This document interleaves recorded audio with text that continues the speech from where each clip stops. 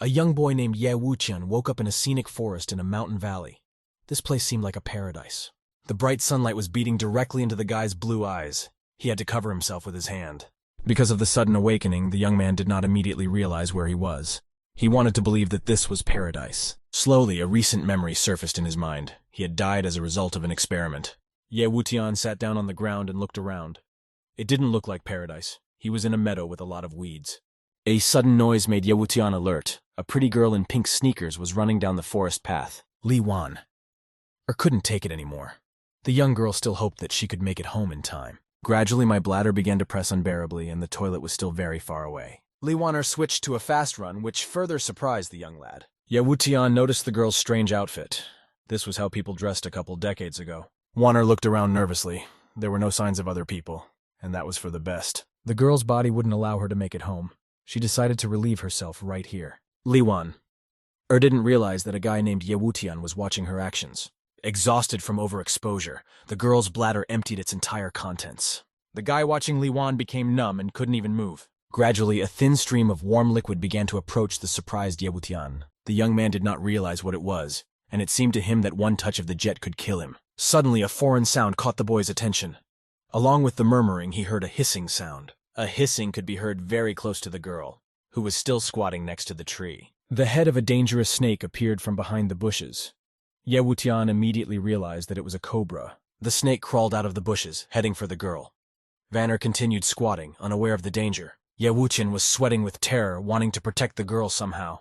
He shouted that there was a poisonous snake behind him. The sound of someone else's voice frightened the beauty extremely. She was completely sure that no one was around. At that moment, the snake attacked the defenseless victim, lightning fast biting the girl's buttock. Waner cried out in pain. The pretty girl was now experiencing a great shock. Someone had seen her. Deciding to flee, the girl ran away from the cursed place. Unfortunately, she was in such a hurry that she forgot to put on her shorts. Vanner's legs got tangled, and she fell. In intense fear during the fall, the girl was only able to give a short shriek. Watching what was happening, Ye Wuqian couldn't even utter a word. What had happened was beyond his comprehension. The guy saw Li Waner falling, but due to confusion and surprise, he couldn't help her. All that happened frightened some birds. Because of the girl's screams, they flew into the sky. Waner fell right on top of the young man. He clenched his teeth and closed his eyes because of the intense pain. Gradually recovering from the shock, Ye Wuqian sensed the girl's close presence. The fallen Waner whispered that she was in a lot of pain. She was very shaken by what had happened. Ye Wuqian and the girl looked at each other for a few moments. They looked at each other in surprise and confusion. When she regained her senses, she slapped the guy hard. She thought that Ye Wuqian was intentionally watching her. Taking advantage of the young man's confusion, Waner began beating him with her fists. The thought crossed the boy's mind that all that had happened might be a favorable occasion for acquaintance. A bird sitting in a nest was watching everything that was happening on the ground. It was hatching eggs. Ye Wuqian shouted that he had no bad intentions. It was just an accident. His words had little effect on the girl. Her gaze continued to glow with disbelief and surprise. Waner asked the young man, what kind of bad person would voluntarily call himself bad? Justifying himself, Ye Wuqian told how a poisonous snake had crept up on the girl unnoticed. Bell angrily asked what he had been doing before the snake appeared and how he had ended up near her. Waner did not believe that Ye Wuqian happened to be nearby when the snake appeared. Feeling unwell, the girl stated that she felt dizzy. Ye Wuqian said that the poison was taking effect. He wanted to help Waner, but she waved him away even though her strength was gradually leaving her body. The beauty was getting worse, but even though she had a fever, she continued to accuse the young man. Ye Wuqian reported that this snake's venom was very strong, and he should help Li Waner get rid of it. She could no longer stand on her feet. The young man said that the girl's life was at stake, and she could die. Waner whispered that she was unwilling to accept help from him. The young man watched her anxiously. The effects of the poison had reached a critical point in the girl's body. She could no longer stand. Her legs gave out. Losing consciousness, Waner fell into the arms of the dazed and agitated Ye Wuqian. The guy remembered that not long ago, the two of them and the girl were already lying on the ground. Suddenly, a noise and rustling of leaves was heard from outside. Someone was making his way through the thicket toward the young men. The silhouette of an old man appeared in the distance.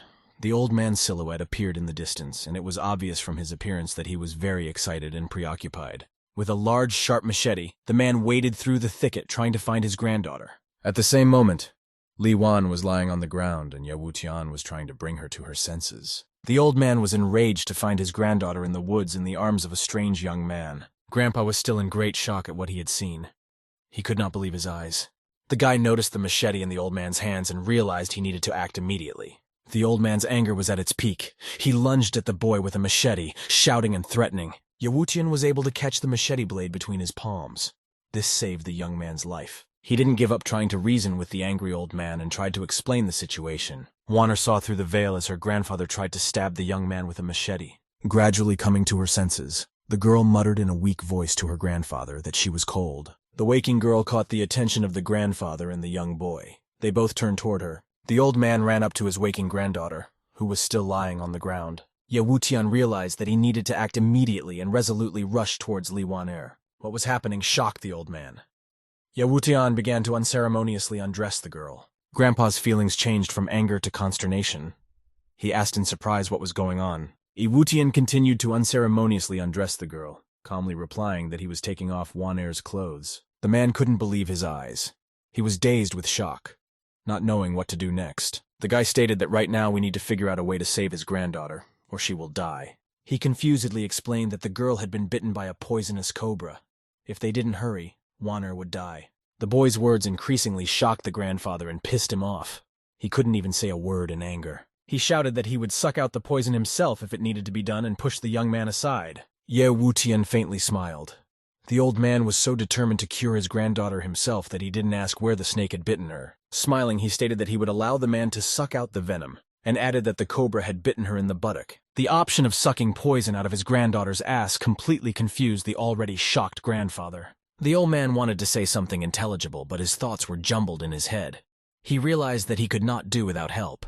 Taking advantage of his grandfather's confusion, the guy decided to take the lead and asked him to step aside. The young man started to approach the girl, but the man grabbed him and asked him not to touch his granddaughter. Yewutian suggested sucking the poison off the old man himself. He warned that it might traumatize Li Wan-er. The old man stopped and thought hard. There were only two possible ways to save his granddaughter. Grandpa turned around and suggested in a shaky voice that it was better for the guy himself to do it. Meanwhile, the snake venom was penetrating deeper and deeper into the girl's body. The arguments between the boy and the old man were taking up the time so valuable for the rescue. Yewutian exclaimed that he could still save the girl, but there wasn't much time left. The young man recalled with apprehension that for all his medical experience, he had never sucked poison out of his buttocks. Only now did the old man realize that the boy could save his granddaughter, and he himself had already started begging to bring her back to life. For determination, Yewutian reassured himself and thought that saving human lives came first. There was no other way out. The young man bent down resolutely and began to suck the poison out of the girl's buttocks. After sucking a small amount of poison, the guy spat it out to the side. He repeated this behavior several times. Grandfather watched with anxiety and tension. His anger had already faded. The old man did not understand anything about medicinal herbs, and the young man had to do it himself. Once back, the young man set about preparing the medicinal herbs he had found. The young girl was still unconscious. The snake venom poisoning had exhausted Li Wan-er. The whole herbal treatment going on interested the grandfather. He assumed that the young man was really a doctor. Yewutian replied to the grandfather that he could stop helping his granddaughter if he didn't believe. The girl was lying unconscious. The old man immediately hurriedly excused himself and exclaimed that he was just curious about his abilities. The young man asked the man not to worry.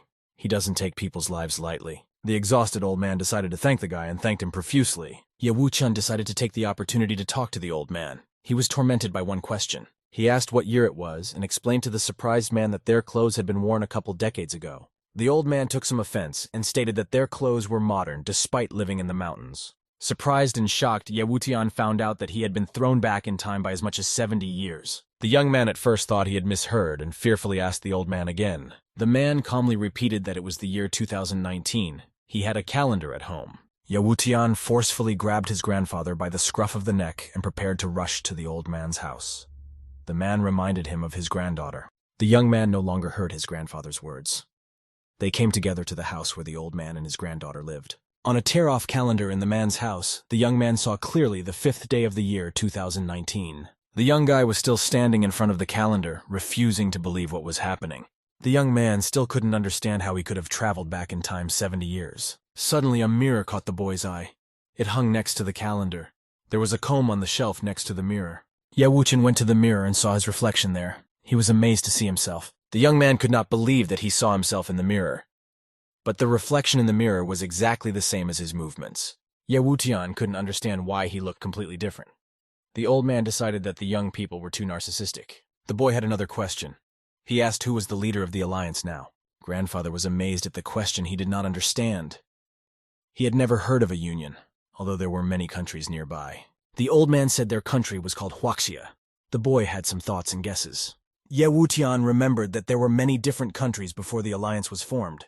It seemed like he had traveled back in time after the explosion. Then suddenly the old man and the young man were attracted by Li Wan-er's weakened voice.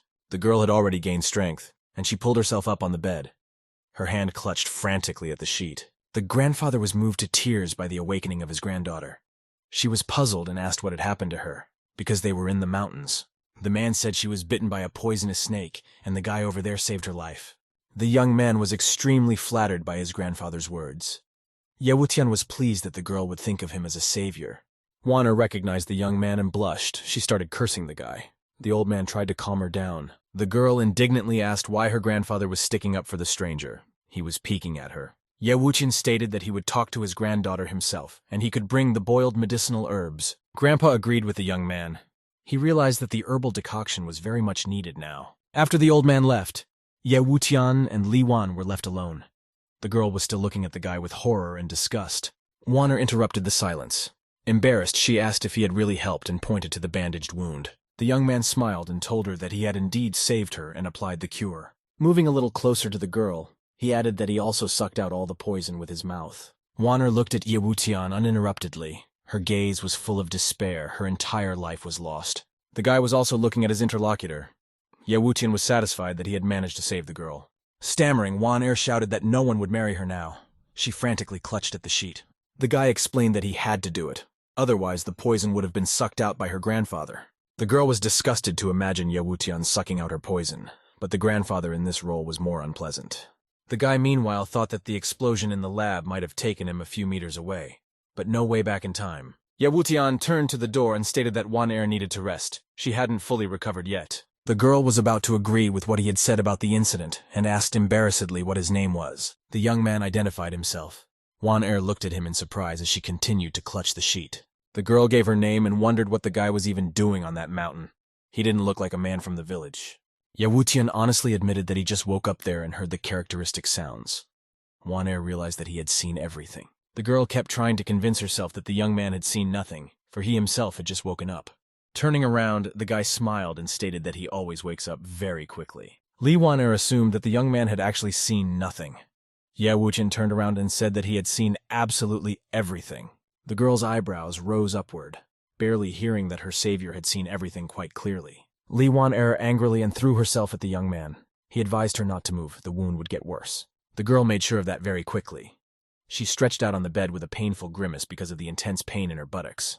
Ye Wutian indignantly said, advising him to get better rest and not move around so much. Li Wan-er made attempts to get up from the floor, but was unable to do so due to the intense pain. Quite suddenly, the guy started undressing the lying Li Wan. He grabbed her buttock with his hands. The girl's outraged screams echoed throughout the neighborhood. She didn't want to be massaged. Just then, Grandpa came back into the room. He was holding a cup with fragrant herbal tea. The old man noticed that his granddaughter had her head covered with a blanket.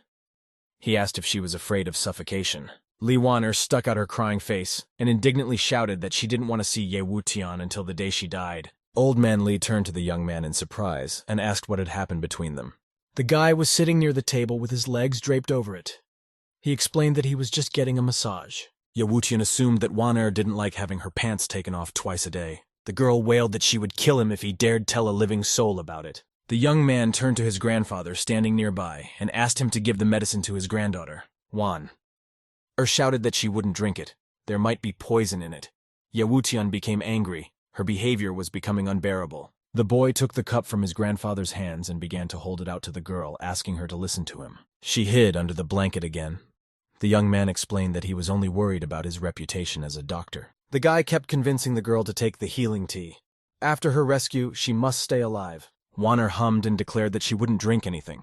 The categorical refusal discouraged Ye Wutian. The young man smiled faintly and replied that the medicine didn't necessarily need to be drunk. He could rub it into his body. He said that the patient was not pleasant enough during the massage. Her injury should be checked again. Hearing those words, the girl blushed even more. The prospect of a massage did not appeal to her. The guy pretended to try to grab Wan-er. She screamed that she would drink the medicine. Just don't go near her.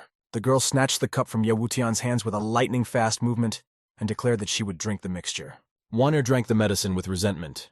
The young man gave her no choice but to threaten her with another massage. Old man Lee inquired about his granddaughter's condition and suggested that her injury was not very severe. Ye Wutian said she needed some follow-up treatment.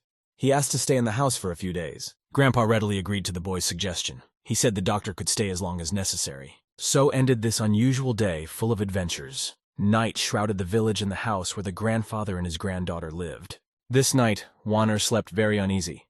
The events of the previous day had taken their toll on her weak and vulnerable psyche. Even in her worst nightmare, she felt like Ye Wutian wanted to undress her again. The young man, unlike his new acquaintance, could not fall asleep. He lay with his eyes open and looked away. The young man hung his shirt up to dry. He was lying on the bed without a blanket, his torso bare. The guy had a hard time coming to terms with his young appearance. He wondered who this body belonged to. Looking at his palm, Ye Wutian realized that this body was very weak due to the large doses of alcohol. The young man suddenly realized what was happening and sat up on the bed. It was exactly about alcohol and bodily pleasures. That was why he became highly aroused every time he saw Wan'er. There was no such lust before. The guy assumed that the original owner of this body had been murdered and the corpse had been dumped in the mountains. Ye Wutian firmly decided that he must clearly investigate the previous life of this body. The clear morning burst into the room where Ye Wutian was sleeping. The boy, through his sleep, heard some shouting. The shrieks woke the boy up. He didn't fully realize what was happening because he wanted to sleep. The old man was surrounded by a group of people who had come clearly not with good intentions. The ringleader with the smoking pipe offered to return the money or give him the girl. The man angrily asked Joe why he had brought so many people. He assumed that the guys wanted to kidnap Lee Wan'er. Old man Lee walked right up to Ryu and said that he had no money and he wouldn't give his granddaughter away either. Van Eyre came to the window. She decided to reassure the people who had come and promised to return the money soon. Joe declared that his son Huzi would be her husband. The big man with the gold chain around his neck promised to be good. The girl exclaimed that she had said many times before. She had no such feelings for the guy. Joe told the old man that he had already given them a chance. He demanded to break into the house and get Wan'er out. Huzi was especially happy. He exclaimed that at last he would have a beautiful girl. Grandpa stood bravely in front of the door of the house, intent on defending his home to the end. From the crowd, someone reached out a strong, muscular hand toward the old man. The bandits came closer and closer. Huzi grabbed his grandfather by the scruff of the neck and warned him that he'd better take care of himself. Suddenly, the door of the house opened. Ye Wutian came out. The appearance of a strange guy surprised the bandits. The young man stopped in the doorway and stated that Lee Wan'er was his patient right now. The crowd looked at Ye Wutian in amazement. He said that none of them would touch her until she recovered. The first to come to his senses was Huzi. He began to sternly ask the boy who he was and what his relationship with Wan'er was. The girl was watching everything that was going on from the window. She didn't understand why the guy was protecting her. Huzi approached the boy and started threatening him. He put a huge fist to the boy's face. Ye Wutian wasn't scared and clenched his fist as well. He said that they could fight if Huzi wasn't afraid. The boy suddenly brought his palm to the big man's face. There was a handful of earth in it. Huzi stared at the palm of his handful of earth in surprise, not understanding what his opponent was implying. Ye Wutian suddenly blew on his palm. A pile of dust flew into the big guy's face. Huzi wasn't prepared for something like this. The big man turned red with anger. The young man said that dealing with him was as easy as blowing off that dust. Huzi got angry and asked what was going on.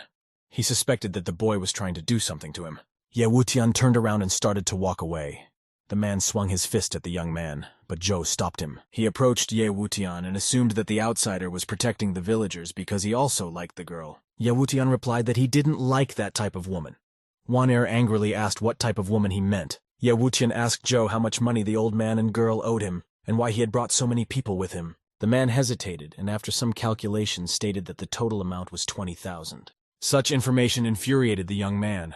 He couldn't believe that for a measly $20,000 the girl was going to be taken away. The guy came out in front of the crowd and said they were all from the same village. He shamed them for bullying the old man and his granddaughter. Huzi didn't care what he was told. He was completely confident and unwavering in his intentions. The big man shouted that he was going to get Van Eyre anyway and lunged at Wutian, intending to beat him up. The girl became worried. She was afraid for the boy's life and shouted that he was in danger. This kind of concern touched the guy.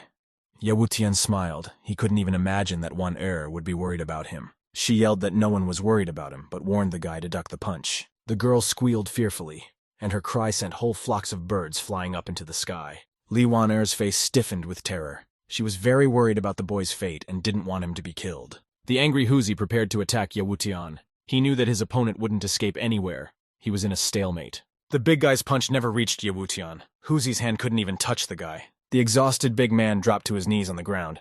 He mumbled that he couldn't even tense his arm. Yewutian turned around and firmly reminded him that he had already talked about it. Dealing with him was as easy as blowing dust. Everyone surrounded Huzi, who was lying on the ground. Ryujo asked the big man what was wrong with him and demanded that he get up. The young man's whole body was trembling. He confessed to his grandfather that he could not stand up, could not even tense his body. The crowd was greatly surprised by what was happening. The villagers began to suspect that Yewutian was to blame. Joe ran up to Yewutian and excitedly demanded for his health back, or the people wouldn't let him go. Old Man Lee timidly hinted that it would be a good idea to return the bully to his former appearance. They live in the same village. Yewutian angrily wrenched out his hand, almost hitting the surprised man, and headed towards the lying Huzi. The young man put his hand over the recumbent big man like a wizard and said he would forgive for the first time. The big man's condition changed immediately. He felt his energy begin to return to him. Huzi slowly rose to his feet and exclaimed in surprise that he had recovered and could move again. Yewutian decided that the conflict was over. He turned around and went into the house, asking to come back for the money in 3 days. Ryu supported his grandson from falling.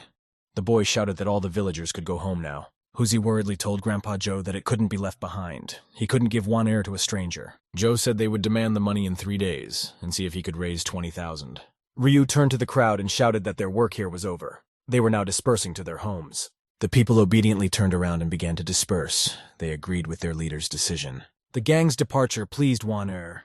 The girl still couldn't believe that everything had ended so well. Yewutian came into the room and assumed that she was worried about his health. The girl continued to look out the window. Turning around, Wan-er exclaimed that she wasn't worried at all. On the contrary, she wished he hadn't been beaten to a pulp. The young man replied that even a dozen guys like Huzi could kick his ass. Wan-er remembered what had happened to the young man and asked admiringly why the bandit had fallen. Yewutian winked at the girl and declared that he was a medical legend. It was nothing compared to what he could do. He remembered making different herbal powders at night. It had saved him, but more powders were needed for the future. The girl laughed. She said that such strong people simply did not exist. She did not believe him. Wan-er's words penetrated the boy's soul. He was saddened to realize that he was considered a liar in this decade. Yewutian walked over to the girl and pointed his finger at her breasts. He said he could enlarge her breasts if interested. Li Wan-er didn't say a word. This was her sore subject. She froze and didn't even move. Suddenly, the girl's body shook with resentment. Her lips trembled and tears flowed in rivulets. Yewutian suspected that he had said something wrong.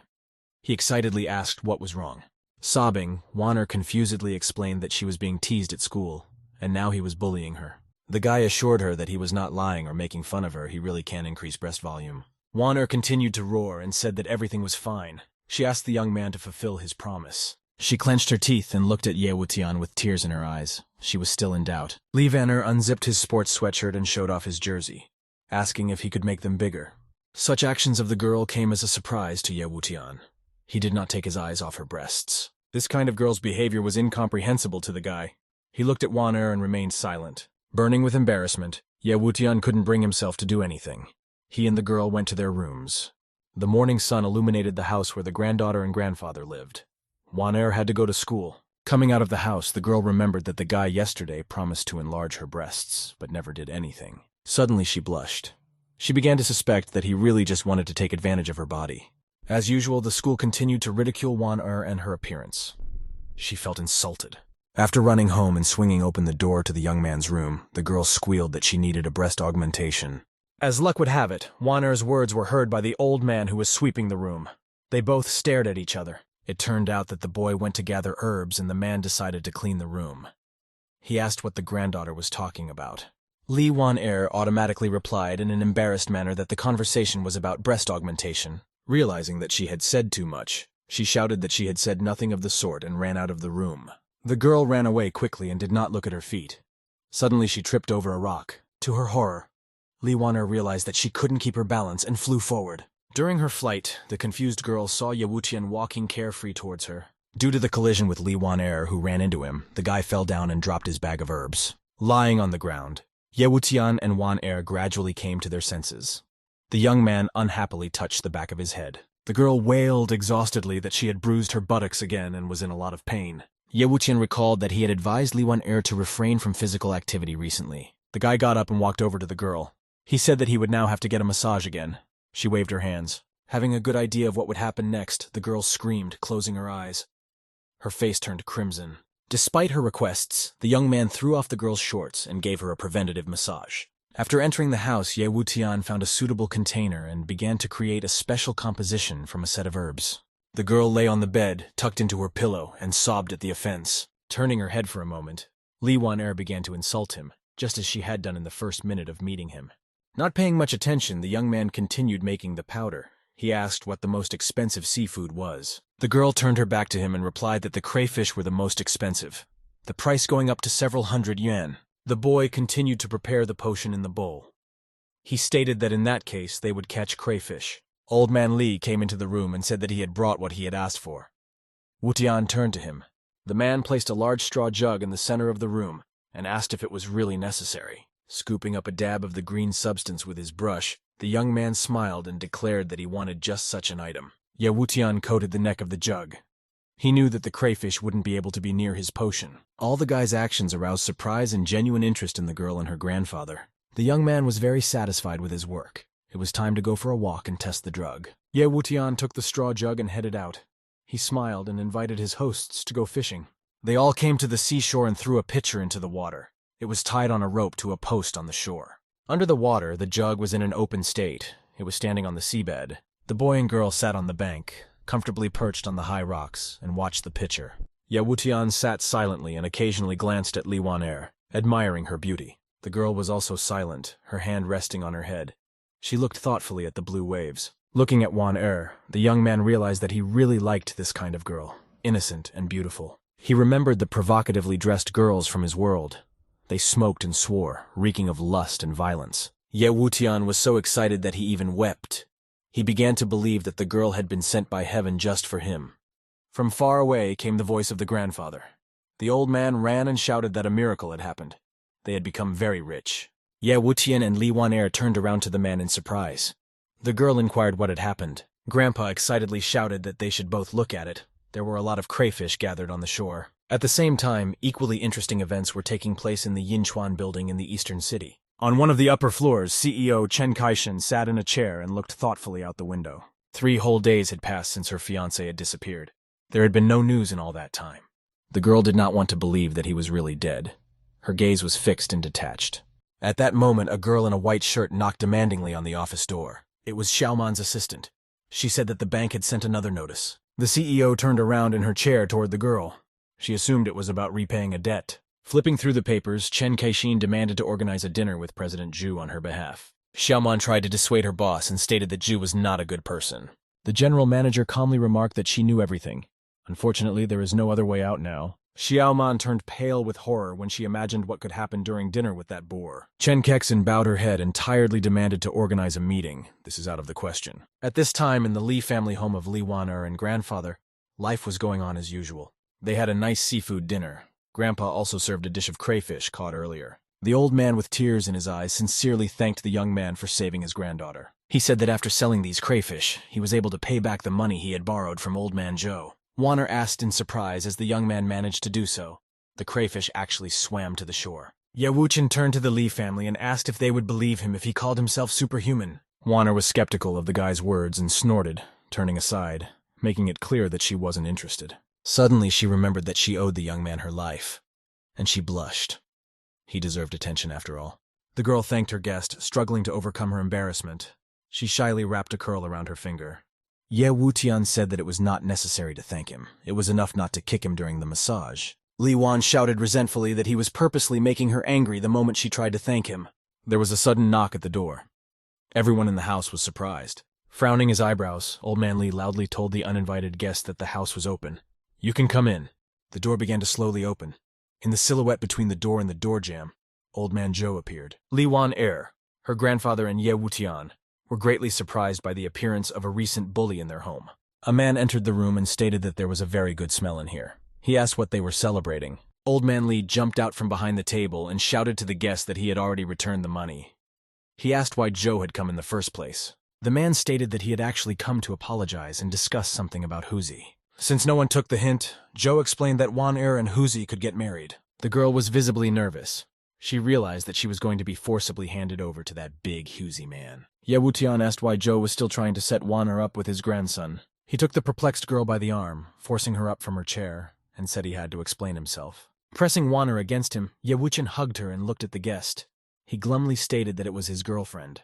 With a displeased look at Joe, the young man demanded that he force his grandson to give her up. Li Wan-er looked at him indignantly and demanded an explanation. She felt embarrassed. Stealthily, the young man pinched the girl's buttock. She went quiet in surprise. After realizing what happened a second ago, Li Wan-er blushed. She couldn't believe that Ye Wutian was hitting on her. Turning angrily towards the young man, the girl tearfully asked how he dared to do that. Ye Wutian turned to her and whispered that he was just acting out a play so that they wouldn't pester in the future. Li Wan-er fell silent. She realized that this would be the best solution to her situation. At this time, Joe looked carefully at the embrace of the boy and girl. They really did look like a couple. After standing for a while, the man realized that the wedding wasn't going to work out. He sighed heavily. Joe stated that the young ones had a lot to do. He said goodbye and left, citing urgent matters. Ye Wutian and Li Wan-er silently watched Joe leave. They were still standing hugging each other. After the old man left, the girl wailed that the young man had no right to grab her, and for that she would bite him to death. The outgoing Joe didn't know what was going on in the room. He was slightly surprised by the noise and shouting from the room on the second floor. Thus ended the day. Night descended on the village and on Li's house. The sky was lit by the month and the stars. During the evening, Li Wan-er and Ye Wutian sat on the bed and had long conversations about everything. First and foremost, the embarrassed girl still wanted her breasts enlarged. She continued to be teased at school. Li Wan-er asked what it would look like. She doesn't like silicone and hates pain. Ye Wutian proudly replied that he had enlarged the breasts of the president's own daughter in the past, so he could handle it too. Of course, the girl didn't believe Ye Wutian. She was willing to bet that the young man had never seen her before. The boy turned away and silently began stirring the dark substance in the bowl. He was completely focused. The smell of the potion caught the girl's attention. Li Wan-er came running over and said that it smelled really good. Ye Wutian replied that it wasn't food and scooped up the dark liquid with 2 fingers, leaving some on his palm. The young man stated that he had to massage this liquid on her and insisted on thinking again. Wan-er hesitated for a moment. Ye Wutian sat across from her and methodically rolled the dark substance between his palms. The girl even closed her eyes with excitement. She blushed and clenched her teeth, realizing that he would touch her. Gathering her courage, Wan-er lifted up her shirt and declared that she would just pretend like she was being touched by a dog. Ye Wutian turned red with anger. No one had ever called him names with impunity before. He would take revenge on the girl. The young man stated that he wouldn't be polite in that case either, and began rubbing the substance into the girl's body. The girl still wasn't ready for this. The color didn't come off her face and Wan-er kept screaming. The girl was uncomfortable, but she was willing to endure any discomfort for the sake of breast augmentation. Closing her eyes, Wan-er tried to relax. Ye Wutian was vindictively crushing her breasts while rubbing the ointment into them. At the same time, he felt awkward and even closed his eyes in embarrassment, afraid to look at the girl's body. Daring to open his eyes, Ye Wutian was delighted and reproached himself for being shy to look before. The procedure went on for a long time. Wan-er and Ye Wutian sat opposite each other on the bed. Outside, evening was gradually coming on. Silence covered the neighborhood. You could hear the croaking of a frog in the nearest pond. After an hour, the breast augmentation procedure was over. The girl lay down and stretched tiredly on the bed. Walking away from the girl, Ye Wutian said that he would prepare a medicine for tomorrow. It should definitely be taken. Ye Wutian went outside. He was very tired from this unconventional procedure and sought rest in the evening coolness. The young man realized that his current body was very weak. He was gasping for breath from a simple massage. It was time to get to work on strengthening his body. The boy looked up at the sky. Thoughts were still swarming in his head. He thought about the previous owner of the body. Looking at the starry sky, Ye Wutian thought about the fact that controlling one's desires also required skill. The following morning in the eastern city, a conversation took place in one of the luxurious houses. A man was in his office going about his daily business. At that moment, Ye Guang's son came to see him. The young man was well dressed and considered himself a fashionista. He had an earring in his left ear. He claimed that his brother was dead. My father immediately pulled away from the papers and turned his head. At first he thought he had misheard. In response to the man's question, Ye Guang told about the rumors. Their relative was killed by a bunch of pathetic scum. The young man laughed gloatingly and said that this state of affairs was very favorable to them. Father turned around and asked him not to tell anyone about it. Ye Hendong doesn't know anything about it yet. Ye Guang promised that he wouldn't say a word to the second uncle. It was better to wait for further developments. Father asked how the relationship with Ouyang Xinwei was going. He wanted to hear the right answer. The young man froze. This was his sore spot. Justifying himself, the boy said that she was not like other women. Father stated that this girl wouldn't be Xinwei if she were like the others. They should merge with the Ouyang family. Ye Guang humbly bowed to the man and promised to try harder. He would do his best. A clear morning came to the house where Li Wan-er and her grandfather lived. Everyone woke up. As usual, Ye Wuqian sat at the table and leisurely stirred the herbs in his plate, preparing medicines. A girl ran into the room with a frightened look. She shouted that they had to hurry up and leave. With such unexpected words, Ye Wuqian dropped his potion bowl. It fell and shattered. The young man almost cried. He had wasted a lot of time. Wan-er shouted that this was not the time for medicine. The excited girl announced that a plague was raging in the village. The grandfather wants them to leave immediately. Ye Wuqian couldn't believe the girl's words and absent-mindedly asked her again, hoping that he had misheard her. There was no time for explanations. Wan-er grabbed the young man's arm and shouted that they had to run away. Ye Wuqian couldn't understand how a plague could appear in the village. It couldn't appear out of nowhere. As the young men ran out of the house, they were met on the way by people in white medical uniforms. Medics in bacteriologic protection suits ordered the young men to stop immediately. Ye Wuqian and Li Wan-er froze in bewilderment. They realized that they would not be able to escape. The senior of the medics sternly said that they were in quarantine and should go to the quarantine center. Ye Wuqian got angry and exclaimed that quarantine cannot be for everyone indiscriminately. They have no symptoms of disease. Suddenly, a weapon appeared in the medics' hands. On command, they took aim at Ye Wuqian and Li Wan-er. A senior medical officer stated that anyone resisting the quarantine rules would be tranquilized. The boy stood and looked at the armed doctors. He realized that resistance was useless. He could not cope. Li Wan-er walked up to Ye Wuqian from behind. She whispered that it was better not to argue and just go where they said. The boy was desperate. The medics with guns scared him, but he didn't want to go to the quarantine center. The quarantine center was a large building. There were many doctors in protective suits around. Opening the door of one of the rooms, the medics pushed Wan-er and Ye Wuqian inside, ordering them not to go anywhere. The young man was amazed at what was happening inside the room.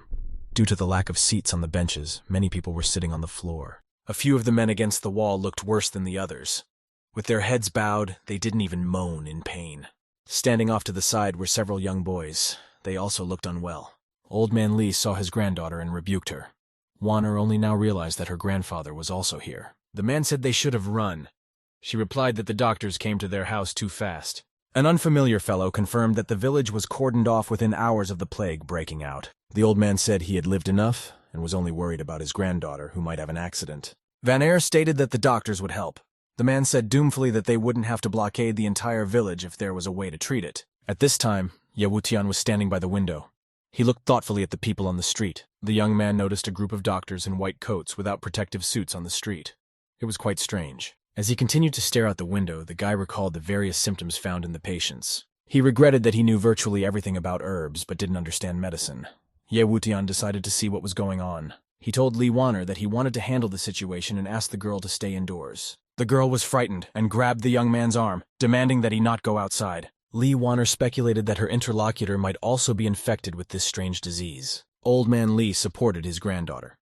He was also sure that it was better to wait. There was no need to go there. Ye Wuqian faintly smiled.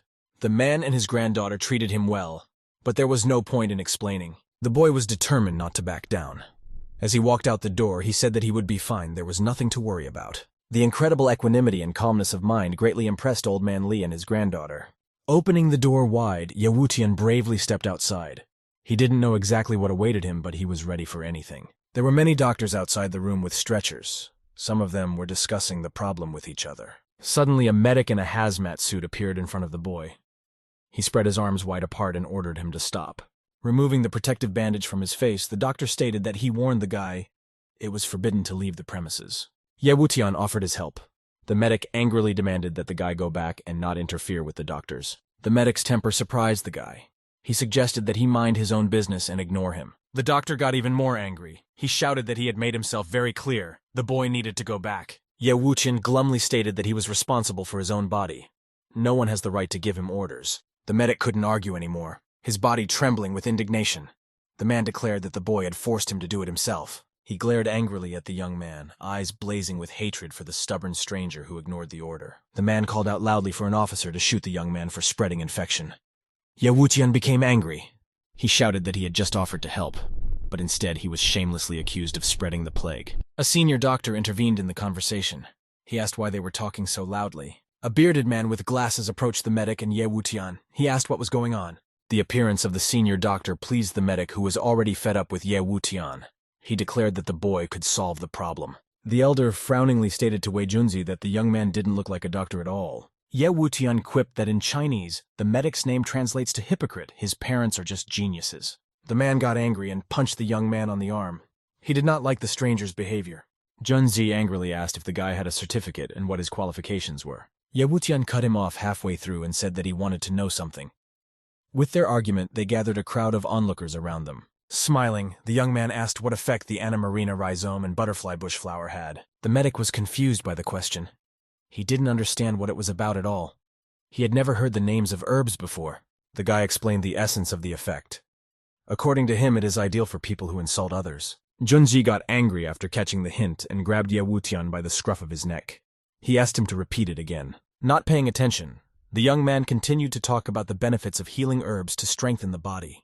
With a lightning-fast movement, Ye Wutian pulled his hand out of his pocket and struck his opponent on his arm. Out of surprise, Junji let go of the young man. His words had a magical effect on him.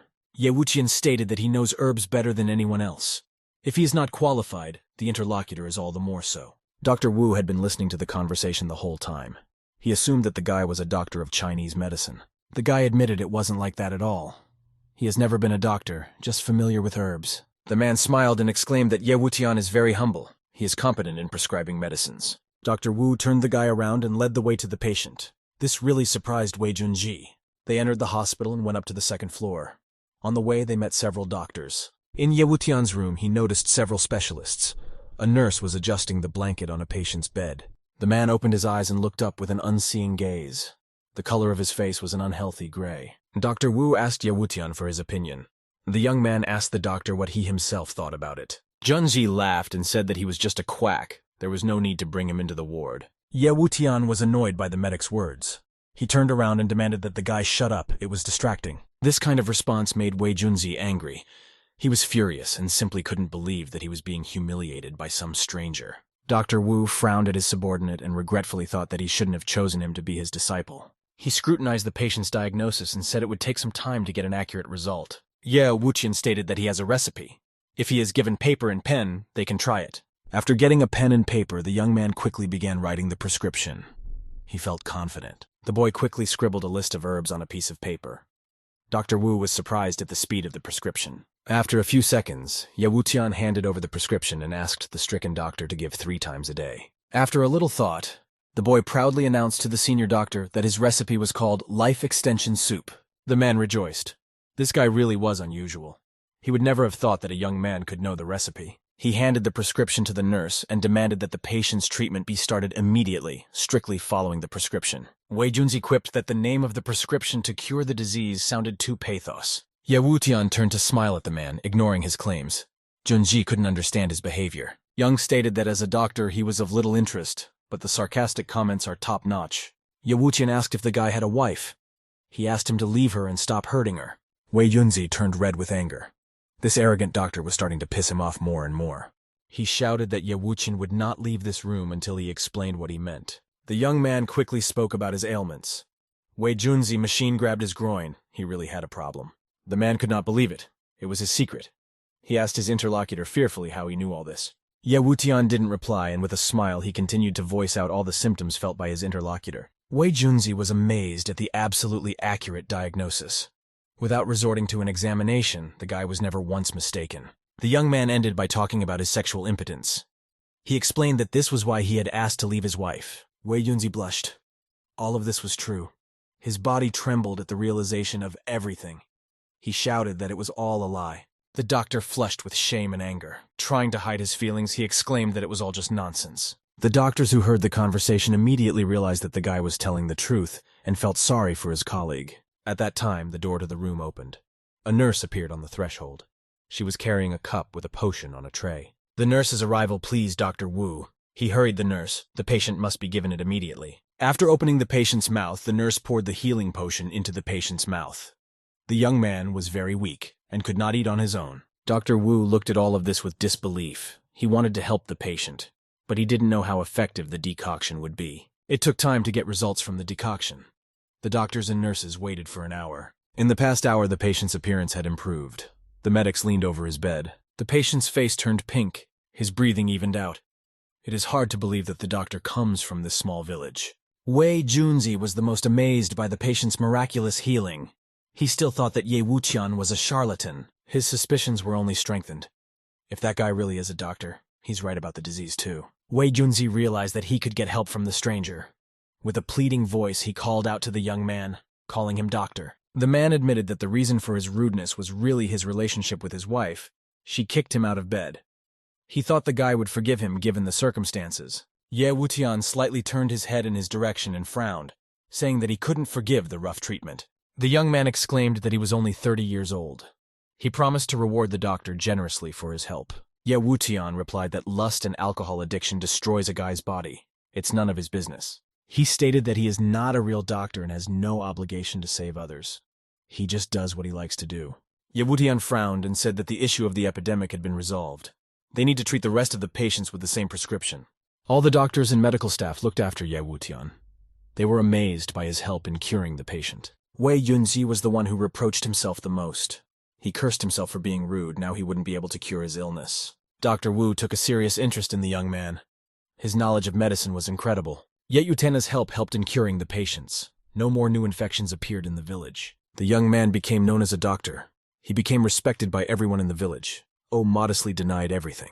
Life went on as usual in Li's house. It had been a week since the epidemic had left the village. The time came and the guy realized that he could use his medical skills to help himself. Ye Wuqian decided to strengthen his physical strength. He smeared his body with a special solution of medicinal herbs. The special solution penetrated the young man's body, causing incredible pain. His screams were heard throughout the neighborhood. Feeling the increase in muscle growth, Ye Wuqian yelled louder and louder, urging his body to absorb the substance faster. The dark-colored substance accelerated muscle breakdown and stimulated muscle growth. After a few seconds, it was over. During the procedure, the guy sweated all over but improved his body. Ye Wuqian was overjoyed. After appearing in this world, his weak body was finally becoming stronger. Progress was evident. He felt an unprecedented lightness of his movements and strength of muscles of the whole body. All the cells of the body became rejuvenated and stronger. The young man felt a surge of sexual energy. Ye Wuqian smiled. The most important part of the body had made itself known. This was also something to pay attention to. At this time, Li Wan'er looked over to him. Smiling, she said that the reporters wanted an interview. She noticed that the guy's body had become strong and embossed. She shyly lowered her gaze. Only now did Wan'er notice Ye Wuqian's strong erection and blushed even more. She found an empty bottle and angrily threw it at the young man's groin area. The bottle ricocheted. Ye Wuqian was indignant. He didn't expect Li Wan'er to peek into a secluded corner and take him by surprise. The boy's body trembled with tension. He turned his back to the wall of the house, trying to take away the intense pain. The sun was shining brightly over the Li family's house. The day was in full swing. Reporters came to the village. The girl with the microphone smiled and introduced herself. Her name is Wang Fangxi. The journalist stated that she had been looking for a young man to interview for a long time and asked for her time. Ye Wuqian replied that he is not a doctor. Besides, he doesn't have time, so they can leave.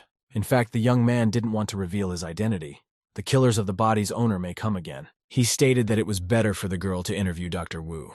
He was only assisting him in his treatment. Wang Fangxi didn't believe it. The villagers told her that it was the young man who was the great doctor. She held the microphone up to Ye Wuqian and said that he would become world famous through the interview. The villagers began to cheer the boy up. After becoming famous, the young man will be swimming in money. Li Wan'er turned to the guy as well. She was delighted that her acquaintance would become world famous. Ye Wuqian glumly asked her to leave him alone and not to take an example from the others. She indignantly turned away. The reporter kept pestering the guy. Everyone in the neighborhood already knows he's a doctor. The young man smiled faintly and asked if she really believed everything she heard. Ye Wuqian asked if she would become his wife if the whole village said they were married. The crowd was outraged. The guy shamelessly flirted with journalist Wang in front of everyone. The girl embarrassedly replied that she would marry him, but would interview him first. The journalist's reply pleased Ye Wuqian. For some time they stood looking at each other in silence. The young man stated that she tolerates open harassment. He does not want a wife with no self-esteem. Perplexedly twirling her curls with her fingers, Li Wan'er wondered how Ye Wuqian was treating the journalist. At this time, Dr. Wu approached the crowd. He asked what was going on here. The young man was glad to see the man. This was the man he needed to clear things up. Ye Wutian glumly assumed that it was Dr. Wu who had told the entire village and the journalist about him. Dr. Wu smiled and pretended not to understand the question. He clarified exactly what the question was about. The doctor explained that he had hope in Chinese medicine. A genius like him could save many lives. Ye Wutian frowned and exclaimed that he had never been a doctor. He absolutely did not care about saving lives. Suddenly, the young man noticed that someone was videotaping. He approached the cameraman and demanded that he hand over the tape. He knew he couldn't live peacefully if this tape became public. Wang Fengxi stood up for her cameraman. She said she had the right to shoot. No one should listen to anyone. Ye Wutian shouted that he too had the right to refuse to be filmed, so let him hand over the tape and leave. Dr. Wu decided to defuse the situation. He suggested a compromise. They could be friends. The reporter angrily asked why the guy couldn't spare some time for an interview. One of the reporters said that the interview would be beneficial to his reputation. The young man remained silent. He actually wanted to stay in the village for a couple days and leave. But news travels fast, so he had to leave as soon as possible. Ye Wutian threateningly pointed his finger at Wang Fengxi and said that the two of them would go to the house alone. They needed to talk. The girl was frightened. She exclaimed that only a complete idiot would go into the house with him. Ye Wutian stopped and suggested that the reporter look at her own hand first. Wang Fengxi was confused. She didn't dare to comply with the guy's request and look at his hand. Overpowering herself, the journalist looked down and was horrified. This had never happened to her before. Her light-colored hands were getting darker right before her eyes. The girl's palms were covered with irregular spots. Wang Fengxi almost roared. She shouted indignantly, asking what was even going on. Ye Wutian stated that she needed to go inside. Otherwise, her hands might stay like this for the rest of her life. The girl wailed that no one dared threaten her. He wasn't the only doctor in the world. Turning away from the guy, the offended Wang Fengxi saw Dr. Wu. She decided to ask him for help. The girl excitedly asked to examine her hands and wondered if he knew how to treat it. Dr. Wu carefully examined the girl's hands. He couldn't understand what had happened to her. The man stated that the stain was caused by herbs mixed together. But he does not know their composition, let alone the treatment. How could it be? Even Uncle Wu has no idea, discouragedly thought the reporter. She clearly didn't trust Ye, but there was no way out. Just go with Mr. E. Even though he's boisterous and arrogant, he's still a good person. Don't forget that he solved the plague problem, said Wu. That bastard? Let's see what kind of dirty trick he wants to pull, said the reporter. Wutian led the girl to his apartment. He noticed two sloppily thrown brooms by the front door. Journalist Wang, can you do me a favor? In return, I'll heal your hands, asked E, standing with his back to the girl. But my hands are like this because of you. How could you think I would help you? The journalist replied angrily. She was still looking at the boy with suspicion. You have to listen to me. If your hands are not properly treated within 1 hour, they will remain like this forever, he said. He turned to her and said, I need you to find information about one person, and that person is me. What? Are you kidding me? You know exactly who you are. Why bother me to find out information about yourself? Besides, what makes you think I have the ability to verify a person? Don't play dumb. You're not an ordinary person. Otherwise, you would have been fired from your post as a journalist for having a temper. At least 10 times, Wutian said. From what I've heard from others, Dr. Wu is a respected man in the medical field. You call him Uncle Wu and even act like a spoiled child in front of him. That's not exactly what an ordinary journalist can do. This guy is not as simple as he looks. He knows and understands too much, thought the journalist. To be honest, I've lost my memory. I woke up in the vicinity of a fishing village, so maybe I was about to be thrown into the sea, suggested E. I planned to conceal my identity and secretly investigate the village. And you disrupted my plan. I've been killed once, and I don't want to be killed a second time. Are you telling the truth? Have you really lost your memory? Reporter Wang asked fearfully. The disbelief on her face gave way to astonishment. If he really was thrown into the sea by his enemies, they'll definitely want to kill him again. I just wanted to do an interview after all. I never thought that someone could die because of this, thought the girl. He put a bowl of water on the table and began to add something to it. He said, I have no reason to lie. Besides, if you hadn't made such a mess, I would never have been in such a dangerous situation. So you must help me. Is this really the antidote? Van thought incredulously, as she approached the bowl and saw the strange-looking liquid there. Put your hands in it and wait for 3 minutes, ordered Wutian. The girl reluctantly obeyed. The antidote turned a cloudy white color. 3 minutes later, Van stretched out her arms and found that they had returned to their original shade. Amazing, that's just wonderful, the girl rejoiced. Your hands are cured, said E, hinting that it was her turn to fulfill her part of the bargain. And the journalist could not admire her hands. Look at the journalist Wang's hands, shouted someone from the audience as they walked out to the others. Everyone stared in amazement at the miraculous healing. Oh my god, they are restored. He is worthy of the title Amazing Dr. E, the girl thought gratefully. Turning one last time to the guy standing in the doorway, Van said, "What you asked me to do will be done." "Come on, we're done here." With these words, the journalist left, taking the reporters and the camera crew with her. "Mr. E, let me ask you something. What did you talk to Wang about? What did you ask her to do?" Dr. Wu asked politely. No more than she could handle. "Why, in fact, do you ask?" The young man evaded a direct answer. "I'm just afraid that if your relationship goes sour, it will be very difficult to reach a compromise later." "You know who she is, don't you?" Wu asked. "Mr. E, do you have any plans for the future? There's a vacancy for a director in our hospital's traditional Chinese medicine department. Would you like to try it?" Dr. Wu asked. "No, I don't. By the way, the interview is already over.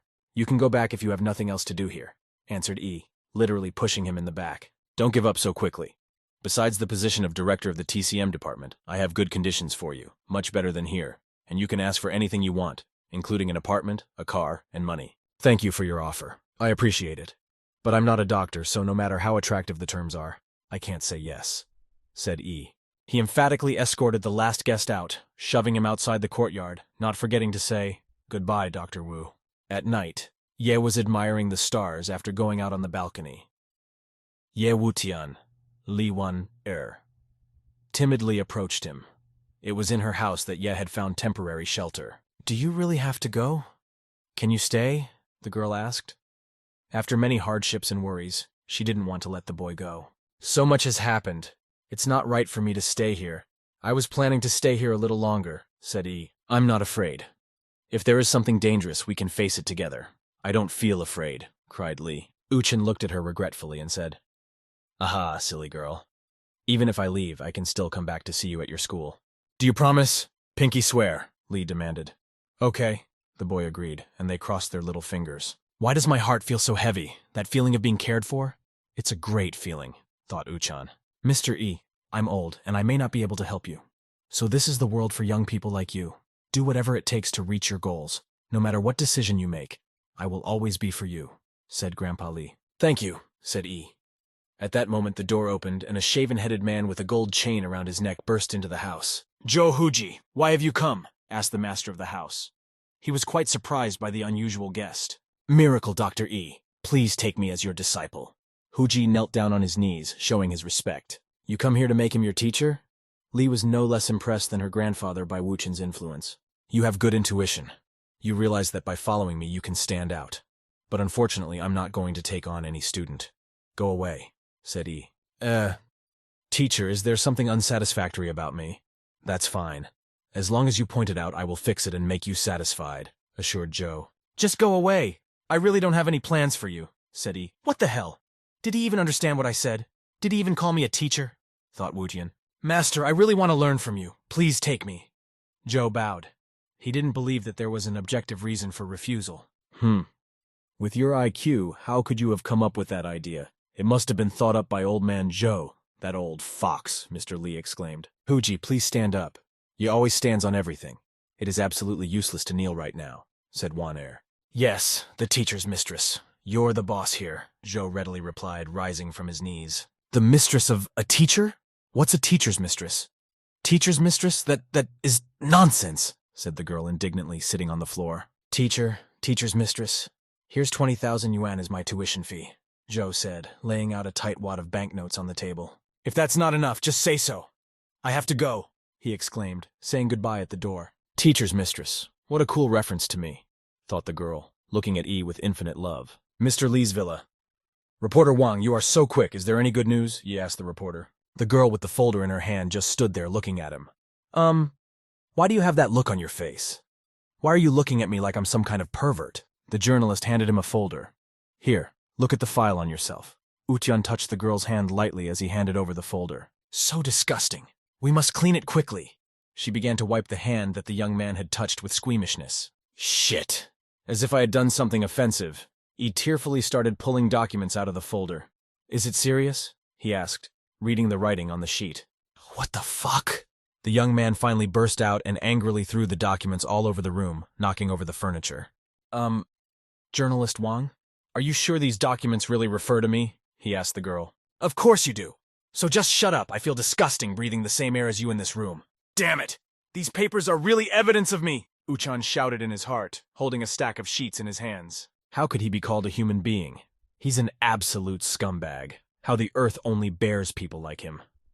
The questionnaire with E's biography and compromising photos was broadcasting. Fancy, wasteful, and unscrupulous, asking his family for money every day. The photo shows Yushin in a green jacket and sunglasses throwing money around, indulging in debauchery with dangerous gangs, meeting different girls for sex or whatever. Continued his discredited biography. Tried everything outrageous. Did it in nightclubs almost every night. A total pervert, summarized the questionnaire. No wonder I was very weak and fragile at first. Turns out it was caused by sexual excess. A pervert like this is definitely unprecedented. Based on that, he must have a strong penis. In that world, I wasn't sexualized. How could I have traveled through time and become such a person? No wonder I always wanted to sexually harass Li Wan. It's all the body's fault. Given your current facial expression, you really have lost your memory. But have you really forgotten everything? Wang asked. Of course. I'm a person with moral values. How could I be a person who was ruled by his lust? Justified E. I don't know if it's a coincidence or not, but the real owner of this body is also named Ye Wutian. That's good. This fact saves me from so much trouble in the future, thought the young man. While dozens of pages tell you information about the women you've dated, there's still something else useful here, said the reporter. You have company and finances. I noticed that too, replied the young man. I don't have a girlfriend in this world. Now I only have finances, he thought. I understand your company is on the verge of bankruptcy, and your finances are in trouble too, said the girl, holding a stack of documents in her hands. What kind of trouble? Asked E. It's a setup, replied the journalist confidently, flipping through the documents. A setup? Was the original owner of the body discarded into a barren wasteland? Is there any connection between the two problems? Thought Uchan. From who? Why should I tell you? I don't think I need to tell you, right? The girl asked. It's your own business, she said. He looked at the journalist perplexed and asked, Okay, what do you want to know? That's great. I love dealing with brilliant people. Before this, you had no knowledge of medicinal herbs. Tell me, how did you learn all this? She asked. Journalist Wang, what if I say I don't know? It's just the two of us in the house. Vanner and Grandpa went shopping. Aren't you afraid of me? Afraid? Why should I be afraid of you? You're the one in danger, and you're the one who could be killed at any moment, not me, replied the girl. Immediately, in a single leap, Yuchen crossed the distance that separated him and the journalist and threw her to the floor. Bastard! What are you doing? You want to use force because you can't speak up. Honestly, I was awarded a black belt in judo. You can't take advantage of me, the girl cried out in tears. He put his finger to his lips. Shh, shh, shh. Don't move, look at this. He showed the journalist the wall in which 2 holes appeared. The girl knew right away. Bullet holes. So that's why he attacked me. Turns out E was saving my life. I assume the killer is outside now, Yutian said. He and the journalist were sitting under the window so as not to attract attention. What are we going to do? The girl asked. How should I know? Utian snapped at her. The situation had made him very angry. Bastard, think of something quick. These people came here to kill you, stated reporter Wang. I'm not so sure. I mean, your father's in a high position. Who knows if he hurt anyone or not? Hurry up and call the police. Is this a good time to whisper and coo? Who's cooing? You shameless? The angry journalist started dialing a number on her phone. Suddenly, the barrel of a gun was jabbed into the back of her head. A man in a green vest through the window said, Take your hands off the phone. And he held out his hand. The girl had to hand over the phone.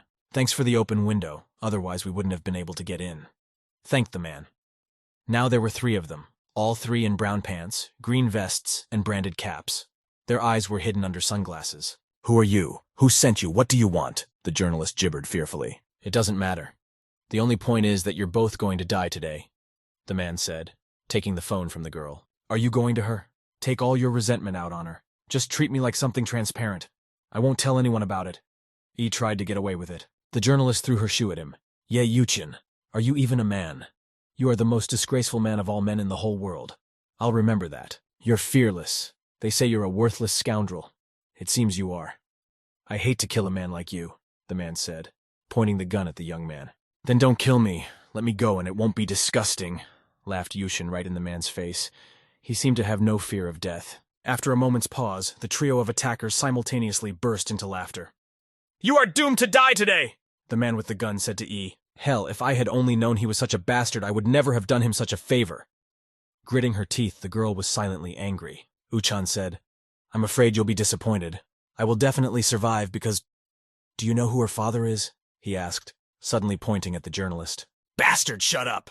The journalist yelled at the top of her voice.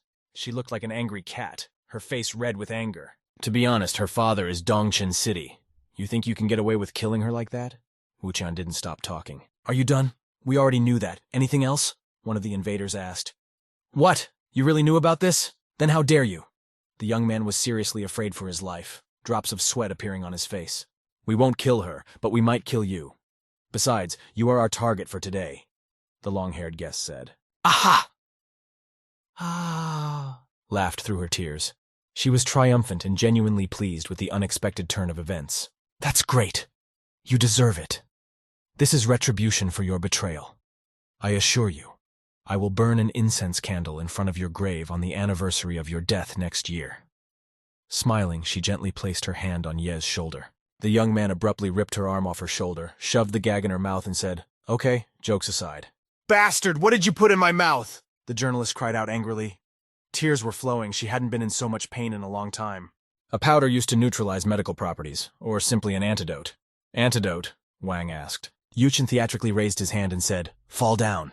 All 3 bandits fell to the floor as if on cue. What the hell was that? He just raised his hand and all the weapons along with the bandits fell to the floor, thought the girl. What happened? I can't move, moaned one of the guests lying on the floor. I feel weak. Damn it. What have you done to us? A third intruder called out. How did you do it? The journalist shrieked. Quite simply. A little trick like rubbing and sprinkling can be done covertly. I was already doing that when they came in here. Yuchen showed how he prepared his clothes for the future trick. Mentioning your father to them was to buy me some time until my drug kicked in. I had no idea you were so smart. Hey you, tell me who appointed you to kill me. Tell me that and you will die without agony, offered E, standing over the long-haired man squirming in pain. Of course you can keep quiet. Worthless wretch. Don't imagine you can get any clue from us, was his answer. You must be used to using weapons when interrogating, but I am different from you, said E, smiling and unbuttoning his shirt. Guys, take your pick and tell me what you picked, Utyan offered. It seemed that the whole lining of his shirt consisted of pockets filled with all kinds of drugs. What's this? The journalist asked, pointing her finger at one of the medicines. The girl was surprised by the diverse arsenal of her acquaintance. Baby, this can cure you of constipation, answered E, smiling. He could tell her a lot about any drug. Who's constipated? Can you see it? Can you feel it? You're the one who's constipated. Your whole family is constipated, Wang cried out in tears. All right, forget I said anything. Let's get back to business. And Uchan turned to the uninvited guests, as if assessing them. Hurry up. Have you made your choice? Otherwise, I'll have to make my choice. I'd recommend this one. He took a bag out of his pocket. You're just a worthless scoundrel. You just want to scare me. I'm not afraid of you. The long-haired man gritted his teeth. Due to the fact that you are very brave, the choice will have to be made by me. Yuchen tore open the baggie and sprayed its contents directly on the bandit's head. I haven't had a chance to use this powder as it was made a long time ago. You are lucky to be my guinea pig. Some time passed. The attacker asked in surprise, So nothing happened? His partner saw more and said, All the scars on his face are gone. Stop bluffing.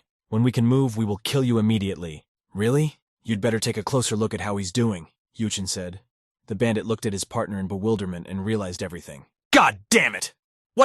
What's wrong with you? He shrieked, glaring at the long-haired man. He didn't have a bit of threat on his face. Now he looked like an ordinary, cheerful guy. I don't know what happened. I was lonely for quite a long time. I suddenly felt that you were very nice. The ex-gangster spoke frankly. I can't help it. I can't help it, the second thug said softly, trying to kiss the third. He shoved him away and screamed, No, don't come near me. No, all right. I'll tell you everything. While the attackers were sorting things out among themselves, the journalist pulled out her phone. Wow, that's amazing. I need to videotape this right now. The drug is not fully effective now. It would be better to make the long story shorter, otherwise it will be very late after the rape, he remarked. It's Liu Fu. It's the guy from Liu's real estate group. He's the one who hired us, shouted the bandit who had already been flipped onto his stomach by the long-haired man. Did he hire you to kill me? Yuchen asked. He was determined to find out all the information he needed. We don't know. We're killers and we just kill people. Please set me free. I can already feel his penis on my back, the bandit shrieked. I know Liu Fu, the journalist suddenly replied, turning off the camera on her phone. She had already filmed everything she wanted. He handed the bag to the bandit and said, Eat the powder inside the bag and then you can move. I'll keep you alive this time. Get lost. Thank you for your graciousness. We promise this is the last time. The uninvited guests began to bow. Seeing them running away, the journalist asked, "And you just let them get away? They came here to kill you." "I didn't let them get away so easily. I left them a gift."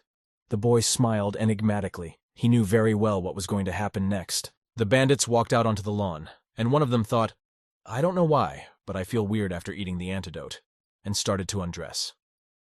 "It's so hot in here," came the thought to the second one. Uchin looked at the journalist with obvious desire, not even trying to hide his lust. She was surprised and looked perplexed at E. "Why are you looking at me like that? Are you lusting after my beauty?" Van asked. Tears came to her eyes. "Now, give me your phone now," Wutian ordered. The girl asked fearfully, "But why do I have to give you my phone?" "So you want me to cure your constipation?" E asked, and reached out demandingly for the phone. The girl immediately remembered her angry outburst. "Who's constipated? Do you see it? Do you feel it? You're the one who's constipated." And she felt very ashamed. "Okay, forget it. Just keep the video to yourself when you get constipated. By the way, I'm not going to dwell on the video. Your legs will go numb if you sit on the toilet too long. Hey, wait, can you really help me?" The journalist gently took the sleeve of the shirt of the already departing E by the sleeve. "Oh, you are such a hypocrite. Why are you so eager to solve your problem right away? You should thank my abilities, otherwise I wouldn't bother diagnosing you. Okay, let me touch your belly." "Why do you want to touch my stomach?" the girl asked, offended.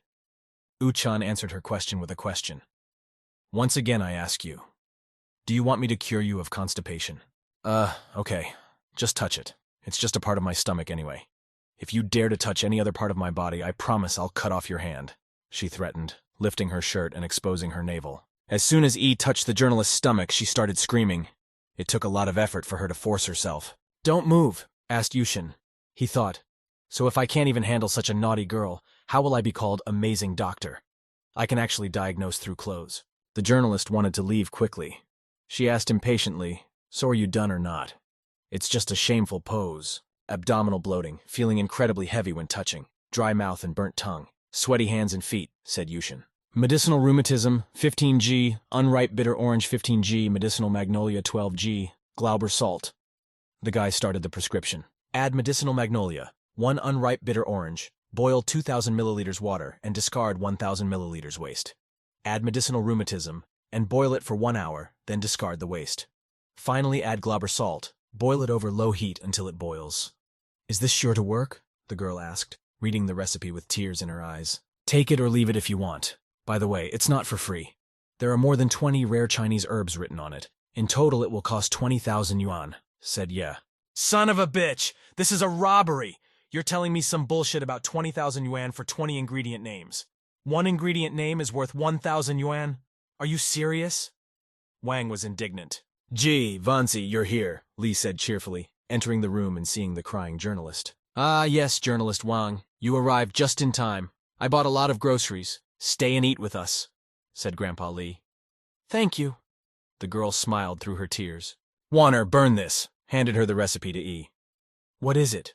Li asked interestedly. "Just wait, I'll pay you, bastard!" the journalist shouted, abruptly snatching the expensive prescription from his hands. Wutian stood calmly and stared at her. "Van stay away from him. He's a ruthless and greedy guy. For 20 names of ingredients, he asks for 20,000 yuan. "He's mean and cruel," whispered Wang in her ear. 2,000 yuan for 20 ingredient names, 1,000 yuan for one ingredient name. This is too expensive," Li shouted. "That's still at a discount. Seriously, my recipe isn't that cheap," replied Ye. "Although it's still tomorrow. I'm leaving," Wuqian mumbled. Li Wanner couldn't hold back her emotions. Tears welled up in her eyes. The next day, all 3 of them saw Yutenya off. He stood outside the house with his suitcase. He would have liked to stay, but he couldn't. "I will not reveal the method of catching crayfish to the others. Otherwise it could lead to a lot of trouble," said Yushin. He was standing on a cobblestone and therefore seemed 2 heads taller than the journalist. "Yes, I know that." "Yeah, Wuqian, are you sure you don't want to stay a few more days?" Grandpa Li clarified. "Are you seriously leaving? You said yourself that it can't be this soon, right?" Wan was the most worried of all. She cried at the bitterness of the impending loss of her friend. "I've been away for so long and I need to go back," said the young man and thought. "Besides, hitmen have appeared. Anyway, I have to leave as soon as possible." "Go on, go right now," Li shouted and turned away from him defiantly, hugging herself around his shoulders. Uchan only snorted. Especially I'm not leaving forever. Don't feel reluctant to part, said the young man, comforting the girl. She was still standing with her back to him. When I'm free, I'll come to your school to see you, and check the injury, mumbled E. Don't remind me of my injury, Lee shouted, involuntarily grabbing the snakebite sight. Yeah, bye. The boy waved goodbye. Where are you going next? Are you going to meet your fiancé? The journalist asked him. Together with E, they walked down the alley and got farther and farther away from Lee's house. When I disappeared, she supported the company for so long and people set her up. I owe her a lot. The main thing is to find out who is behind all this, said E. Wu-tian and the journalist arrived in a huge metropolis. Candlestick houses, skyscrapers, and offices of 50 floors or more are the hallmarks of Dongcheng City. How do you like this place? The town is bustling and prosperous, right? You woke up in a small village after losing your memory, probably amazed by the bustling scene in the big city? Wang asked him. That's not bad, replied Yuchen, and noted for himself. Cars are running on the road. We don't have cars like this, and it's annoying when you talk under your breath on the street. Just wait and see for yourself, the girl promised him. Once in the Tianjin neighborhood, Ye noticed that the houses here were not so tall anymore. The tallest one had 20 floors. How's that? This is my apartment. Our picky miracle doctor, are you impressed? Wang asked, showing the spacious kitchen. Yep, every piece of furniture is very expensive. You must be surprised, thought the girl, watching Uchan examining the interior of the apartment. It's just an ordinary apartment. He tossed carelessly over his shoulder. It was obviously nothing new to him. How could that bastard be so stubborn? Would it kill him to say something nice? The journalist was angry. I'll just accept it and live here. No need to apologize. I'm not that fussy, Yuten said and flopped down on the couch. So you want to live in my apartment? Wang asked in surprise. Well, yes. Otherwise, why did I follow you all the way? I don't have any other place to stay, said Ye. You bastard! Do you want to live with me? The girl screamed. She clearly hadn't expected this turn of events. Of course, and I will defend myself well and not let you take advantage of me, uttered Yushin. Who would be so blind as to take advantage of you? I'm looking out for my own safety, thought the journalist. Okay, let's cut to the chase. In order for you to live here, you have to pay me, right? 10,000 yuan for 1 month, and pay me 20,000 for the security deposit. Not on credit. And no price negotiation, said the girl. Can the money I earned from my prescription be given as rent? You have a black heart, uttered Yuchin. An eye for an eye, a tooth for a tooth. I learned that from you, said the journalist cheerfully. She was glad for the chance to get back at the young man. Crescent Nightclub, a 6-story building in the form of a cylinder with annexes. Many lighting fixtures around create a bizarre play of light and shadow. A corner sofa. 3 young men are sitting on it. There are 2 girls with each of them. 2 girls sit on the lap of one of the guys. He holds them by the shoulders. Mr. Liu, you're naughty, and you make me blush. The girls chuckle. The man on whose lap they are sitting is Liu Fu, a red-haired fat man. Chick, you should feel honored. So many beautiful girls are lusting after you. But unfortunately, they don't stand a chance, laments Qiu Hongsheng. Yes, you're right. How lucky you are to meet Mr. Liu. You must be pleased, echoed Zhu Yang. Qiu Hongsheng, Zhu Yang, you talk too much. Stop sucking up to me. Undereducated, said Liu, pointing his finger at them. Yes, thank you for your helpful advice, Mr. Liu. We will learn, said Zhu, and thought, heck, you bought your education from a diploma mill graduate with your father's money. And yet you talk about education in front of me. Shame on you. Suddenly, Liu's phone rang. He picked up the phone irritably. Who is it? Don't you know I'm having fun? Start talking or hang up. Yewutian is still alive. Someone saw him. Came from the tube. Okay, it's none of my business. What? He's still alive! Thought Liu, frightened. Zhu immediately kicked all the girls away. Go away. All of you go away. Hurry up. The party's over. Where was he seen? Continued questioning Liu's phone receiver. Only Qiu and Zhu remained seated on the couch. So find him and make him disappear. Otherwise, you disappear. With those words, Liu abruptly cut off the phone call. Mr. Liu, what's wrong? Qiu and Zhu asked him in one voice. Liu Fu suddenly changed. Tears started to appear in his eyes. Are you sure Yewutian is dead? He asked his subordinates, who were trembling with fear of reprisal. Of course we did it ourselves. It can't be a mistake, replied Zhu. But he's still alive, shrieked Liu. What? Alive? How can that be? I mean, we buried him. How did he survive? Joey tried to justify himself. It's the truth. Let him disappear no matter what measures you take. Otherwise your own days will be over. Do you understand? Do you understand me? Exclaimed Liu. Mr. Liu, what about Chang Kevin? What are we going to do? This Yewuchen has to go meet his bride. What we did to Chang Kevin, began Joe. Just find him first, shrieked Liu Fu, gritting his teeth in anger. Things didn't go as planned. Baby, did you hear what I said? A mother asked her daughter in one of the houses that evening. The interior was rich, with upholstered furniture and tables on chrome legs everywhere. Get out of the company. We don't need this. You've done a lot for that ignorant and incompetent bastard lately. That's quite enough, continued Kikyun.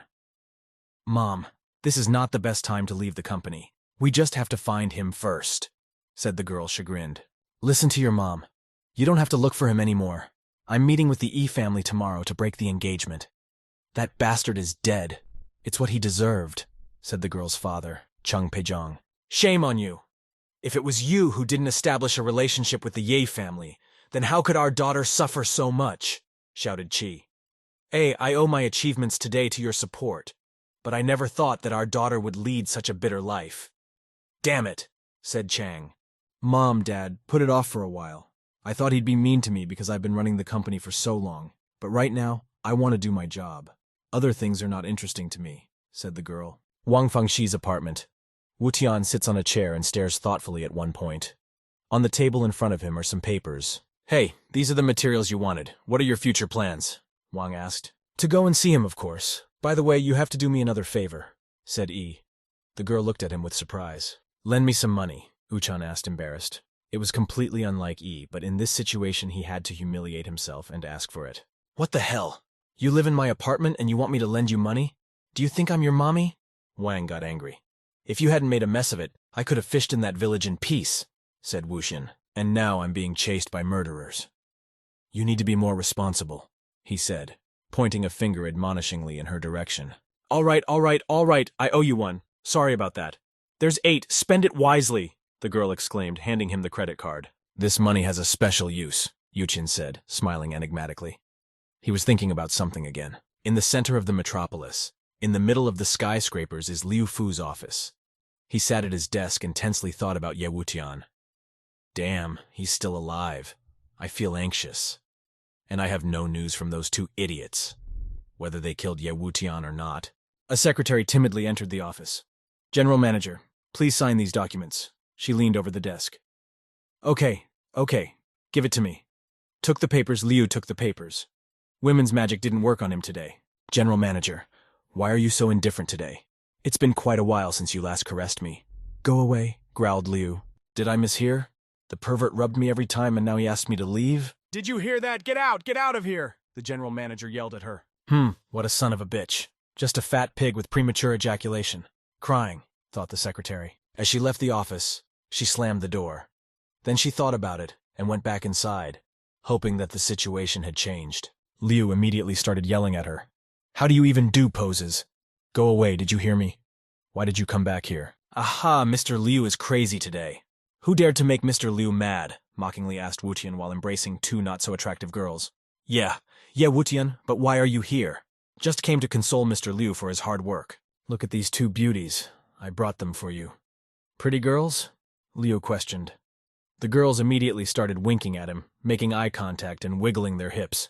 No, I just went out with some girls last night and didn't stop until this morning. Mr. E, you can keep these beauties. Damn, how could that bastard find such orcs? I believe in your body, Mr. Liu. Last night was a piece of cake. Recover your strength soon, said Ye. What does he mean? Wait, what happened to me? I suddenly felt very hot, thought Liu. Mr. E, why are you locking the door? Liu asked worriedly. This situation was already starting to bother him. Mr. Liu, you don't want to make love in front of your employees, do you? Relax, I've locked the door. Now no one will stop you from enjoying this moment, said E. Hey, you 2, he's all yours, Wutian shouted. The girls were just waiting for this and pounced on Liu with joyful, glowing eyes. Stop it, come on. Do you even know who I am? Liu asked the girls, who started hugging and kissing him. Wutian was videotaping the whole thing. I had to pay a lot of money to serve you. Besides, Mr. Liu, you can't control yourself right now. Am I right? Don't hold back. Oh, what happened to my body? I can feel the heat. I can't take it anymore, thought Liu. He was just running out of sweat. Damn it! Liu tore his shirt to shreds. The admiring girls couldn't take their eyes off him. Yes, that's right, Yutian murmured as he continued filming the video broadcast. He was enjoying the process more and more. An hour later, a mass of people crowded under Liu's office. Through the ajar door, We could see that the girls were sitting on stools and smoking, and an exhausted Liu was lying on the floor in his underwear. "Oh hell, he can sleep with even women like that," the crowd murmured. "President Liu deserves his title because he has courage that we don't have."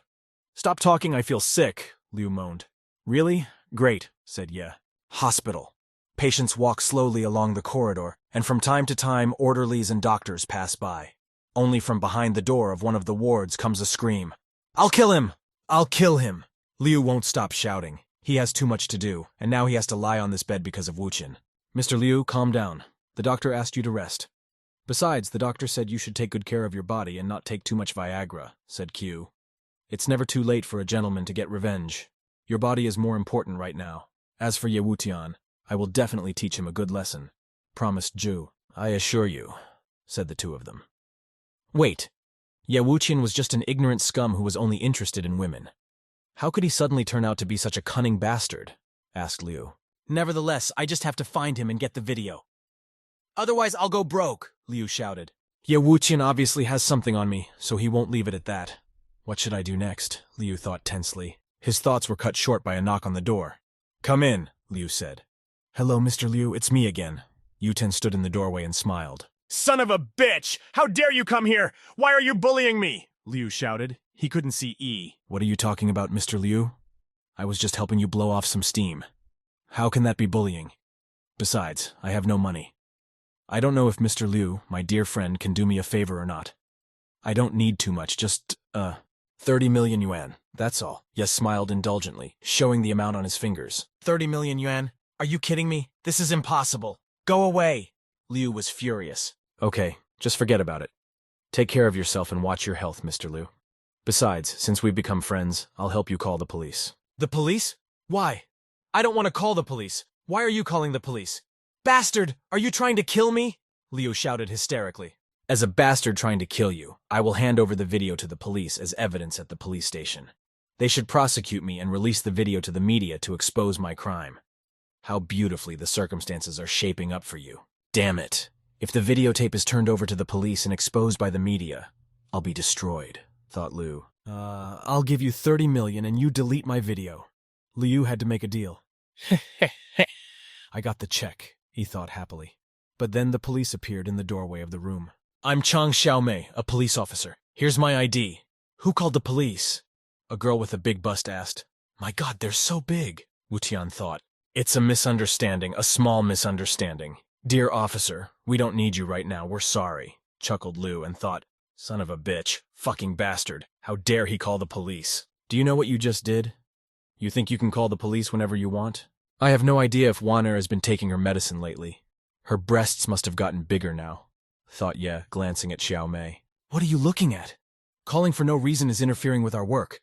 You're coming to the police station with me," she shouted, catching his gaze. "What? Come on!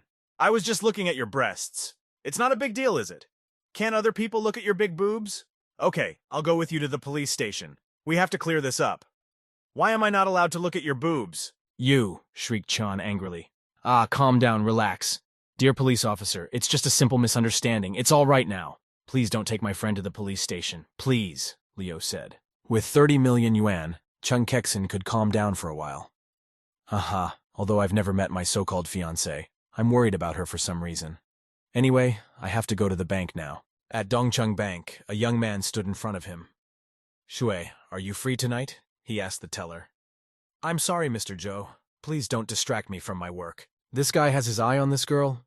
Interesting," thought Yushin and watched the events unfold further. "Sweet Shui, I want to make a contribution. By the way, are you free tonight? Can I take you out to dinner?" Zhou couldn't get enough of me. "Please wait," replied the cashier. "Mr. Zhou, your money has been deposited. Please take the check. I remembered that I need cash today. Please withdraw 100,000 yuan for me." "Mr. Zhou, you have already deposited and withdrawn your money many times. It's not advisable to do that," said the cashier. "Dude, it's useless. Try other ways," said E. "What? Do you have some problem? I have enough money and I can do whatever I want with it. And anyway, it's none of your business," said Zhou. "Are you showing off your meager fortune here? Aren't you ashamed?" Uchan asked. Zhou got angry and slapped the checkbook on the table. "Take out all the money from the deposit book. There's a total of 1 million in there. Open your eyes. Take a closer look at it." "Why are you asking me to look at your poor deposit?" Don't embarrass me, said Ye and stamped his check on top of Joe's deposit book. Four Eyes, look at this. Look at how much money is in this check, Wutian asked condescendingly. 30 million? Joe shrieked incredulously. Hey, you are in a bank. Don't make any noise, please, said the teller. She counted out the money and handed it to the customer. Mr. Joe, here is 300,000 yuan. Please take it. Who knows? Maybe it's a fake check. Look here, this is real money. Joe waved the wad of money in front of Ye's nose. Asshole. Have you even seen this much money? A group of robbers entered the bank. They were all carrying bags. One of them shot in the air as they walked by and said, "Nobody move. This is a robbery." "Don't move! If you try to call the police, I'll shoot you in the head," shouted Q. At the same time, Joe said to someone, "Sit down, on your knees." A bank robbery in broad daylight, thought Yushin. The bald robber noticed the wad of money on the table and thanked him. "Friend, you've helped me a lot. Thank you for preparing this money for us." "No, don't touch them. It's my money," Joe protested. "Now they are mine," aimed the gun at him robber. Yes, they are yours," confirmed Joe. "Ha, way to go, bro," exclaimed Wuqian. Seeing that E was standing still, the robber turned his attention to him. "You weren't scared? You guys just came here for the money. You're not going to kill anybody. I don't own the bank, so I have nothing to worry about." "Interesting. Good point, boy," laughs the bald man. "Attention, you're surrounded. Come out and surrender." The police arrived through a megaphone. "I didn't think the police would come so soon," said the robber. "Boy, I'm afraid you're going to have to become our hostage." The robber put the barrel of the gun to E's chin. "Dude, are you stupid? You can't pick a hostage like that, you know? Is it appropriate to choose a brave guy like me? As far as I can tell, a timid rascal like him is the perfect hostage." Wuqian happily pointed at Joe, who was shaking with fear. "Son of a bitch, what are you talking about? Why are you pointing at me?" "Who is the timid rascal?" Joe protested. The robber said to Wuqian, "You can leave now. It is no longer your business now." "Something is wrong with this guy. He looks dangerous," thought the bald mugger. "Look over there! Look over there!" a policeman shouted. Everyone turned there and saw Utenya walking slowly toward them with his hands up. Did someone go outside? Chang Xiaomei took aim at him. "Don't shoot! I'm a hostage! Don't shoot!" "You again?" said the police officer. "We meet again so soon. Robbing a bank? How dare you?" "Arrest him," she ordered it. What? What are you doing?" screamed E. "Let me go, you must have misunderstood. I am a hostage. Why are you arresting me?" Wutian was indignant. "Someone pretended to be a good citizen in the morning but turned into a robber at noon," Xiaomei said. "Honey, like I said the other day, I can't think of you as a good citizen," said her partner. "Who's in charge here? She is abusing her authority. Where's the justice?" shouted Yi at the top of his voice and thought, "Damn it! Woman, you have a grudge against me. I'm not worthy of my name if I don't make you love me." "I am Shu Yuanhua, her commanding officer. Why did the robbers let you go?" A police officer approached and asked. "I don't have money, and I'm not afraid of it." "Wait. Money," said Wutian. He suddenly remembered.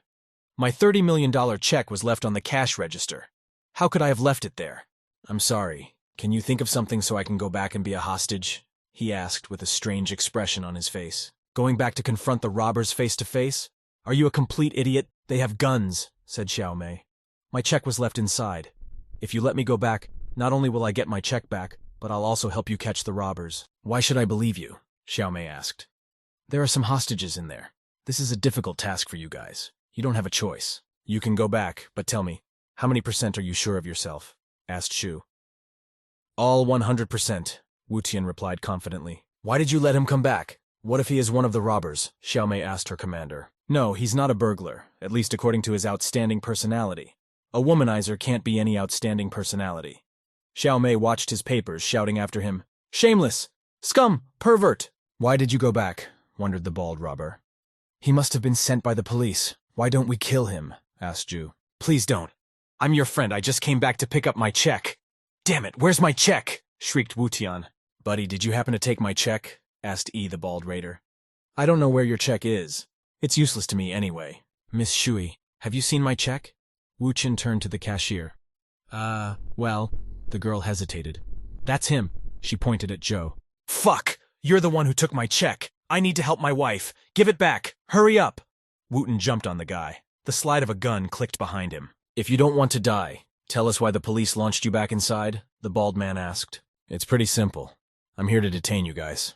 Wuqian smiled, even though he was at gunpoint. The bald robber laughed. "Ha ha ha, you really are an interesting guy." Ye grabbed Joe by the collar and warned, "Kid, You better return the check right now or else. Hey, what do you want from me? I didn't take your check, he yelled. Talk fast. Where's my check? Wu-Tian got angry and kicked Joe in the stomach. I really didn't take it. He bent down in pain, and then a piece of paper fell out. What's inside your pockets? Ye asked worriedly and began to shake out the contents of Joe's pockets. A whole bunch of scraps of paper came out of them. No, no, no, no, screamed E, trying to put his check together from the scraps. He realized there was no way to get it back. You fucking bitch. How dare you tear it up? Wu-Tian punched Joe in the face.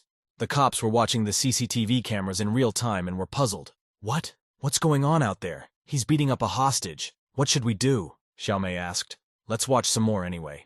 The commander answered her. Asshole, give me my money back. It was 30 million. Why did you tear up my check? Wu-Tian kicked Joe with all his might. He fell to the floor screaming. That was very cruel, said the bald man, watching Ye drag Joe's legs. Aha, the raider agreed with him. No, please, no more. Maybe it can still be fixed, wailed Joe. What, Miss Shui, can this check still be exchanged? I'm afraid not, replied the cashier. That money was supposed to help my wife. You fucking bitch. Grabbing Joe by one leg, Wu-Tian kicked him in the groin. Aye! Stop it no more! Screamed the bespectacled man. This is too much. Should we send our men? He's not the greatest guy, but he's still a hostage, Xiaomei suggested. Wait a little longer. Even if we don't intervene, the robbers won't do anything unusual. This guy isn't easy. I think he can do something, said her commander Shu. Joe asked the bald man. Boss, what should we do next? What about this guy? This could end very badly. We're not here to kill, and everyone's ready to go. Let's take a few hostages. Then take it. The bald man hesitated and ordered the cashier. You, come here. I? The girl asked fearfully. The bald man shot into the air. If you don't want to die, come here. Otherwise, I'll shoot you. Okay. Trembling with fear, Zhu started to walk towards him. You look pretty good. If I'm not busy, I'll play with you later, the bald man said voluptuously and took the girl by the chin. I'm sorry, but she's mine. Wu-Tian suddenly intervened, intercepting the bandit's arm. He put his other hand on the cashier's shoulder. Hey, what are you doing? The bald man grinned in confusion. He was still holding the gun. She will come with me. I said it all, replied Wu-Tian, continuing to claw his arm. Are you trying to save her? The raider asked. Rescuing the girl is a matter of course. When I went inside, I told you. I came to detain you, uttered Wu-Tian, hugging the girl. She clung to him. Suddenly, one of the robbers started laughing shrilly. Mutu, what's wrong? His partner asked him worriedly. Oh no. Dad, why did you kill my dog? Just because its meat tasted good? Oh, why didn't you at least add more salt? Another gang member started rambling. Answer me. Why did you give me horns? I know I'm not very attractive, but aside from my looks, poverty, and gambling addiction, how is this bastard better than me? Clung to the flower vase of the third raider. What happened? The bald one didn't understand. Just then he flipped the plant vase over his head and shouted, Ha ha ha, my beautiful hair. Whose hair can compare to mine? My beautiful hair. Ha ha ha ha. What happened to them? Did you do it? Shu asked. What do you think? Cool? Satisfied that he had succeeded in making an impression, Wu-Tian said. In the interrogation room, Wu-Tian sat with his feet on the table. Jerk! What's with the interrogation attitude? Xiaomei was indignant. I risked my life to save these people, but you arrested me for beating up a man who tore up my check. Pfft, woman, replied Ye. You think deliberately inflicting pain is tolerable? Besides, what happened to the muggers? They're laughing and crying. They could die if this continues. It's not my problem. I just said I could help keep them in line. But I didn't say I could detain them normally. In fact, I detained them, said Wu-Tian. You idiot! If they die, you'll be their killer. Get rid of them. Hurry up! Xiaomei yelled. Get rid of what? I'm good at ridding girls of their clothes, grinned Wu-Tian meaningfully. Do you want to try it? You! Screamed the officer. Okay, I don't want to be charged with murder. I can get them symptom-free. But you have to promise me one thing, said E. You have to be friends with me. Befriend you? Xiaomei questioned him in surprise. Crescent Moon Club. Xiaomei stands in a smart evening dress and asks, Didn't you say make friends? Why did you invite me here? If you ask me, a friendship ceremony should be accompanied by a dance. You promised me. What a bastard, Xiaomei thought. All right, I'm sure you won't try to grope me, she said, following Duck up the stairs. When they started to dance, Wu-Tian slid his hands down from her waist to her buttocks. Otherwise, I'll cut off your hands, Xiaomei promised. Seriously, yes, said E and thought as an amazing doctor. I can't handle a girl. And then she slapped him sharply, pushing him away from her. Shit, why did you hit me so hard? I thought we could be friends, didn't I? He asked the girl resentfully. Of course we could. I, Jiang Xiaomei, back up my words with actions. That's my principle. I'll continue to dance with you. But if you dare to grope me again, don't blame me for being rude. You showed the girl's long fingernails threateningly. Seriously, smiled Yushin, and they continued dancing. The girl with her dancing outfit attracted the eyes of everyone around her. God, said one of the dancers. What a chick, said another. I never thought there were such beauties. This guy was lucky to get such a girl, he said with sadness in his voice. Wait. This doesn't really sound like a dance, said the first one. There was indeed a mixture of dancing and fighting going on the dance floor. As soon as Wu Tian tried to touch the girl, she would immediately dodge to the side and slap him sharply. Are they fighting each other? Perplexed, one of the dancers asked the other. The girl was really wiggling and slapping so fast that it might have looked like a fight. Half an hour later, Xiaomei and Ye were already chatting outside. Don't forget who I work for. From now on, don't underestimate my strength, said the girl. Suddenly her phone rang. Hello, I'll be right there, Xiaomei shouted and went to the car. Wu Tian came over to her. What are you doing here? Get out, Zhang said angrily. It's hard to find a cab in this neighborhood. You're not going to make me walk home, are you? What are you in such a hurry for? Did something happen? The hell with you, we don't have much time. You can come with me, but don't get in my way. She pressed the gas pedal and the car sped away. Dr. Wei, what's wrong with my mom? Crying, she asked. Calm down. Her condition is not optimistic, replied the doctor. Can I see her? Xiaomei asked. Yes, but not for long. She needs to rest. Wu Tian looked at the doctor and thought, he looks extremely familiar. Is it just me, or have I seen him somewhere?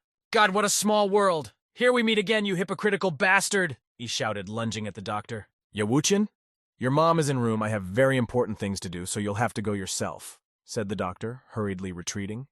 He thought, it's better to stay away from that bastard. Mom, it's me, Xiaomei said as she entered the room.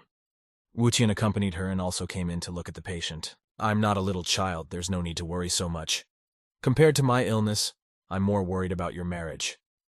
When are you going to find a man? I know you have a bad temper, said the mother. May, who is this guy? She asked. Nice to meet you, Auntie. My name is Ye Wu Tian. How long have you two known each other? Do you like her? The woman started to ask. Mom, stop it, Xiaomei asked. I think she is a great girl. Gentle, sweet, and beautiful. She also always says I'm the most handsome man in the world. Hugging Zhang's shoulders, Ye improvised on the fly. Good, I'm glad. May, Mr. E is a good man. Don't let him go. Mom, we have something to discuss outside the door. We'll be back soon, said the girl, leading the young man out of the room by the hand. Who said you're handsome? You're the prettiest, right? You're running around. There's no problem with cabs here, so go home. Xiaomei was furious. Auntie likes me. She wants me to be her son-in-law. I said that just to make her happy, because she's in serious condition. Without good treatment, she won't last 2 months. Uchan clarified the situation. For God's sake, she's my mom. You won't die if you don't talk nonsense for at least 5 minutes. May was angry. I'm serious, but it doesn't matter. Even if I can't cure her, I can prolong her life, Uchan said. You're not kidding, the girl asked. She remembered that the dossier also mentioned, known as the miracle doctor in the fishing village. He also stopped an epidemic. I swear on your goddamn feel-good ass that everything will be all right. What do you want in return? May asked. When this is over, give me another dance, said E. Moderate hematoma, weak spleen, began writing in his notebook as they walked back to the room. Diabetes, diarrhea, weak kidneys, numb limbs, pallor, malaise, undigested food in the feces, fibrosis, weak pulse, he continued. With only one look, he listed all the symptoms without a single mistake. With tears and astonishment, Xiaomei thought. The main thing right now is to relieve the diarrhea. The rest of the symptoms can wait. White root herbal balls 20G, Chinese angelica 20G, dried herbs 10G, enzyme peeling gel with mangosteen extract 5G. Even where I come from, this kind of thing is hard to cure. I can only extend her life by about 2 years, he thought. Put them in an earthen pot. Add 500 milliliters of water and boil them down to 300 milliliters. Let her take it morning and evening for 7 days. In the extended 2 years, my abilities will improve, and then I can cure her completely, thought Uchan. Mr. E, are you a doctor? The woman asked. No, but please trust me. I'll do my best to dance with your daughter. Pervert, May thought. clutching the prescription in her hands. Where'd you learn all this stuff? I saw your file. It says you're just a bum. Then how do you know all this? The girl asked him on the street, and I'm once again cornered by this question. Why are all women so nosy? Who's the nosy one? I'm just worried about my mom and the quality of your recipe. All the more reason to ask something yourself, said Xiao Mei. I'm sure 10 years ago you were as flat as a board, but now they're as big as my head, Yuchen said. Fuck you! Ho! Miracle doctor! What a meeting, exclaimed Wei, getting out of the car. Just get away like last time, or are you following me? Said Wu Tian. I really should have gone last time. By the way, Dr. E, about my ailment. He should help me this time. Don't worry about your reputation. The most important thing at the moment is my penis, thought Wei. I've already told you that I'm not a doctor. Your ailments are not my problem. Go away, shouted Wu Tian. I beg you, miracle doctor. Please help me. You know that my illness affects my whole life. Wei fell at his feet. For the last time, I'm not a doctor. I'm not in the mood or committed to treating you, so leave me alone. Come on, he said to the girl. Why didn't you help him? A surprised Xiao Mei asked. Why don't you let me touch you? Because I don't want you to touch me, asshole. I just don't want to help him. If I start helping everyone I meet, I'll get tired to death, admitted Yi. Wei was watching them red with anger. His fingers were curled up. He said hatefully, Ya Wuchen, you'll answer for everything. What? What did you say? The check is invalid? Is it true? Asked Liu. He was still in the hospital room. Yes, absolutely true. The check was torn to shreds. He won't be able to withdraw a penny, said Ju. Q stood there smirking. Aha, my 30 million yuan is back. This is so great. With 30 million yuan I can date countless hotties. Why should I give it to him? By the way, Mr. Liu, should we do something about Miss Chung Kekson? Asked Ju. What are you suggesting? Of course I will continue to pursue her even if progress is slow. Ta-damn, said Ju pathosally, showing some kind of vial. I can help you speed up the process by simply dropping the spell potion into the bottle. Idiot. Ignorant asshole. To get a girl is to enjoy the feeling of excitement. Do you think I'm stupid enough to use a spell potion? Why don't I use money to hit on a hot chick directly? Idiot. Liu knocked the vial out of Joe's hands. What the hell, you've never left a drop before. And now you want to pretend to be a gentleman? Joey thought resentfully. I'll use it when my patience runs out. Liu handed him the vial back to him. By the way, how is Chen Kaishin doing? He asked. She owed the bank a lot of money, and now they are demanding that she pay it all back. If you lend her some money, perhaps she will be grateful. Maybe she'll attack you for it later, Chu answered him. I just got my 30 million yuan back. It would be nice to lend her some of that money. By the way, where is that bastard Ye Wutian now? I have to kill him, said Liu. Understood, Mr. Liu. We'll find him as soon as possible, Ju and Chu shouted with one voice, ready to show off in front of the boss. Did I hear someone's looking for me? So, I'm here. A young man entered the room. Ye Wutian. All three of them were confused. Ju, stepping back, sat down on the floor altogether. Bastard, how dare you come here, shouted Liu. Liu, calm down. It's okay. Take your lackeys away first. Hey, who's the lackey here? Angrily asked Ju. Go away, Yuchen ordered them. Let's go. After all, he's a child of the E. We can't hurt him now, said Q. As they left, slamming the door, E said, Liu, I assume you've already been informed about that accident with the check. So could you write another one for me? No, you couldn't! You couldn't keep the check! Why are you asking me for another one? Aren't you ashamed of yourself? Liu shouted indignantly. Are you serious? Have you heard of something called a backup? If this video is released to the media, you won't ruin your reputation over 30 million yuan, right? Wu Tian asked. Shit, I'm not writing you another check. You want it? Over my dead body. Okay, I hope you won't regret it. Yuchen was about to leave. Wait! The video backup! Give it to me, groaned Liu. Yi walked out of the room. Ju and Q looked at him with hatred. Walking past the guys, Wu Tian thought, Liu Fu, did you really think that 30 million yuan could calm me down after I found out that you hired people to kill me? I'm just keeping you alive for being my ATM. When I don't have any money left, I'll... With these thoughts, Yi left the hospital. Mr. Liu, started Q. Who the hell does he think I am? Does he think he can come and go as he pleases? Liu said angrily. Kill him. No matter who kills him, I'll pay 10 million yuan to whoever kills that bastard. Don't worry, Mr. Liu. We won't let you down. His assistants looked at each other with one voice. Dongchengye Mountain Villa. The man in the chair rattled the notebook on the table and asked, Are you sure the news is correct? Yeah, I'm sure. That bastard is still alive. Dad, let me hire some men to kill him, okay? Asked the young man with the earring in his ear. Don't act rashly. Just focus on your own problems. What about you and Ouyang Xinyue? The man asked. Xinyue is different from ordinary women. She ignores me and even rejects me outright. And I am a man with dignity, said the young man. Sometimes a person's dignity is as precious as gold, and sometimes as cheap as paper. You must realize that. Then how about drugging her, and then forcing her to become my woman? The young man asked. Are you sick of living? Asked the father unhappily. One of the side rooms of the family E. The young man's father talks to the patriarch of the family. I want to bring him home. Why don't you agree? He's my son. Because he doesn't deserve to be part of the Yi family, replies Patriarch Ye Hu-teng, a sturdy gray-haired man wearing a red shirt with a dragon embroidered on it. Although Weirong is not his biological mother, he is still my only son. Daddy, I beg you, please let me bring him home. Ye Hendong, a member of Ye's family, begs me. Let you bring him home. Should I let that womanizer back? Let that ignorant shit come back? We, the E family, were disgraced because of him. This conversation is over.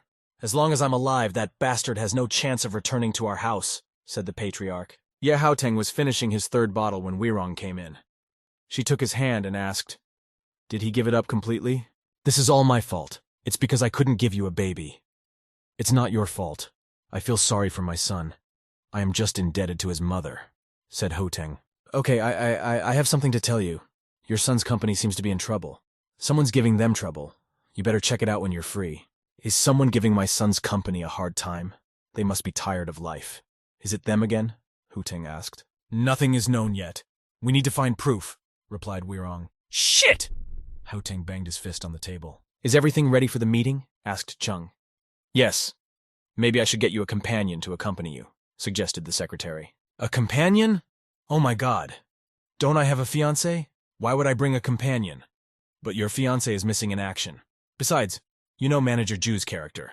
He's a total asshole. What's the worst that can happen? Said the assistant. Don't say another word about it. Since I'm this jerk's fiancé, I don't need protection from another man. Let's go, Chang said. The secretary thought of Wutian. Yeah, Wutian, you asshole. Where are you now? Poor CEO. It's not her company after all. That idiot doesn't deserve her loyalty. At the Zhenhao restaurant, the girl was already waiting. Manager Ju, I apologize for being late. Chang apologized. It's okay, Miss Chang is a busy person. We all know that. Have a seat, Miss Chang. The strange man pulled her chair to the table, and she asked, And you? This is Manager Wang Lutian, was hired by our bank the day before yesterday. Introduced him to Ju. The manager poured tea for the girl. Aha, Miss Chang, you really are as strong a woman as Governor Ju said. It's really nice to meet you, said Lucian. I am honored. As for today, I really appreciate your help. Thanked him Chung and shook his hand. He won't let go of my hand, thought the girl, and said, Manager Wang, my hand. Just then her hand was released, and everyone laughed. Oh, I'm so sorry. I'm such an idiot. I'm sorry. I never realized Miss Chung's hand was so soft. Oh, don't mind me. I'm sorry. Lucian started licking his hand. Let's order something. Just while we're eating, we can discuss, Chang began. Miss Cheng, how about your secretary leaves the room? I think she shouldn't know some things, said Ju. Don't pay any attention to them. If you send me out the door, you'll be in an extremely dangerous situation, thought the secretary. My secretary is like a sister to me. How about letting her stay here and pour her some wine? Asked Chung. Don't you trust us? Since there is no sincerity, I think there is no need for us to continue our conversation, Ju said irritably. Shit, thought Chang. Mrs. Chung, Go away, the girl ordered the secretary. The secretary was very scared for Chung. Aha, finally we have successfully gotten rid of the last barrier. Manager Ju and Lucian looked at each other. The table was bursting with drinks and appetizers. Ju raised his glass. Miss Chung, cheers. Everyone clinked glasses and drank. Miss Chung, I thought you were a decent woman. I didn't expect you to be so sloppy, said Ju. Sloppy? Why? Look at this. After you drank, there was still some wine left in the glass. I guess you don't know all the rules of etiquette, said Lucian. It's just that this wine, I didn't like it very much. But you had to drink it all the way through, said Lucian. I think you are completely ignorant of the rules of etiquette. But that's where any cooperation begins, he continued. I made a mistake. Okay, never mind. As an apology, I'll drink another glass to finish. Ha, okay, said Ju. Miss Cheng, you're so smart, echoed Lucian. Miss Cheng, let me propose another toast, said Lucian. Okay, not quite confidently agreed the girl. Manager Ju, regarding the loan for our company, could you do me some favor? After so many glasses of wine, she's already getting a little tipsy. I'm full of temptation, thought Ju. Once Miss Chung keeps us company for this evening, there will be no more problems with extending credit. Ju poured her another glass. Thank you, Manager Ju. An hour later, there was already a battery of empty bottles lined up on the table. Miss Cheng, let's have another drink, Lucian suggested. Chung took a drink and realized, my alcohol tolerance has almost reached its limit. I can't keep drinking. Excuse me, I need to go to the restroom, she said. The secretary said to her, Madam, please stop drinking. If you continue like this, you may lose control of yourself. It's okay, I can handle it, Chang said, standing over the wash basin. She was clearly not getting any better. God. Quote S so. I'm so angry. Chang's intoxication was making her mind confused. The secretary said, I'll be waiting for you outside. Is it worth it? To be an illiterate puppet, said Chang to her reflection in the mirror. Should you resent a fiancé you don't care about at all? No, wait. He owns this company, but I'm the one who runs it. Anyway, we have to settle things. Even if I have a stomach bleed today. Chang is determined. I'm sorry to keep you waiting, said the girl. Ju and Lucian looked at each other, and Lucian said, I just talked to Manager Ju. You're a woman, so it's not appropriate for us to get you drunk on alcohol. Okay, this is our last glass for today. We won't be drinking after this. He presented the glass to Chang. She was happy and took the glass. Really? Thank you, I'll drink it then, said the girl. Both managers watched with anticipation as Chang drank to the bottom. After we have stopped drinking, I suggest we start eating, said the girl cheerfully. But she suddenly felt sick. Wait a minute, there's something wrong with this wine. Those two pigs, she suddenly realized. But it was too late, everything was blurring before her eyes. Sorry, I have to go to the restroom again. Wobbling and barely standing on her feet, Chung left the room. She was followed by the undressing stares of the managers. She walked, struggling to move her feet and holding onto the wall with her hands. No, I need to leave, as fast as I can. When Chung was walking down the hallway and almost fell to the floor, someone picked her up. Oh, I didn't expect to meet you like this, said Wu Tian. She just went to the bathroom. But why did she want to go there again? Besides, she's not in a big hurry. Did she really run away? Said Lucian. If that's the case, she reacted very quickly. But the drugs should have already affected her, Ju replied. Hurry up, we have to find her. At this moment, she's completely powerless and couldn't run far. Let's go, hurry up. Lucian and Ju ran out of the office. Chung lay in the bathtub of a city hotel right in her clothes and only oohed and awed under Ye's watchful eye. You must feel awful. Don't pass out, said Yuchin, holding the girl's head. I don't have any medicine on hand to relieve your symptoms. I need special medicinal substances to do that. The courier is taking so long. In my past life, I didn't even have a girlfriend, but now I have a fiancé. It's so strange, thought Yi. Suddenly, Chang grabbed him by the neck and dragged him into her bathtub. Uchan resisted the temptation as best he could. Take me. Hurry, please, please, begged the flushed girl. Stop! No, I won't take this opportunity. Don't make me, said Uchan. Ye Wutian's past owed a lot to her. If I use her, she will be too pitiful, thought Ye while sitting in the hot bath with the girl. Inner peace. Like a miracle doctor, I have strong willpower. I won't be enamored with such a sexy little girl, he reassured himself. Woo! Howled the wolf inside him. It was getting harder and harder for him to resist. Oops, my dick! Ooh, calm down, now! The howling wolf immediately turned into a small dog, and Yutian was relieved. Phew. Turns out medication is more reliable than willpower. Good, I've made it through. This is so unbearable. Please take me. I feel awful. Chang continued to pester him. How many drugs those bastards put her on. If this continues, she might die. I'll have to use the most primitive way to save her, thought Yi. Finally, the courier's here. There are no tools here to boil the medicine. I can only use the utensils I have on hand. Even if I can't cure her now, it will be enough to relieve her symptoms. The medicine is sprayed on the appropriate acupuncture points. I'll have to take off her clothes. I'm sorry, thought Uchan. Half an hour later, Chung was lying in bed, covered with a blanket. Ye realized that she was getting better and the crisis was over. If Wang Fangxi hadn't informed me in time, what would have happened tonight? Fucking Ye Wutian. How could he let a woman go through such a thing? Thought Wutian. He looked at the sleeping girl and said, Get a good night's rest. As for the rest, leave it to me. In the restaurant, one of the rooms is locked. The sign on it says it's Shuyun's office. Not catching up with the intoxicated girl, Manager Ju and Lucian returned to the site of their binge. After pouring himself and his business partner another glass, Lucian suggested that they finally get a bite to eat at least a little. He reasoned that whatever the case, they should fill their bellies, even if the girl ran away. The alcohol loosened his tongue and he admitted that he comes here to try new things. Ju decided to correct him and said that it's they who come here to try new things. Lucian agreed that they were coming here together to try something new, and they laughed disgustedly in one voice. The office door opened, and Ye Wutian, the strange doctor, appeared on the doorstep. They paid absolutely no attention to him, as they were already drunk. Yuchen allowed himself to laugh at them himself, smiled and asked why they were so funny. The managers immediately put on a businesslike demeanor. Ju asked Wutian who he was, and Lucian was simply rude.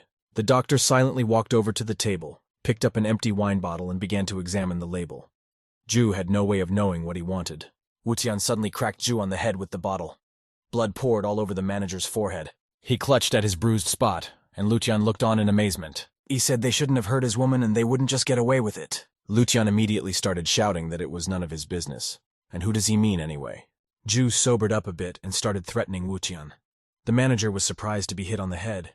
He said that Ye did not yet know who he had messed with. Shifting his attention to Lucian, Yi began to look for something more massive on the table and settled on a large plate. Swinging around, he launched the plate, which was destined to become a flying saucer, directly at the aggressive Lucian. The manager's head was a mess of plate shards, scrambled eggs, blood, and God knows what else. This didn't seem like enough for Wutian, and he immediately gave Ju the same portion so that there would be no offense. Now both managers had their heads rested against the table, thoroughly smearing the tabletop with blood.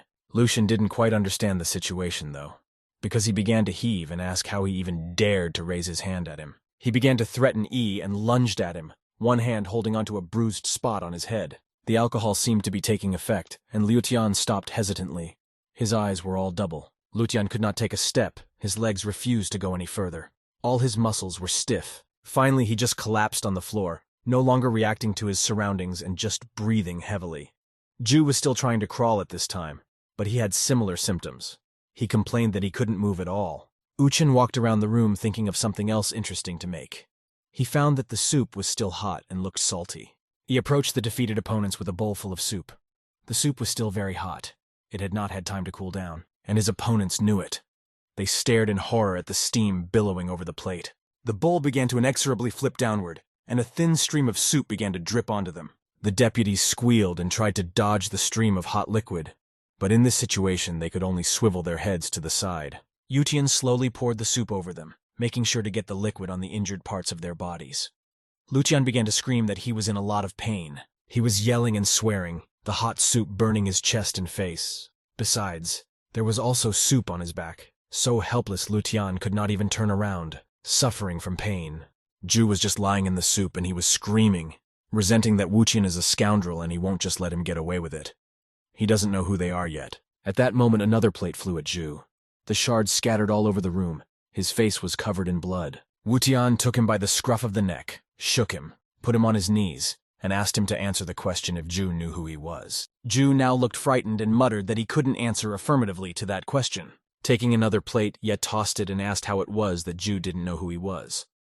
No need to lie that he had never even heard of the great healer. Ju began to faint from the pain. His whole face was quickly drenched in blood. Yuchen looked at his hand, which had blood splattered on it, and said that this kind of bullying was really very tiring. Ju was fed up with him, so he turned to Lutian and asked him if he knew his rival. Lutian fearfully began to assure him that he knew him to be a great healer. Speaking rapidly and constantly interrupted, he began to beg to be let go, inserting great physician every 2 words. He grabbed Lucian by the hair, lifted his head and told him that the great healer was asking him if he liked guys. The one started shaking his head in all directions and yelling that no, of course not. He doesn't like guys. A plate flew in his face, and Lutian heard that it was the wrong answer. Lutian said that Lutian actually likes guys. Bleeding, Lutian rushed to confirm and assured that he just adores guys, yes. Yuchen defiantly pulled out one of his med packets and ripped it open over them. He raised his hand and lazily tossed the empty bag at their feet, looking at them squeamishly. As he left the office, the young man said that they would like it soon. They would like it very much. The waiter was carrying the food ordered by the head of the department. The door to the office was closed tightly, and moans were clearly coming from behind it. He knocked on the door and told Ju, the manager, that his order was ready and waiting outside the door. Of course, he wondered what those sounds were coming from the other side. Trying to make as little noise as possible, the steward began to slowly open the door to get a peek. From what he saw, he lost control of his actions and dropped the food he had brought from his hands. The dish shattered into tiny shards. The rumbling startled the girl, who was standing with a kettle and talking to her partner in the hallway. She asked him what was wrong, and the guy suggested we go see for ourselves. All 3 waiters were now standing in the doorway. They all had expressions of disgust and horror on their faces. There was a lot to be surprised about. The half-naked Lucian sat on the lap of the waist-naked Zhu, and they hugged each other happily. The girl's partner rather remarked that those two were so beautiful they could do it while bleeding. The girl blushed all red. She couldn't believe it could happen. The guy pulled out his phone and said they needed to take a quick picture of the two pigs and upload the photo to the internet. No doubt it would be very scandalous. Restaurant manager's room. Police and manager reviewing surveillance footage. The restaurant's general manager found a lead and asked the officer to review the snippet. She said the camera showed an unfamiliar man walking through the door. The image showed a man in a white shirt standing in front of the door. Zhang Xiaomei immediately recognized him and started cursing him, waving her fist in front of the computer monitor. Eastern City Bank. Same bank that Lu's men tried to rob, and the same pretty girl behind the counter. Walking over to the window, Wu Tian smiled and asked Miss Xu how she was doing. He assumed that the girl couldn't sleep at night. Zhu began to thank him heartily for saving her life. She was really in mortal danger. Yu Tian, smiling, told her that a casual thank you wasn't enough, and asked how she felt about keeping him company tonight. Zhu agreed and said, turning aside, that she was free after work. There was no hiding her embarrassment from Yu Tian, and he told the girl so. Zhu turned to him formally and asked if he had any more questions, or if she still had work to do. Yu Tian asked to be called simply E. He said it was very simple. Meanwhile, a line began to form behind him. The woman behind him said she wanted to call the main office of this bank. So let him deposit the money or take it out, but hurry up. Wu Tian apologized to her and told Miss Xu that they would talk after work, took out a check and asked her to cash it. Zue was surprised to find that it was a check for 30 million. She thought to herself that in front of such a rich guy, one should not skimp on politeness. Meanwhile, at the city hotel, Miss Chen had just started to wake up, lazily opening one eye. She realized she wasn't in her own home and tried to figure out where she'd gotten to. Pulling back the blanket and realizing that she was in just her shirt, Chen screamed exhaustedly in a voice that wasn't her own. She tried in a panic to remember why she found herself without clothes, but she couldn't. Crawling with her head under the blanket, Chen began to roar. She thought the supervisors had raped her. Sitting down on the bed and covering herself with a blanket, Chen cried for a long time. She was ashamed and hurt. She scolded everyone and cried again. It suddenly dawned on her that she felt no pain, and she had a little hope. Carefully examining the sheet, Chen didn't find a drop of blood on it, and she thought that someone had saved her. With difficulty remembering the events of the previous night, Chen tried to reconstruct the events. She dreamed of Uchan, who had picked her up in the hallway. The girl thought that most likely it was Uchan who had pulled her out of the clutches of the sneaky bankers. Her head was splitting from the horrible pain, and there was no Uchan around. Chen couldn't believe it was him. She remembered she was alert, and turned on the sound recording on her phone so she could just listen to the recordings. With great interest, the girl pulled out her phone and pressed the play button on the recording. On the recording, she recognized her voice, questioning whether it was worth it for the company. Another voice was ordering phytotherapeutic drugs, bitter ginseng, and big yellow slipstone over the phone, and asking for them to be delivered urgently. Chen hesitated for a moment. The man's voice was very similar to her fiancé Wu Tian's, but it was like he was a little different. Meanwhile, the voice on the recording said that he needed those herbs fast and couldn't wait that long. Uchan's voice came from the phone. He asked the girl to hold on and assured her that she should not lose consciousness. It would kill her. With surprise, Chen recognized her own passionate voice, begging to take her immediately, and Yuchin's voice. He waved her away and demanded her to stop, saying he couldn't take this opportunity. Chen cried with shame and happiness as she continued to hear his voice. She was under the influence of the drug and could not disengage from Uchian. Chen grabbed her head. She didn't want to believe it was that jerk who had saved her. She convinced herself that it was definitely not him. He was a womanizer and couldn't refuse any woman who came on to him. Finally, she was tired of finding out who it was. Chen remembered that she had offended Manager Zhu and began to worry that now she wouldn't be able to pay the bank. The door to the hotel room suddenly opened, and her secretary flew into the room, panting. She asked Chen what she was doing here, and told her that she had been trying to reach her all night. The secretary asked if she had been abused by the superintendents, and indicated her intentions to call the police. Chen smiled and, crying with happiness, said that everything turned out well. Someone had saved her. The secretary rejoiced and said that was just great news, but there was one more thing. She pulled out her phone and opened the news. A close-up of the bank managers kissing each other. The caption under the photo, 2 gay governors, and that was not all. The secretary leafed on, and on every page was a new photo and new captions. Real love between governors, the Claymores and their political affairs, and so on. Chen was trying to figure out who had done this. Is it possible that her savior? The secretary added that, on top of that, their company received a certain amount of money, 29 million yuan. Chen, not believing her ears, asked where they were from. She suggested that they were from customers, but the secretary assured her that was impossible. The transfer was done by one person. The girl wondered who it could be. She came to the conclusion that her night's savior could be the incognito. At that moment, there was a knock on the door of the room. Chen broke away from her long contemplation and invited her in. They were police officers. After introducing themselves and showing their official IDs, they asked for assistance in investigating the attack on Julun last night. Qianshan District, Wang Fengshi's house, a gray, dull high-rise building surrounded by the same. Someone knocked on the door and woke Yutina, who clearly had no intention of getting up since morning. He stretched lazily and muttered that he didn't know who it could be since morning had just come. He opened the door while standing in just his underwear. Standing outside the door was Zhang Xiaomei in the uniform of a police officer. A little embarrassed, she called Yi a pervert and said he could have put some of his clothes on. Smiling, Yutian asked the girl why she was blushing so much, and if it was because she was fascinated by his gorgeous body. Xiaomei shouted that he had nothing to brag about and demanded to follow her to the police station. They have suspicions that he was involved in the attack at night. Uchan asked for time and asked why she was the one who always accompanied him to the police station. He reminded her that they were related and asked her to be more polite to him. This enraged her and she demanded to get dressed. She said she needed to get evidence, not put him behind bars. Very slowly walking away to another room, Wutian paused, showing off his back, and said that he was going to get dressed. Xiaomei could barely contain herself. He took his pants and started to put them on right in front of her. Xiaomei couldn't stand it anymore and yelled at him that he was doing it on purpose. She demanded he change in the other room or she'd smack him right here. A posh black executive car was parked near the sidewalk. Xiaomei stood near the door and invited Wutian to take the passenger seat in the Mercedes. He turned the other way and declared that he didn't like this car and had his own car. Mei gritted her teeth in anger. She kept wondering why he might not have liked her car. Soon Yuqian himself appeared from around the corner. He walked proudly and drove an ordinary bicycle that shone in the sun with its polished parts. Xiaomei couldn't believe her eyes and asked Ye if this was really his car. Wutian was glad that he was able to impress Xiaomei. The young man said that it was a really cool thing. He could barely find it for a lot of money. Ye admitted that he wouldn't even sell it for 5 million yuan. Mei repeated his words, and nothing he said was beyond common sense. Getting on the bicycle, Wushan thought that the girl just didn't understand anything.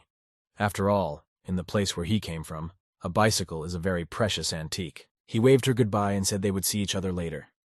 Xiaomei tried to stop him, but it was useless. She only looked helplessly at Ye's white back and started her car. That's how they drove down the road. Wutian was driving leisurely in the center of the lane, and Xiaomei was cautiously following him in the car. There were 2 guys watching them. One of them said it was relevant 10 years ago. His companion called the bike a wreck and the driver crazy. The first guy noticed that the driver of the car apparently knows the cyclist. Xiaomei tried to drive as slowly and carefully as possible. She just gripped onto the steering wheel. She was uncomfortable. Finally, they arrived at the police station. It was a tall yellow brick building. Stopping, Yuqin got off his bike and pulled out a bicycle cable with a lock, securing it to the rear wheel of his means of transportation. Mei asked him how he could be afraid that his bicycle might be stolen outside the police station. Uchan replied that she couldn't even imagine the true value of the thing, and added that he didn't want to argue with her further. The girl was simply shocked by his beliefs. After escorting Wutian to the interrogation room, Xiaomei opened the door and invited him in. She warned him that there was a man in the room who may have also been involved in the night's incident. Ye walked into the room and saw Miss Chen. She recognized him immediately and was startled. The girl obviously didn't expect to see him here. Wutian was also surprised and called the girl by her name, Chen Kaixin. Uchan approached the girl. They stared at each other in silence for a long time, an ocean of thoughts swirling in their heads. Finally, Wushan broke the silence and asked Miss Chen how she was feeling. A note of tenderness could be heard in his voice. The girl smiled and looked at him happily, and then asked him what he himself thought about it. Yutian scratched his head and said that he was actually just asking, and there was nothing wrong with it. The girl's face changed. The smile disappeared. She became a serious businesswoman again. Chen angrily asked what Ye meant. She had just knocked herself down and still couldn't find it anywhere. Does Wutian really take her for a toy? Chen demanded to immediately explain who Wutian took her for and what she meant to him. Yushin couldn't explain anything to her. It wouldn't seem true anyway. So he just gave a pathetic attempt at an apology. The girl with tears in her eyes stood looking at him. It wasn't long ago that she hated him, and she wasn't the only one. But now she wanted to go back to the old relationship. Zhang Xiaomei brought the papers and asked them to put aside the family squabbles as they were here for business. After a while, Wutian and Chen left the police station and headed to a cafe. They sat at a table on the luxurious couches opposite each other and were just as silent, hesitant to start a conversation. Finally, Wushin asked first if Chen was happy that she was engaged to him. Kexin looked at him carefully, her eyes starting to water. Her gaze became sad. The girl says she will only tell when E answers the question of whether they rescued her last night, and she demands an honest answer. Yuchen said it was really him and saved her completely by accident. Chen wondered how Ye knew that was where she was. And besides, given the circumstances, why didn't Wutian take her up on her offer? Ye said he discovered her completely by accident, and Chen would hate him for the rest of his life if he did. He said he felt sorry for the girl. She had been through a lot. Miss Chen, hesitating, thanked him. He had saved her honor anyway, and that meant a lot to her. She was surprised to think that Ye had never apologized before, and this wasn't like him at all. Thinking back, she asked Yuchen why he was using those Chinese phytotherapeutic herbs and doubted that he had basic medical skills. Yuchen explained that he happened to come across a folk remedy that is an antidote to the aphrodisiac. Wushin said that Chen hadn't answered his question yet, and voiced it again in case she had managed to forget, whether Miss Chen was happy to be engaged to him. The girl immediately cried and asked how she could be happy. After all, he's always gambled in casinos, and now he's run off somewhere, leaving his fiancée alone. Uchin closed his eyes and sat for a while, thinking about something. Did he regret what he had done? Without raising his eyes, he told Kexen that he was sorry, but they would have to break their engagement. Chen cried even more. She didn't understand why Wu Tian felt this way about her.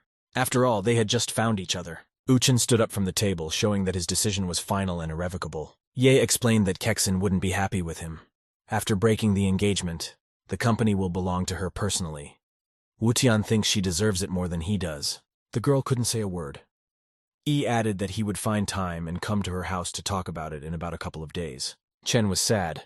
As she followed his back with her gaze, she kept crying. No, this was not the meeting she had expected. Chen family mansion. It's late evening, the sky with a beautiful dark blue hue. Chen sat in her home on the spacious couch and was silent. She didn't feel like talking to anyone. The parents were sitting right there. Chi Chiyun, the girl's mother, asked what was wrong, as Chen hadn't been so glum and depressed in a long time. Chi asked if she was sick. Cheng Peizhong also asked his daughter what was bothering her. He wanted to help. Finally, Chen started talking and revealed that the young man wanted to break their engagement. Qi asked who she meant. Chang interjected that he had really said that and asked what would happen to the company now. The girl said that by mutual decision, the company would stay with her. Peizhong rejoiced at the news and exclaimed that it was great. When he realized that he looked very happy, he faltered and asked him to ignore it. Of course, the company had nothing to do with it. But he was just happy that his daughter was finally rid of that cretin. Qiyun informed Chen that her sister was coming back tonight and suggested we celebrate. Even though her parents were happy, Chen still said that she was in absolutely no mood and went to her room. Watching her, Qi noticed her sadness and asked her husband if he thought Chen was being overly sad. Peizhong confirmed that she really should be happy, but she looked very disappointed. The girl retired to the shower. Here she could finally put her thoughts in complete order. As she adjusted the right temperature, Chen thought about the fact that Wu Tian looked completely different now, not like before. Even though she had managed to get rid of Yushin, the girl still couldn't lift her spirits, and that made her even sadder. Wu Tian arrived at Miss Chen's house the very next day, on a bicycle. He looked sad, too. When the girl's parents saw him, they were stunned. Peizhong exclaimed how he could have come on a bicycle. Chen thought he had become a different person, and didn't even look at the car worth less than $1 million. She was amazed that Ye arrived on a bicycle. Wu Tian sat across from Chen's parents and decided not to sit around for long. Turning to Mr. and Mrs. Chen, he offered to get right down to business. Ye explained that he had come to break off his engagement to Keishin. Wu Chen said he wasn't good enough for Kexen, and she has suffered a lot since their engagement. And now it's finally time to end this strange relationship. It's for the best. The girl's parents interjected. Yi had managed to evoke positive emotions in them. Peizhong remarked that he seemed to know his place and asked about his future plans. Chung asked if he was going to return to the Ye family. Uchin said dismissively that he would not do what he was told to do, much less intend to return. He has his own principles. Peizhong resented not being welcomed back into the family and asked why he was leaving Keishin's company then. Wu Tian replied that the girl deserved it much more. After all, she had put a lot of effort into the development of the company, while Ye had done nothing for the company or for Keishin. Turning to Miss Chen, the young man asked her to sign her documents. Immediately afterward, the company would be taken over by her. Keishin asked for the papers to be left for her, saying she would read them at her leisure and then sign them. Seeing Chen's hesitation, Peizhong immediately started to press her and persuade her that this is a big chance, and they still want to break the engagement. She won't lose anything, and Ye will never touch her again. The girl responded by saying that she knew perfectly well how to act, and asked Yi if he had transferred that huge sum of money for the company. Uchun had to admit that he was the one who had saved the company from collapse. Chen watched him sadly. She shouted at him and asked him for what reason he wanted to break the engagement and why to do so. Uthion asked to consider it as compensation or atonement. She exclaimed, "What redemption can we talk about if he just gave her 29 million without hesitation?" Pejong clearly wasn't prepared to hear such an amount, and he immediately felt sick. He clutched at his heart, tried to stay on his feet, but still slowly settled to the floor. Ki asked her to bring the pills as soon as possible, while she herself was trying to support her husband at this moment. Chen looked at her father excitedly. She was also very worried about him. On the table in a special case were 4 kinds of pills, each in its own box. There was a glass of water next to it. Pejong was put on the bed and covered with a blanket. Ki reproached him for being so overexcited and asked him what was the reason. Pejong exclaimed that it was 29 million, as much as 29 million, and grabbed his heart again. He had another seizure, and Chen said in a firm voice that did not tolerate objections that they would take him to the hospital. Yuchen asked them not to worry, assured them he could handle himself, and rolled up his sleeves. The girl's parents looked at him dumbfounded. They didn't know how Yi could help them. Clasping 3 fingers into a fist, Yi left only his middle and index fingers. Making intricate movements with those fingers, and as if striking Pejong from afar, Wutian began to rapidly recite something between incantations and gibberish. Huajai, Yutang, Zigong, Zhongwen. His fingers made lightning-fast movements that no one could follow. Pejong closed his eyes in pain. Mother and daughter were very anxious and clung to each other's hands. Uchi began to make pinpoint jabs, going from the caddy lower down to the ribcage. Finally, a satisfied Pejong said he felt great. A stunned Chen S caught herself thinking that Ye knew how to give a massage and she didn't even know it. Wutian nonchalantly listed the symptoms: lumbago, coldness in the extremities, drowsiness, and weakness. He said that Pejong needed careful care and began to write a prescription: 10 grams of ginseng, atractylodes, ginger root, licorice or bear licorice.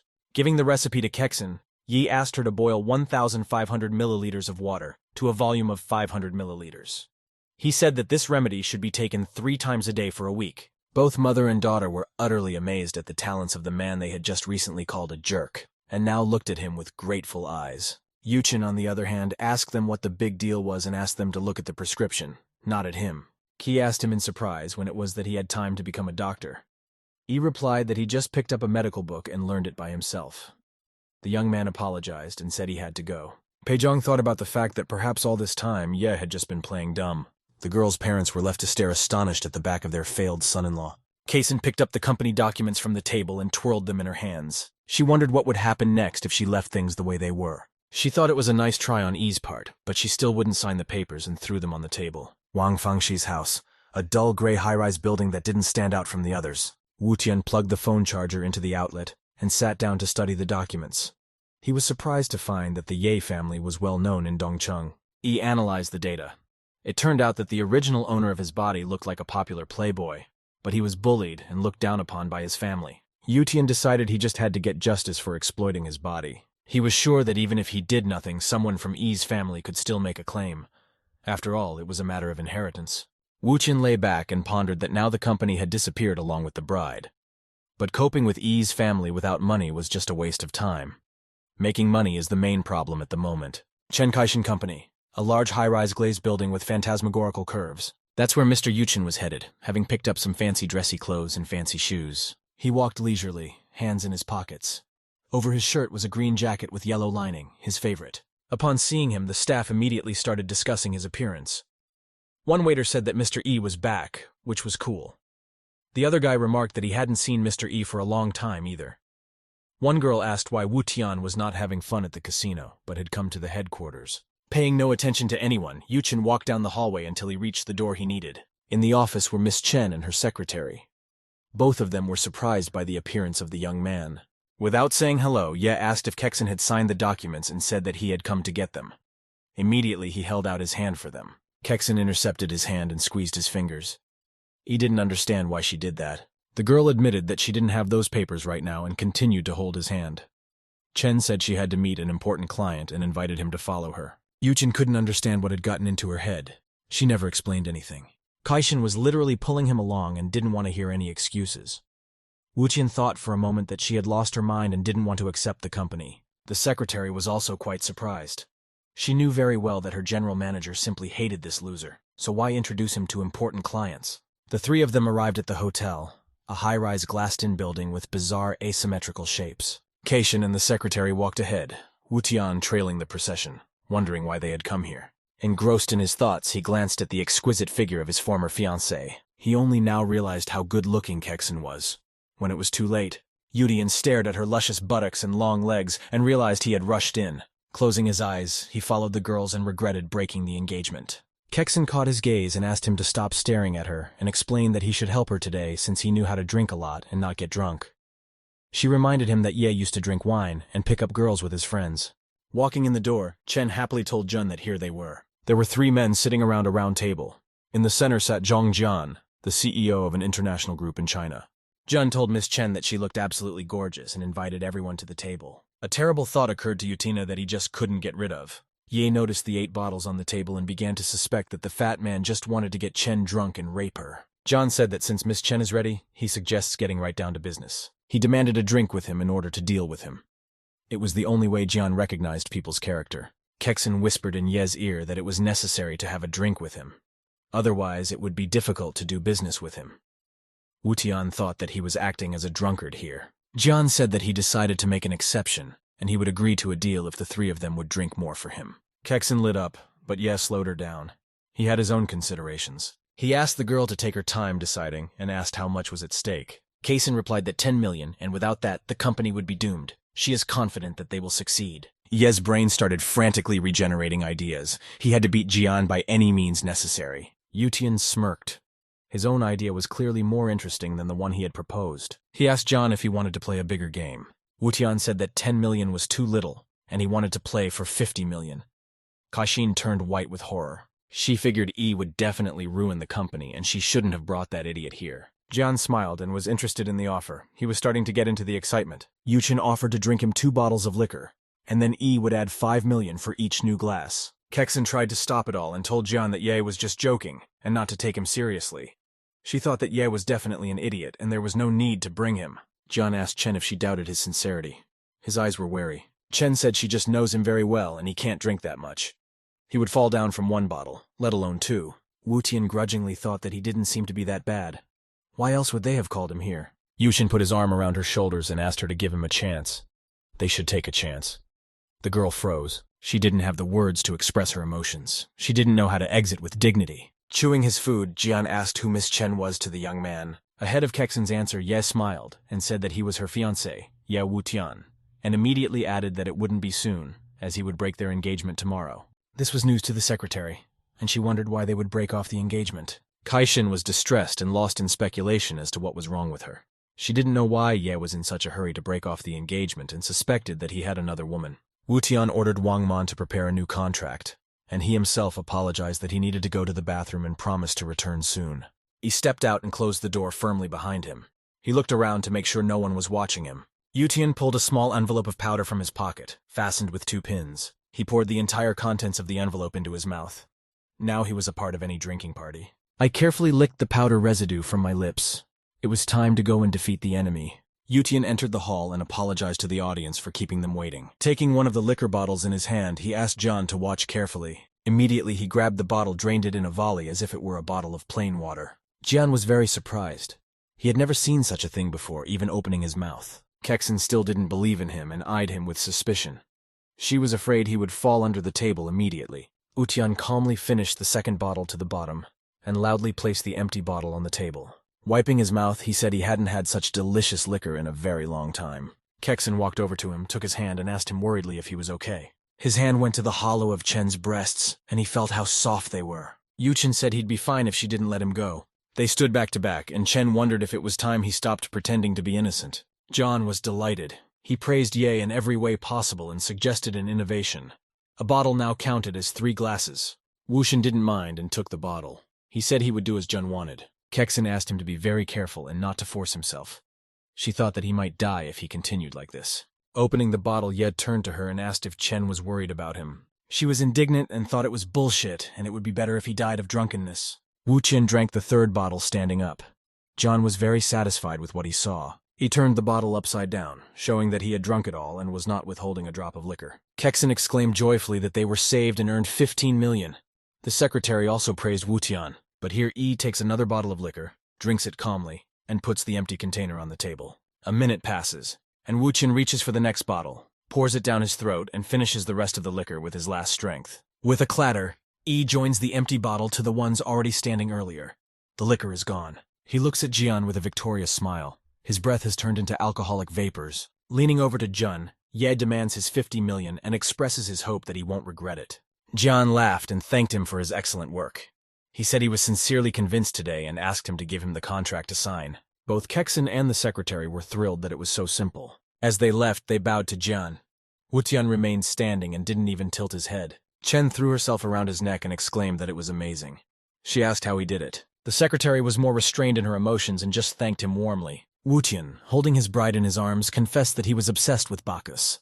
Kaishin did not understand him. Chen Kaishin Company. A large high-rise glazed building with phantasmagorical curves. Chen was sitting in her office filling out paperwork. She thought about the fact that could Ye be her fiancé. After all, he didn't take advantage of the moment when she was in a drunken state.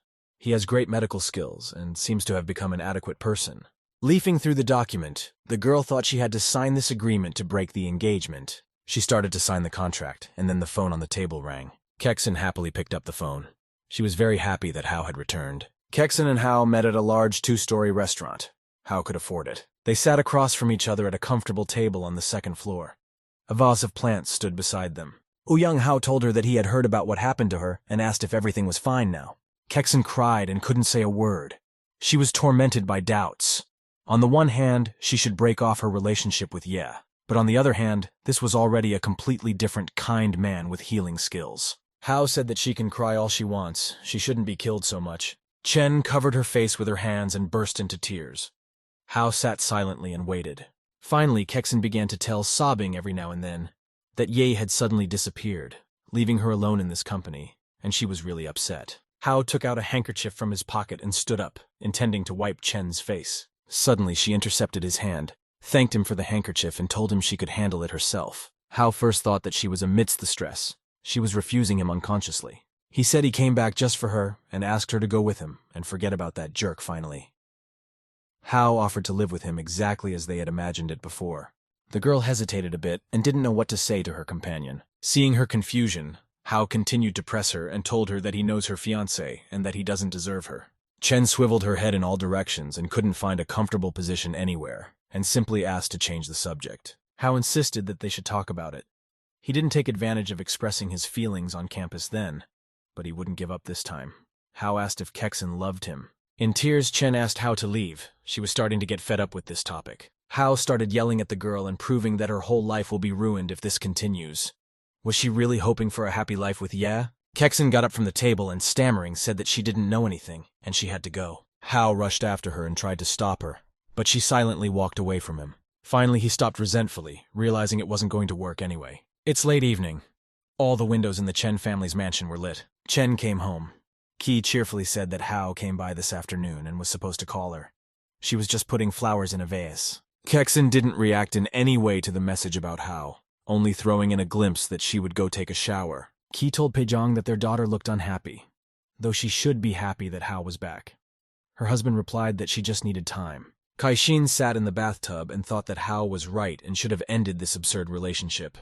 But she refused him, and she doesn't know for what reason. She thought she might have fallen in love with Eutenia, but then she dismissed the thought, telling herself that she couldn't fall in love with such a womanizer. The next day, Miss Chen approached the large building where her office was located. She wasn't feeling quite right, as she hadn't slept well, and was trying to set herself up for work. While thinking about her own thoughts, Kexin almost collided with an enormous bouquet of roses. Hao himself was rushing towards the girl from the office building, holding flowers in his hand. Chen was surprised to ask Hao what on earth he was doing here. She looked confused. With a smile, Hao handed her a bouquet of roses and told her it was for her, and at the same time asked if she was free at noon to have lunch with him. The girl staggered back. She wasn't ready to accept his offer, certainly not now. Wu Tian rode up to them on a bicycle glistening in the sun and asked what they were doing here. Smiling, Yi clarified, not interrupting them by accident. He was wearing his favorite yellow-green jacket. Kexin was embarrassed. She was almost crying and couldn't say a word. She didn't dare to make a choice. Hao approached Wu Tian and asked him to step aside for business negotiations. Wu Tian asked if he knew that Kexin had a fiancée. He thought it was very brazen of Hao to flirt with his fiancée. After all, he could have waited for a spat. Hao felt right about the situation, so he started being rude and said that it didn't change anything. He told Yi that he was not thinking straight and had done nothing for the girl in the last year. On that basis, he is hardly worthy of being her fiancé. Wu Tian replied that it was none of his business and advised him to stay away from her. Then he asked who he was that he had come here. Hao replied that he had no right to tell him what to do, but he himself was not forbidden from courting Kaixin. He asked him to leave the girl alone so that she could be happy. Leaning his face closer to Hao's head, Ye confidingly informed him that it was the girl's choice, in case he wasn't aware. He added that Hao wasn't that good since the girl still hadn't agreed to be with him. This infuriated Hao, and he warned Ye that he forbade touching the girl or he might regret it greatly. Rolling up his sleeves, Ye shrieked that he didn't know who he was messing with and offered to punch him if Hao had any courage. Kexin couldn't watch the growing conflict any longer and screamed, demanding that it stop immediately. Wu Tian slowly turned to her, looking at her face for several seconds with a studying gaze. Suddenly, he unclenched his fists and said she was mistaken to think he was really willing to fight for her. Quickly turning around, he walked out of the building, causing the stunned girl and Hao to stare at his back. He walked away with his hands shoved carelessly in his pockets, showing that he didn't care about what was going on. Miss Chen looked after him and wondered why Wu Chen looked so disappointed and why she herself was having such a hard time going through all of this. Hao just hummed and asked the girl again if she could have lunch with him today at noon. Kexin apologized and said she'd be busy, most likely. Chen then said she had some things piling up and asked him to leave the building. When she went into her office, she was surprised to see Eutenia there. He was sitting in her seat. Pretending to fill out some paperwork, he motioned for her to enter as a regular visitor. Chen was very surprised by the young man's behavior and asked if he was drunk by any chance. Ye replied that she was right. He'd had a few drinks, but he wouldn't want to have a conversation on the subject. Kexin said that she meant something completely different. Wu Qian said it was none of his business at all, and he just wanted to know when she would sign the agreement. He added that today is his last visit to the office and he will not set foot here again. Kexin looked at him with sadness in her eyes, and thought about how Yi didn't need to do this if he just wanted to hide from her. In Kexin's office, Wu Qian stood up, stretched, and said that the work was finally finished and could go home. Chen was already ready and stood with her purse in the office doorway. Hao wasn't going anywhere. He waited for them near the exit of the building with his hands in his pants pockets. As he passed by, Wu Tian threw carelessly in Hao's direction that this guy annoyed him a lot, and he didn't understand what Hao was keeping here. Out of the corner of his eye, he saw a red sports car rapidly approaching. The Ferrari braked sharply at the sidewalk, making a circle on the spot. The smell of burnt rubber spread quickly through the air. Wu Tian looked at the car driver in surprise, not understanding what he wanted here. The driver got out of the sports car and cheerfully said it was the scum of Yi's family, and remembered that they hadn't seen each other in a while. Hao bowed to the driver and said that he was happy to see Mr. Ye and welcomed him. He replied cheerfully that he had not expected to see Mr. Ouyang here. After pointing his finger at Kexin, Mr. Ye asked Hao if he had come for her. Miss Chen held Ye's hand and was just outraged that things were being decided for her just like that. Duckling let go of her hands, hummed, and turned around, intending to leave. The girl immediately rushed after him and grabbed Yi by the sleeve, trying to stop him. Ye turned around. Kexin asked why he was going to just pick up and leave. Wu Tian said he had no business being here anyway, unless she wanted him to be the third extra. The driver of the car approached him and asked him to wait, calling him a loser. He said that Wu Tian sees the future heir of the Yi family in front of him, and wanted to know what Wu Tian thought about it. Wu Tian asked if he was really the future heir of the family and said that he didn't care at all. He added that they were wrong to think that the Ye family was so powerful, and he was very worried about leaving. So he asked Yi to tell them that Yi's family would soon be taken over, and it will be in Wu Tian's hands, and will be completely under his control. Kexin watched Wu Tian's behavior and was surprised. After all, he used to hide every time he saw people from the family, but now he was talking to Ye Guang in such a tone. Hao also found Wu Tian's actions unusual, and he decided to find out what was going on. Guan started yelling that Ye is crazy, and the family will never go under his control. Wu Tian mumbled that Guan had made a good point, but they would soon realize on their own that they were the ones who had been thrown out of the Yi family by the losers. Guan clenched his teeth in anger and said that he would look forward to that moment to see his desperate look. Wu Tian said that he would take back everything that the topic rightfully belongs to, and added that the Yi family belongs to him. Kexin thought admiringly that he was nothing like that Ye Wu Tian, and he was really so cool. Guan hummed and threatened Ye that he would answer for his words someday. He decided to return to the original purpose of the visit, and thought it was very important for him to make a good relationship with Hao, and this loser wasn't going to run anywhere. Ouyang continued to press on Kexin and forced her to make her choice here and now. Chen said she forgot to do something, so she had to go back to work. A disgruntled Hao tried to detain the girl and shouted after her, but Guang told him that he knew some things about Wu Tian. He said that he had heard about Ye's impending breakup of his engagement to Kaixin, and that he had given her his company. Guang friendly offered to arrange a date with Kaixin. Hao should only tell him. Young was immediately interested in the offer and accepted it, asking for more details. Kexin stood in her office and watched the scene through the large office window. She asked aloud, as if she were talking to Yutina, about his life's journey and what he had experienced during that year. Remembering the way he had proudly walked away from her in the distance, Chen thought of Ye going to break off the engagement. As if understanding her thoughts, the secretary tried to reason with her boss and asked her to just get over it. She said that Ye Wutian was no match for Chen at all, and Ouyang Hao was much better. Even though Ye had changed a lot, he was still a womanizer.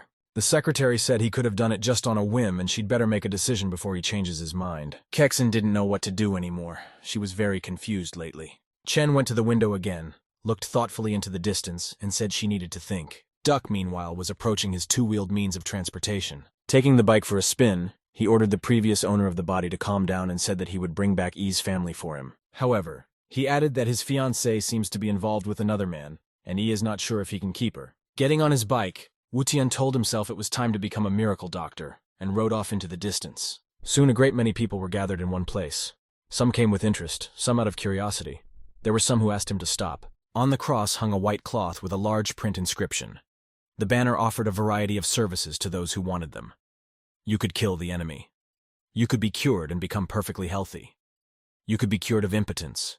You could give birth to a girl or a boy.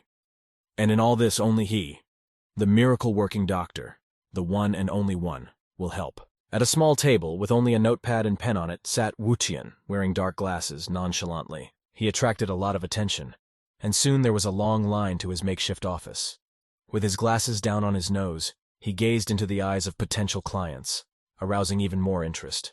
The table was immediately overrun with visitors, asking what hospital he represented and whether he was licensed. Wutian replied that he does not belong to any hospital as his services are too expensive for any hospital. People started shouting from the crowd that he had escaped from a mental institution altogether, and no one would believe him anyway. He said that freedom is always for volunteers, and people who trust him treat him as a priceless treasure and nothing less. A small minibus was driving slowly down the street.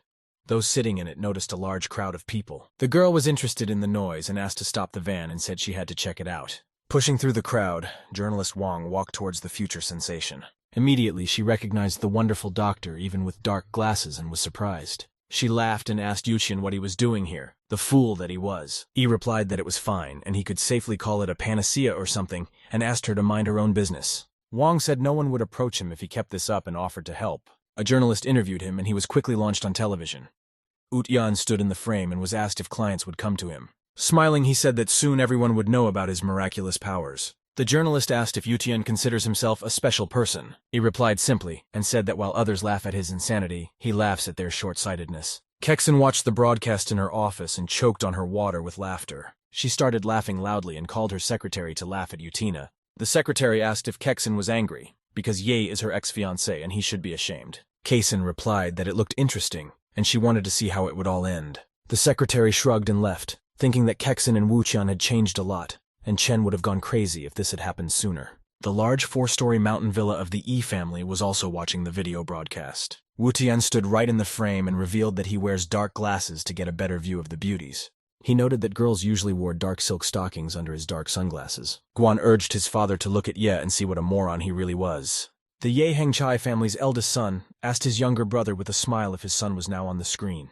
Wutian's father thought that Ye hadn't contacted him since he returned to Dongcheng, and couldn't understand what he was doing now. The patriarch of the Yi family smashed his 5 fingers on the table with a swing, unable to contain his emotions. He started cursing and cursing Wutian, what a lousy sheep he was. The patriarch told Hendon that he was aware of his secret funding and asked him to stop supporting Yushin from now on, as it had gone too far. Hendon tried to persuade the patriarch and pleaded that it was his son. Guan added fuel to the fire and told his grandfather that he had seen Wutian yesterday, and the latter had promised to throw everyone out on the street. The patriarch flushed with indignation that Yi had dared to say such a thing and asked Hendon to stop supporting him or he would regret it himself. Turning to Hendong, Guang said that he would be left without a daughter-in-law apparently, and explained that Ye Wutian had proposed breaking off his engagement to Chen Kaixin. Hendon couldn't stand it himself after that. He had spent too much effort to choose the perfect wife for his son, and he simply breaks off the engagement. His wife Weirong gently took his hand and asked him to calm down. Hendong's youngest daughter, Ye Feqiao, gently hugged his other hand, and said that her brother must have some reason for doing so. She asked him not to be angry with him. Guang revealed that he also saw Ouyang Hao, who likes Chen Kaixin, and this is their chance to get along with the Ouyang family. The patriarch angrily replied that Ye was the most influential family in Dongcheng, and you can't compare their family and the Ouyang family. He said that Guan could do Hao a favor if necessary. Ye Dongshuan, Wu Tian's aunt, told the patriarch that Chen Kaixin now owned the company and cleaned up the mess left by Wu Tian, and she knew how to deal with such a businessman. Hendon couldn't take it anymore and demanded that everyone calm down. He reminded them that she was his daughter-in-law and demanded that they stay away from her. The patriarch of the family slapped his hand loudly on the table again. He was finally fed up with this. Sitting down on the couch, he asked Fendon what he wanted, and told him that Wu Tian would not return to this house as long as he himself was alive. Wu Tian stood at his desk, inviting everyone to use the services of the miracle doctor. The journalist was sitting next to him. She reminded him that it was noon and no one had approached him yet, and asked if he was sure of what he was doing. Wu Tian replied that it's always difficult at first and sooner or later someone will come up anyway. A man approached him, pushing through the crowd. There were cheers from the crowd, and they immediately recognized the man as Dr. Wu, a famous professor. Happy to have finally found Wu Tian, he said that he had a suitable patient for Yi and he should be interested. Yi said he was interested in whether he would be paid, and asked about the patient's symptoms. A fellow in the crowd remarked that Dr. Wu was familiar with the quack. His companion remarked that he might be able to do something. The doctor called Yi the patient's symptoms: hemiplegia, numbness of limbs, slurred speech. He also added that it had been 2 days. Yuqin assumed it was a stroke and said that 2 days wasn't that bad, not all was lost. An obese man started making his way to the table. He shouted that he had to see the doctor. Wu Tian pulled his glasses down on his nose to better assess the customer and began to gaze at him. He quickly assessed the client's symptoms and ability to pay based on basic features. Bald and fat. Wears a huge gold necklace, an expensive watch, and a fancy suit. He thought the fat man should have a rich man tag on his head. He liked rich customers like that. A man ran up to the table and said his name was Shen Ding, and asked to tell the doctor what was wrong with him. After throwing a fleeting glance at him, Yi said quickly and without hesitation that he had swelling, fatigue and weakness, bad stools, and kidney failure. Tink rejoiced, recognized that he was indeed a miracle doctor, and asked for help, shaking his hand with his own too. Wujin said it's no problem, but we should discuss the cost of treatment, as his services are not cheap. Holding out the promissory note, Ding cheerfully said that he only needed to help, and the 100,000 yuan check would become Ye's property. Wuqian showed a look of surprise on his face, and said that 100,000 yuan was too little. His services cost 1 million yuan. The man was amazed. It was very expensive, but health is more expensive, so he agreed. He shouted that he would agree if Ye could really cure his illness, and hurriedly wrote a check for 1 million yuan. Wuqian laughed and said that he was happy with their deal, and the fat man wouldn't regret it. He began to quickly write out a prescription: Zog medicinal dogwood, Poria coconut, Tuchung, Frustus brucinetti, fennel, medicinal morinda, polygala root, Chinese magnolia fruit, etc. He handed over the prescription and said that the man should mix the Fructus brucinetti with liquor and soak the medicinal morinda in the liquor. At the drugstore, one should make pills of these at 10 grams per pill. You need to take this twice a day, and then Tink will feel rested and energetic. He added that there is no problem with the prescription, the man just needs to take it. Fatty thanked him and thought that if even Dr. Wu thought the prescription was effective, then this guy really is a miracle doctor. Wang looked at Wuqian with envy and thought how easy it was for him to make 1 million, and asked herself how much she as a journalist had to work to get 1 million. Wuqian told Wang that she should now realize that 20,000 yuan for a prescription is not much at all, and asked her how she was feeling. Wang hummed that she wasn't feeling so good. She was in a frustrated state of mind. It was late evening. All the windows in the Chen family's house were lit. Kexin was lying on the couch reading the latest city news on her laptop. A cell phone was lying next to her. The news posted a large photo of Ye and wrote that the first patient was treated at a cost of 1 million yuan. No one knew whether he was a quack or really a miracle doctor. Kexin smiled and decided that Wuqian was indeed an unusual young man. He was becoming interesting to watch. The phone rang and vibrated. The display showed Hao's name. Chen didn't want to talk to him, so she waited for him to disconnect the call himself. But the phone wouldn't stop ringing, so Kexin shoved it under her pillow. Even from there, it buzzed annoyingly. Ouyang sat in the car and called Chen's phone while watching her windows. He knew the girl was home. Finally, Hao got tired of the girl ignoring him, opened the car door and got out. The look was very sad. He couldn't understand why Chen was ignoring him. Hao looked at the window the girl was hiding behind and exclaimed that she wouldn't be able to hide from him forever. Qi went up to the second floor and knocked gently on her daughter's door. When she opened the door, she cheerfully said that Hao had come and asked her to come out and say hello to him. It was news to Kexin that Ouyang was already here, and she flashed downstairs. Appearing in the living room, she greeted Hao as if nothing had happened. Hao first asked the girl why she hadn't returned his calls and if she was sick. Chen assured him that everything was fine and not to worry, she was just a little tired. Chi said she was working too hard and suggested that Hao go to the movies or something with her, just as long as they didn't stay home. Keishin started to refuse. But Hao had already taken the lead and said it was a good idea, and for the sake of propriety asked what Kexin thought. Chen had to agree. Soon she was ready for an evening stroll. Walking through the night city, they soon reached a large square with a beautiful cascading fountain. Hao said the square was a great place for a walk. But Chen looked as glum as before, and Ouyang wondered if Wu Tian was the reason for her sadness. Chen began to deny in every possible way that she had nothing to do with Wu Tian, and that it was a bad joke in general. From behind them came the ringing voice of a little girl, asking her uncle to hurry up. Behind them, Ye Wu Tian was riding a bicycle. He held the handlebars with one hand and held the little girl close to him with the other hand, holding her higher. The little girl was having a good time, and she was laughing and asking him to go faster.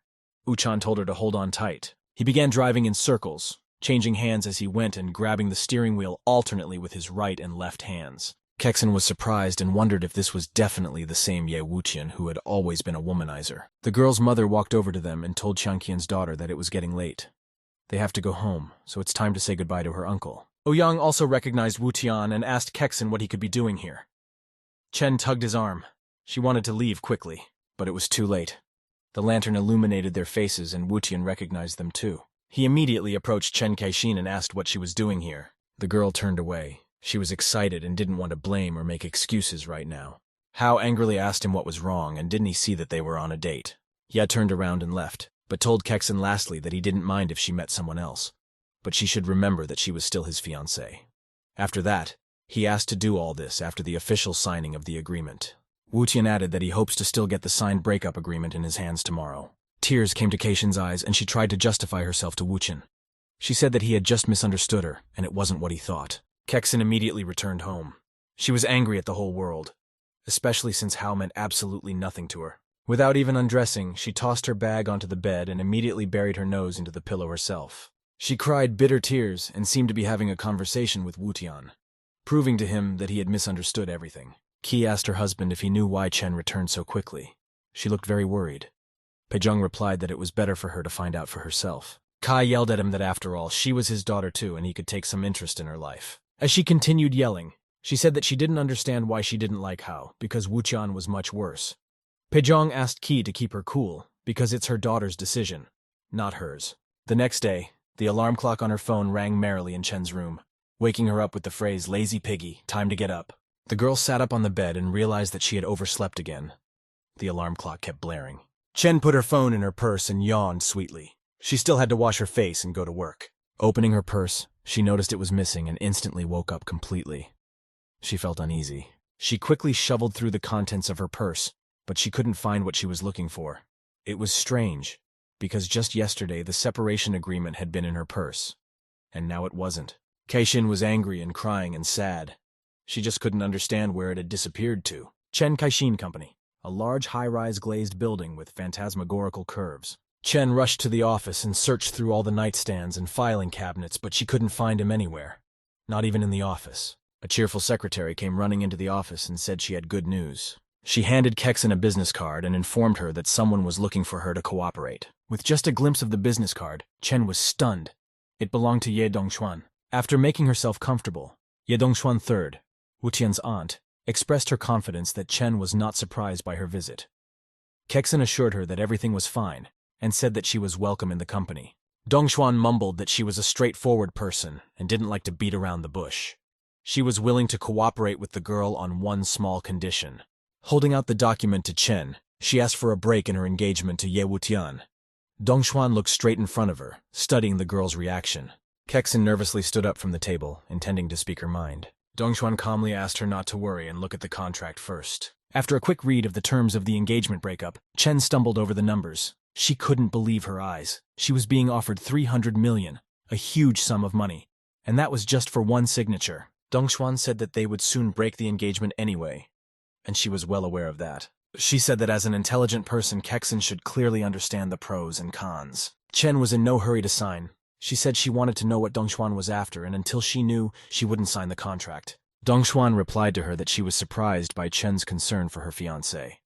She had thought that the girl didn't care. Kexin said that it's her personal business, and she shouldn't talk about personal relationships.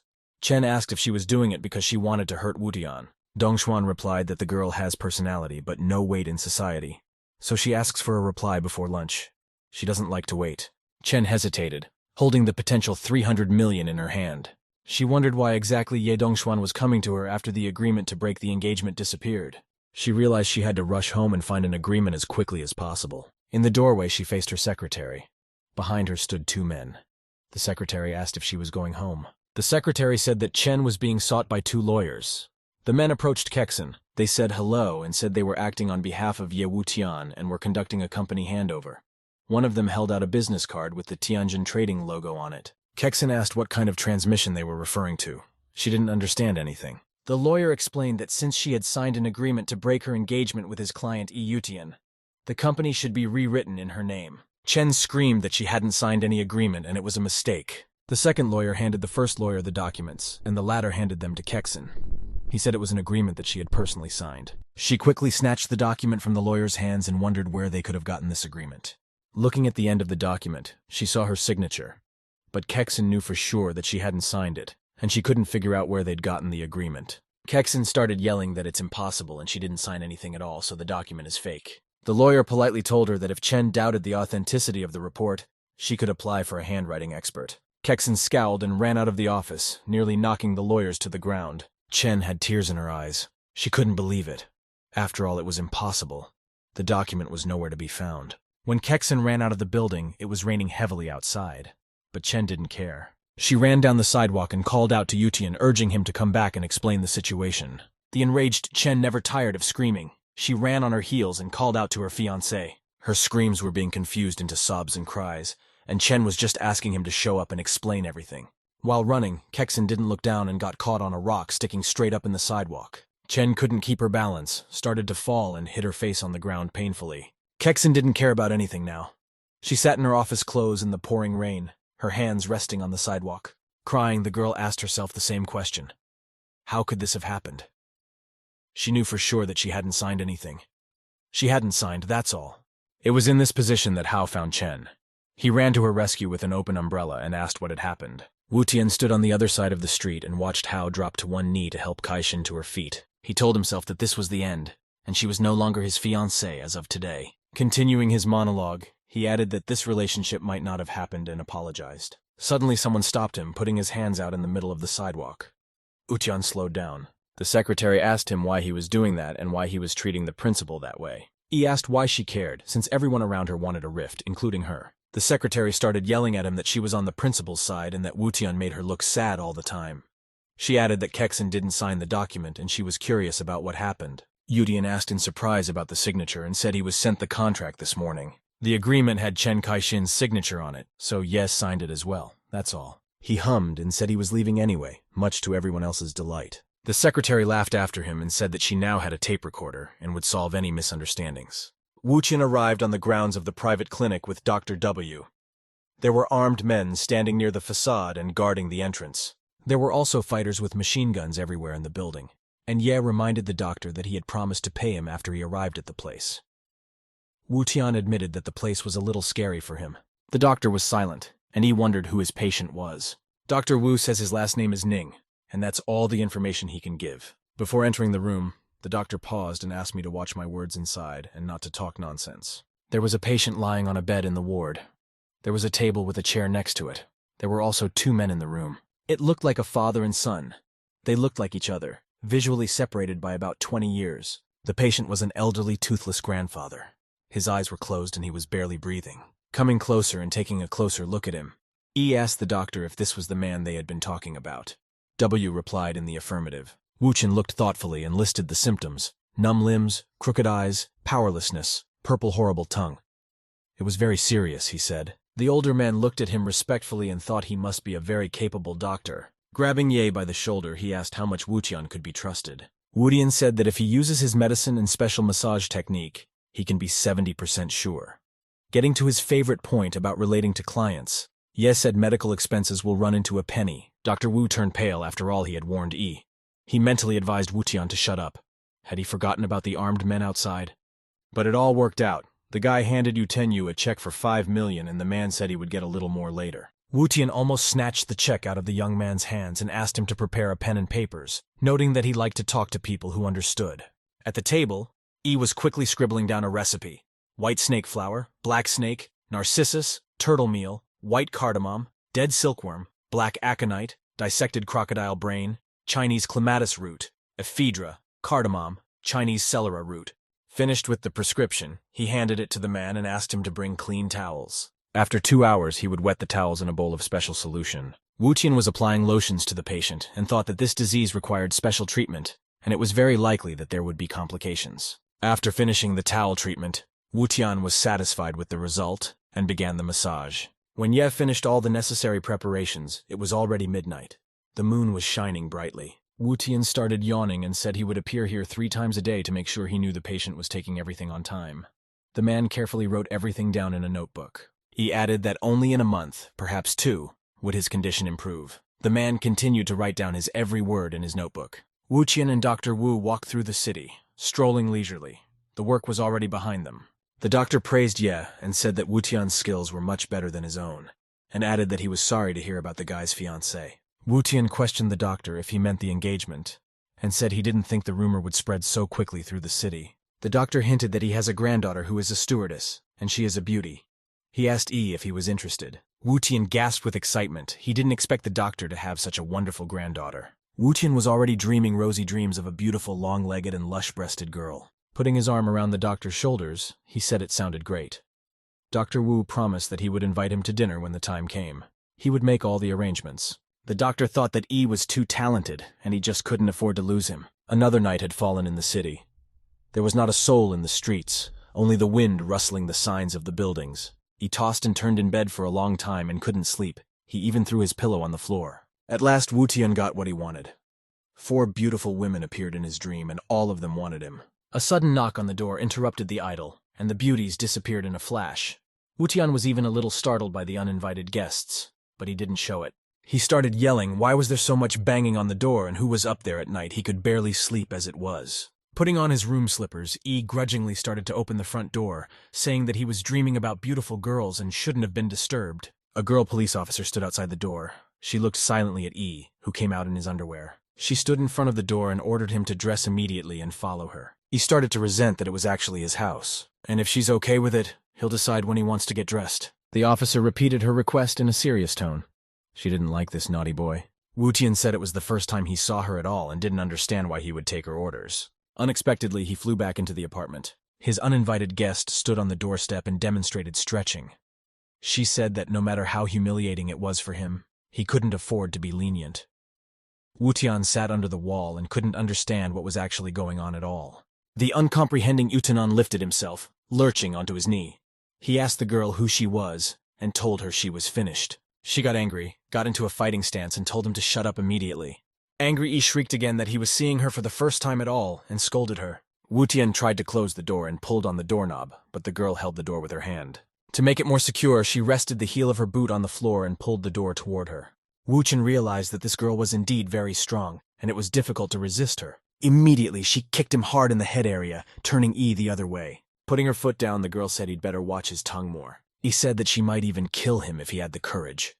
But if the girl fell into his hands, she would regret it a lot. Wu Tian couldn't understand what was going on. After all, he was just sleeping in his house. Why was it necessary to attack him?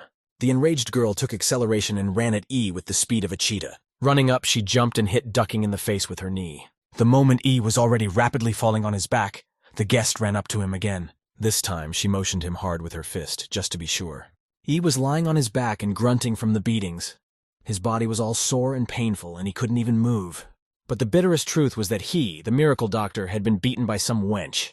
This thought gnawed at him the most. Wu Tian continued to lie on the floor, moaning in pain.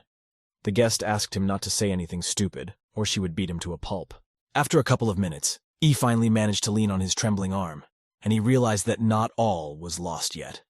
Mobilizing all the resources of his body, he managed to sit down on the floor with great difficulty. Wu Tian stood up and said that she would soon be unfortunate. Just let her wait for a while. It didn't take long for the girl to react, and she took another swing at him. The very next second, she swung her fist at his body. He sat on the floor and didn't know whether to cry or laugh. The girl had already bored him to tears. Wu Tian showed his steadfastness in every way possible and pretended not to care. She stood over him with clenched fists. Wu Tian just sat on the floor and laughed that he wasn't afraid of her in the slightest. She asked Yi if he was afraid that she could easily kill him. Wu Tian said she could kill him if she had the courage. But if the girl caught his eye again, Yi would make her march down the street naked. To reinforce his words, he showed an expressive gesture signifying non-cooperation. Wu Tian thought he could make her sleep with him, but right now he was without miracle drugs. The gesture had a sobering effect on the girl, and she asked Yi in a different tone what her grandfather's condition was and whether he was sure he could cure him. Wu Tian smiled. Naturally, that explained everything, and he told the girl that he could have told her earlier that she was his patient's granddaughter. He now had a different attitude and said he would definitely not treat him now. She instantly put a gun to Eutenya's forehead and pulled the trigger. The girl said he should dress immediately and follow her. A private clinic where a VIP patient is lying in bed. No security guards anywhere in sight. As soon as Wu Tian stepped out of the house, the girl immediately kicked him straight into a minibus parked nearby. Accelerating to top speed, the armored minibus raced through the night city. The clinic was no better. With a similar kick in the back, Yi found himself in a patient's room. His granddaughter was standing behind him. Walking over to the man sitting at the table, Wu Tian apologized and refused to treat the patient. The man immediately jumped up and asked what the reason for the refusal was. He had just begun to believe in his father's recovery. Seeing the bruises on Yi's face, he inquired as to the nature of their origin. Wu Tian couldn't stand it and shouted that he shouldn't have beaten him up. Everything is fair, an eye for an eye and a tooth for a tooth, so he is not going to treat this man. The man turned purple and asked who dared to beat him up. The girl stepped out of the shadows and timidly admitted that it was her.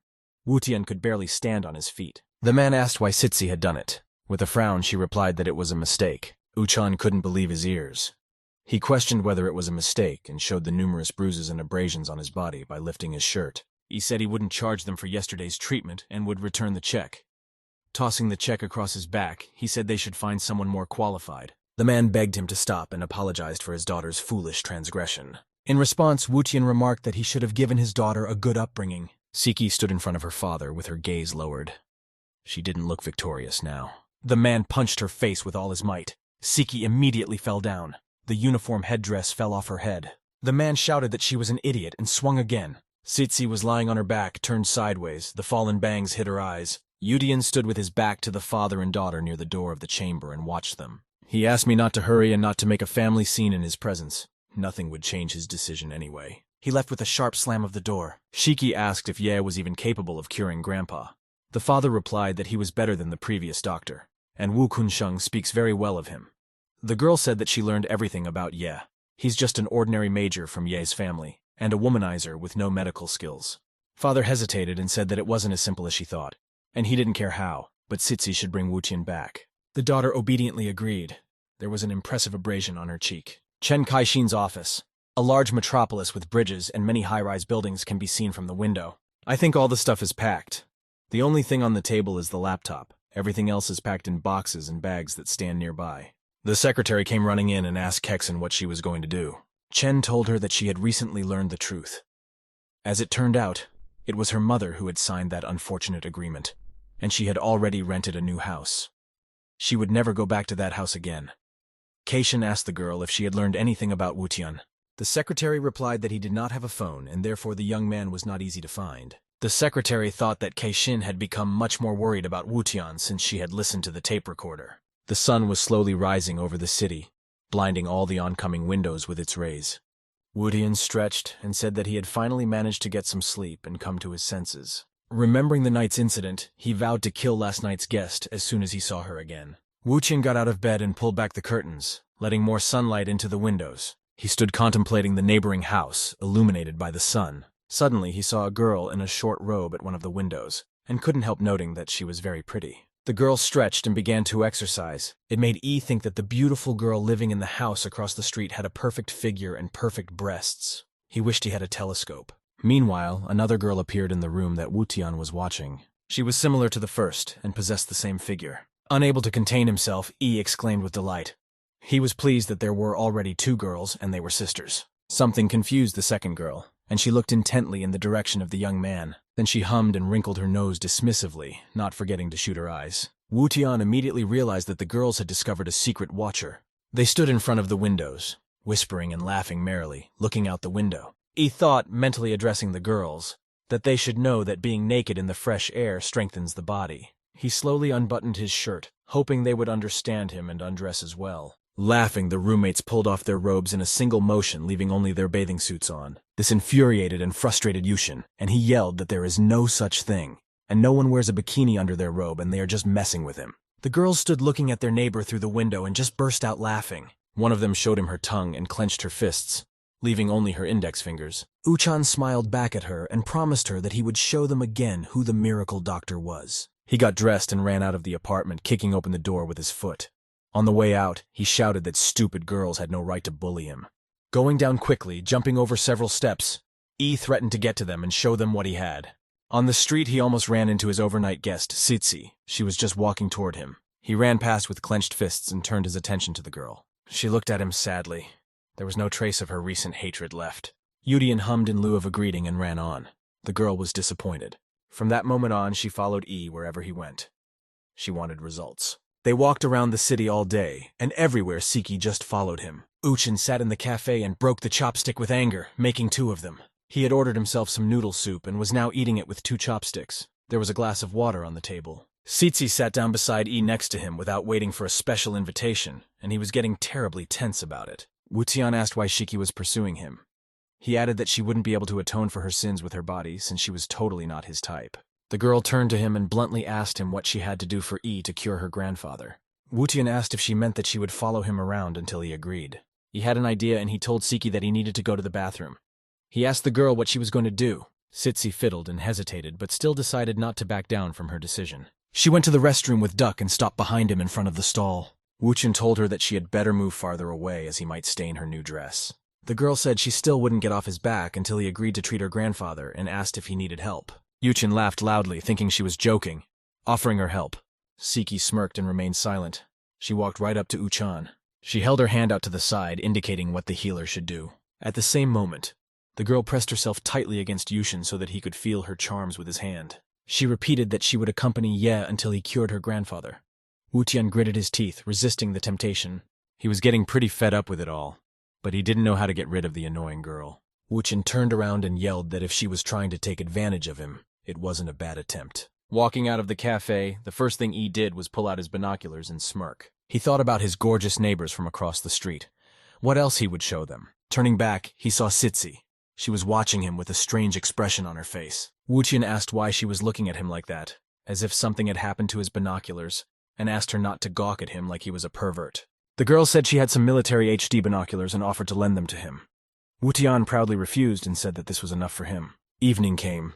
Sitsi walked Utenya all the way to the apartment, hesitant to go inside. Wooten told her that he likes to walk around the house naked if she's interested in seeing it. The girl replied that he was a pervert and walked out of the building.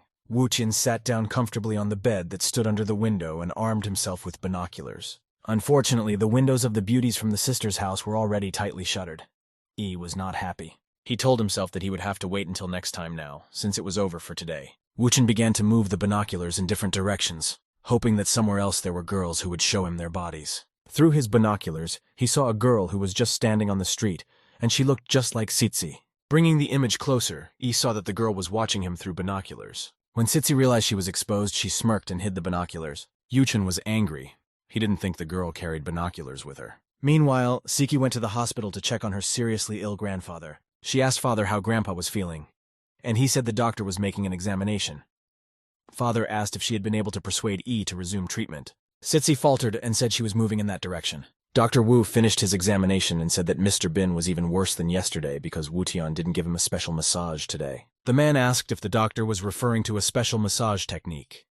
The doctor confirmed and said that it should be continued as soon as possible, as the patient was getting worse every day. Shiki looked at her with a sad gaze. She felt her father's mute reproach, because she was the reason why Wutian had gotten angry and stopped treating her seriously ill grandfather. Bright day. Dongcheng University is a low but multi-story building. Riding past on his bike, Wutian caught a glimpse of the female students walking with their bow nearby. Ye remembered the girl from the village and thought that Waner had already started attending classes.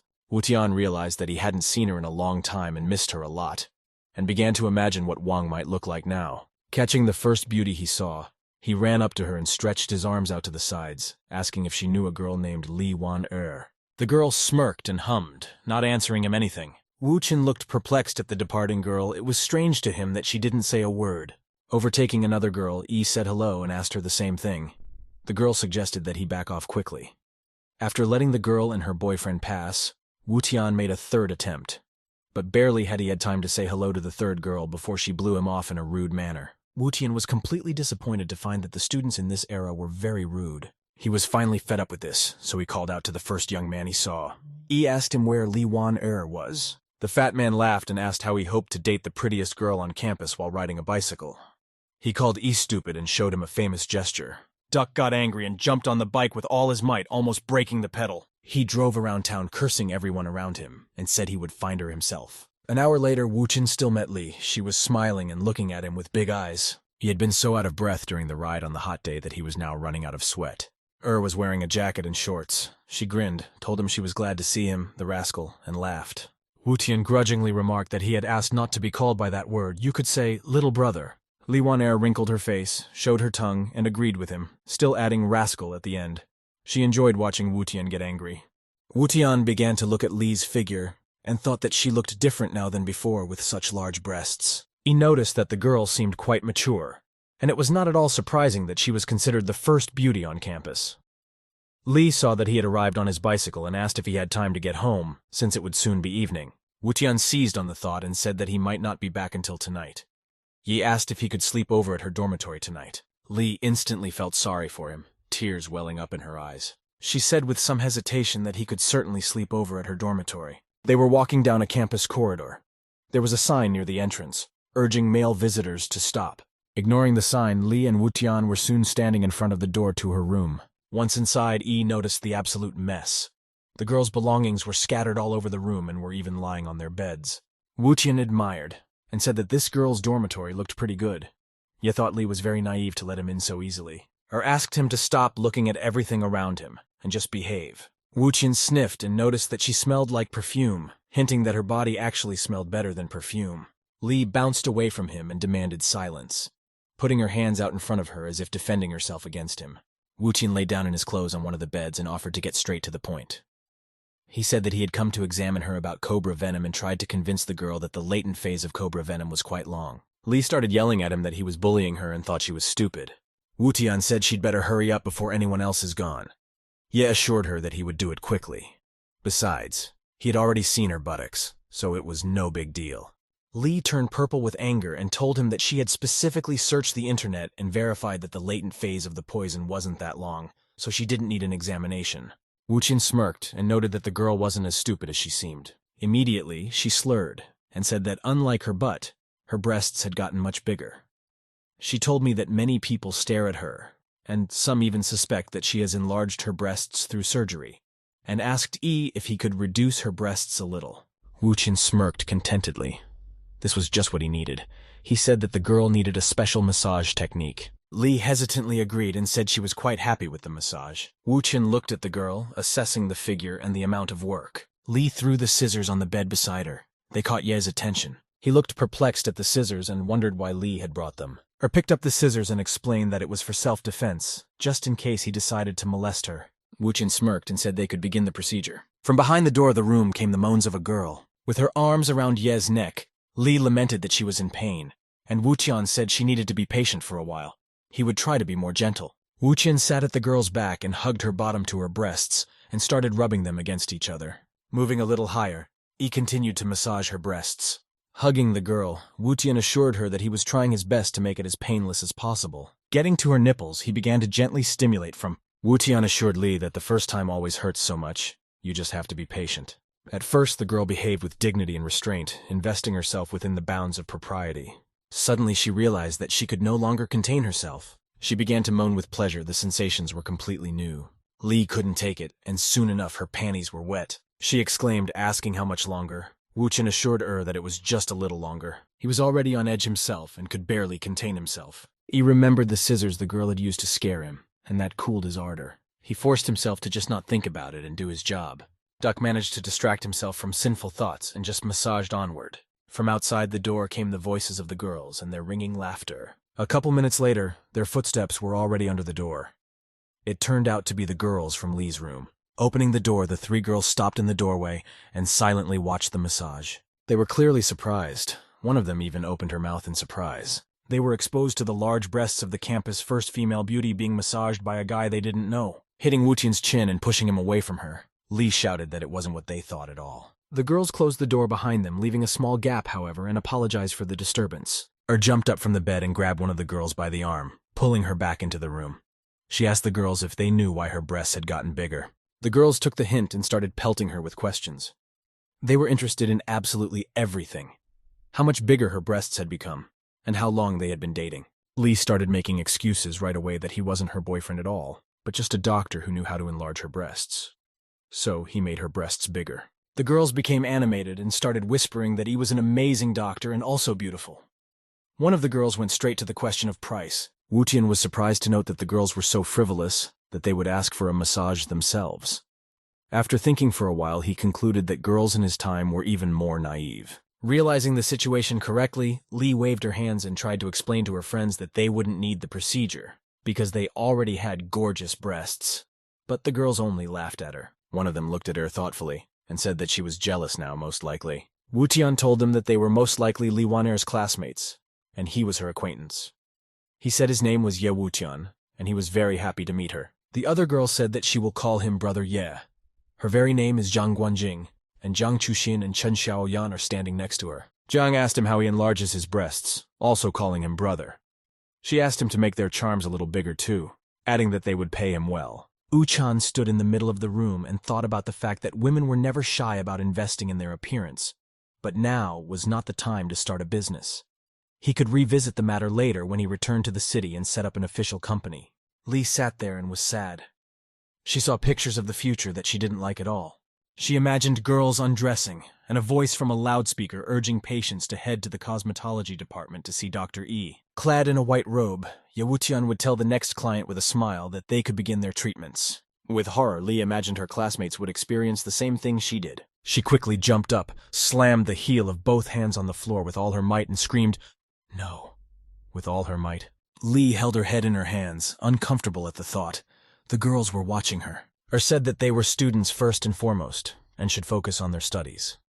It wasn't quite right to think about such things now. Zhang looked carefully at the girl's eyes and asked if was jealous. Chen took a closer look and smirked, confirming Zhang's guess. Zhang laughed loudly and said that she was jealous naturally. Wu-Tian expressed his gratitude for their kindness, and said there was nothing he could do to help right now. Zhang pressed herself tightly against him with all her strength, and asked him why he shouldn't think about it. She would cover all the costs of the operation if he agreed. Besides, she would treat him to dinner so they could talk about it. Yu-Chin said he would be greatly embarrassed and pay the bill himself. He figured she wasn't just going to give up and could just chat anyway. They were walking through the daytime city, heading towards the center of the metropolis.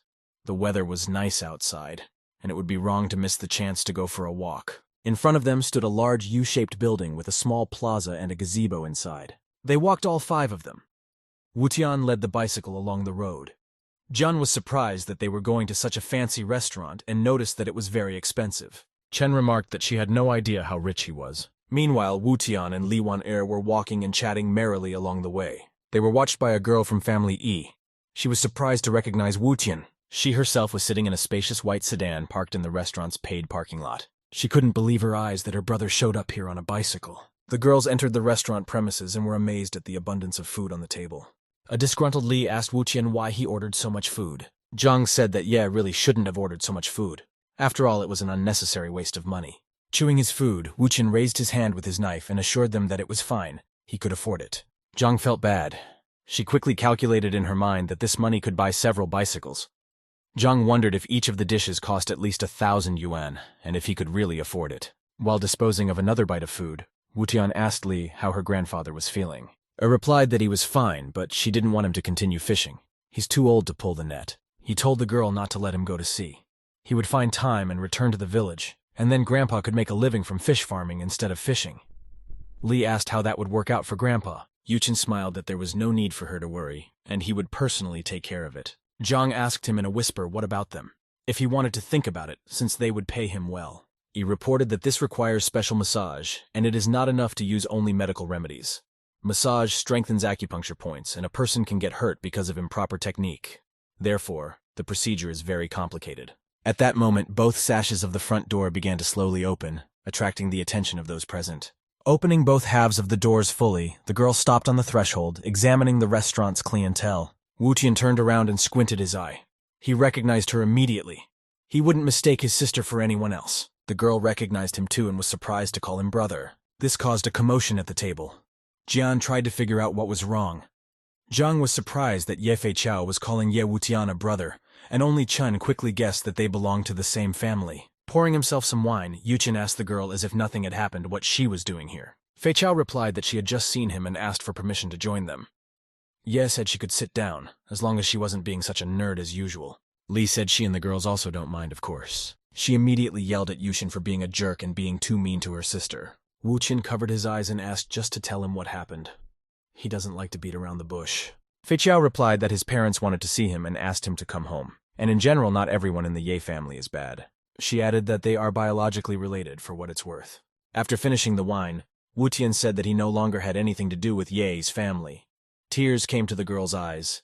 Ye coldly asked her to leave them alone and let them eat dinner. Feiqiao was astonished. She didn't expect this kind of behavior from her brother. Taking out her business card, the girl placed it on the table. She said that it was her number and Wu Tian could call her if she needed anything suddenly. Seeing that Ye didn't even turn to her, she resentfully said she was leaving. Li was surprised to see Feiqiao leaving the restaurant hall. Wu Tian leaned over his empty glass and empty plate in thought. He looked at Fei's business card. Her number was written on the back, only the first 3 digits, the rest encrypted. Wu Tian closed his eyes. It was a shame he had hurt the girl so much, but right now she would only be in his way. Walking out of the hall, Chow ran into some man.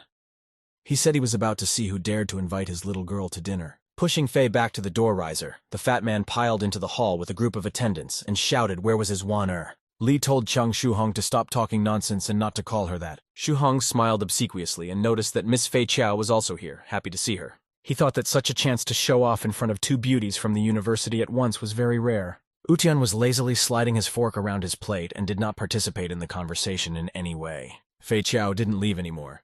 She stood there and looked at Shuhong attentively. Fatty told Wan-er that he had found out about her lunch, so he quickly put on his 46,000 yuan leather shoes and drove here in a 3 million yuan luxury car. Suddenly he turned to Uchan and shouted that he didn't know him or who he even was. Li resentfully replied that she didn't have to tell him anything at all. Yushin called security and asked them to throw that mud out.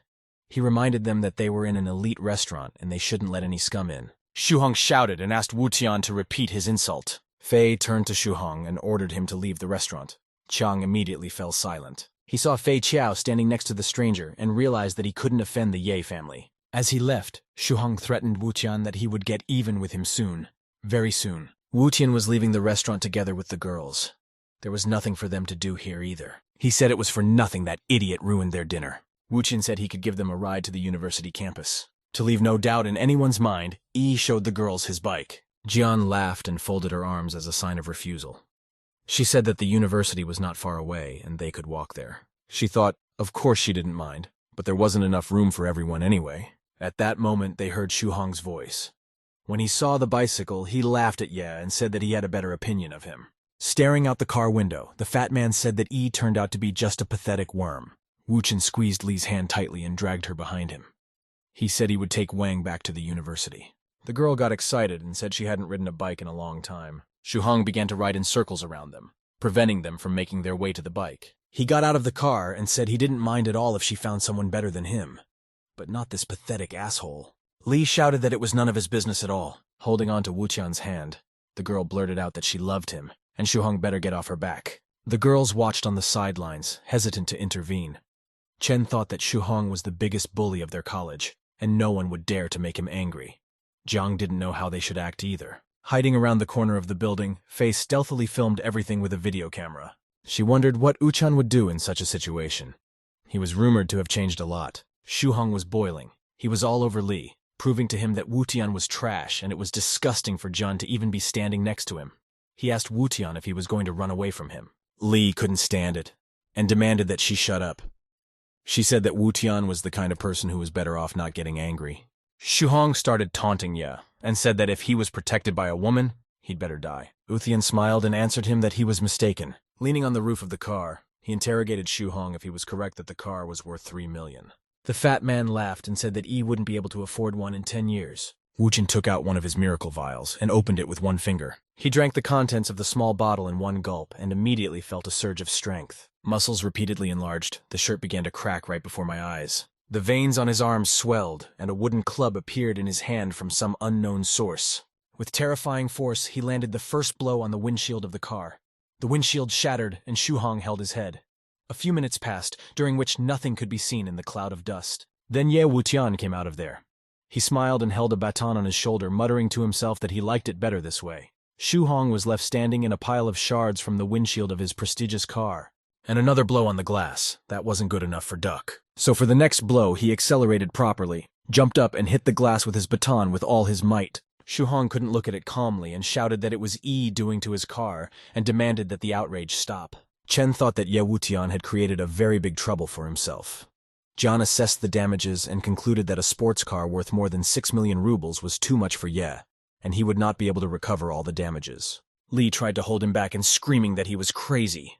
Asked E when he would stop already. Wuchen whispered in her ear that she didn't have to worry and he knew exactly what he was doing.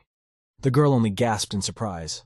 Wuchen took out and gave her the elite gold card. He asked her to come back quickly. Li Wan-er ran to the bank as fast as she could while Wuchen contemplated his destruction thoughtfully. Suddenly he threw away the baton and, as if remembering something important, said that he had forgotten that such cars are very strong and one blow is obviously not enough. Walking over to the car, Wuchen opened the car door and clicked the ignition switch. Immediately I shifted the gearbox, depressed the clutch and stood there, enjoying the rumble of the powerful engine. Immediately he pressed the gas pedal, locked it, and leaped out of the car with the speed of the wind. The car was rushing in a straight line, gaining speed faster and faster.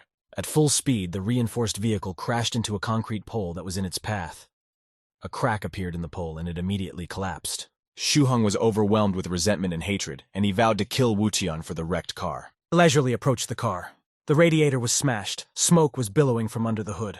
Wutian opened the door and sprawled out on the front seat, closing his eyes in bliss. He told Shuhong that he had wrecked his car and asked what the man was going to do. Hearing no response, Yi shook his opponent and repeated his question. Soon they were surrounded by gawkers, almost all of them filming the aftermath of the accident on their phones. One of them said he had never seen a luxury car dented before. Wutian and Shuhong stood near the wrecked car and shouted at each other. Someone in the crowd said the police had already been called and they would be here soon. Just a minute later, a police car pulled up next to it. With a slam of the car door, police officer Xiaomei jumped out of the car with a bullet. After running out of the car, she immediately went towards Ye Wutian as if she knew he was the culprit of the accident. She asked him what he had done again and told him that he couldn't do what he wanted just because of the opinion that the whole world was in his hands. Shuhong spat and demanded that Wutian be arrested immediately. He should be held accountable for the property damage and pay every penny of it. Xiaomei twirled the handcuffs on her finger and told Wutian that they were going to the station. But Ye wasn't going anywhere.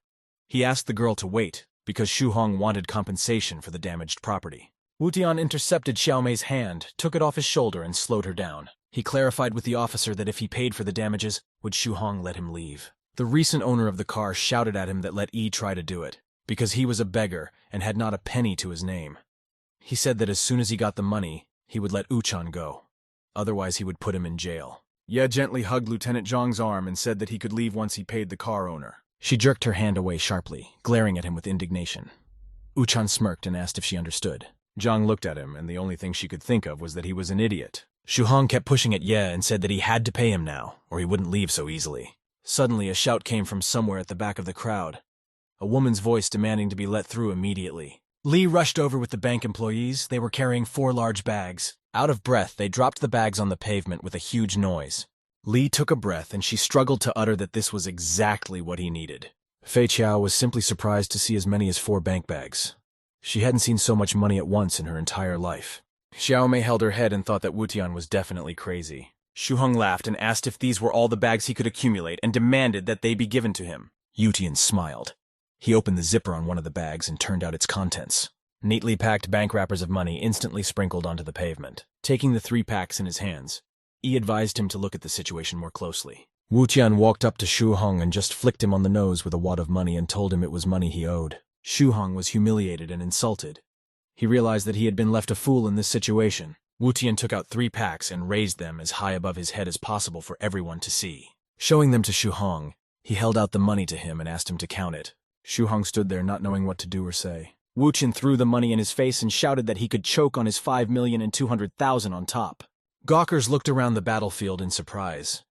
Wads of money were lying everywhere. One of the guys easily calculated that there were 10,000 yuan in one stack. The second one wondered how a person felt when a stack of money flew at him. The third one thought with envy that he would like that too. John opened her mouth in astonishment. She hadn't realized such wealth. Chen was a little sad. She said it was normal. After all, he belongs to the E. Of course he is rich.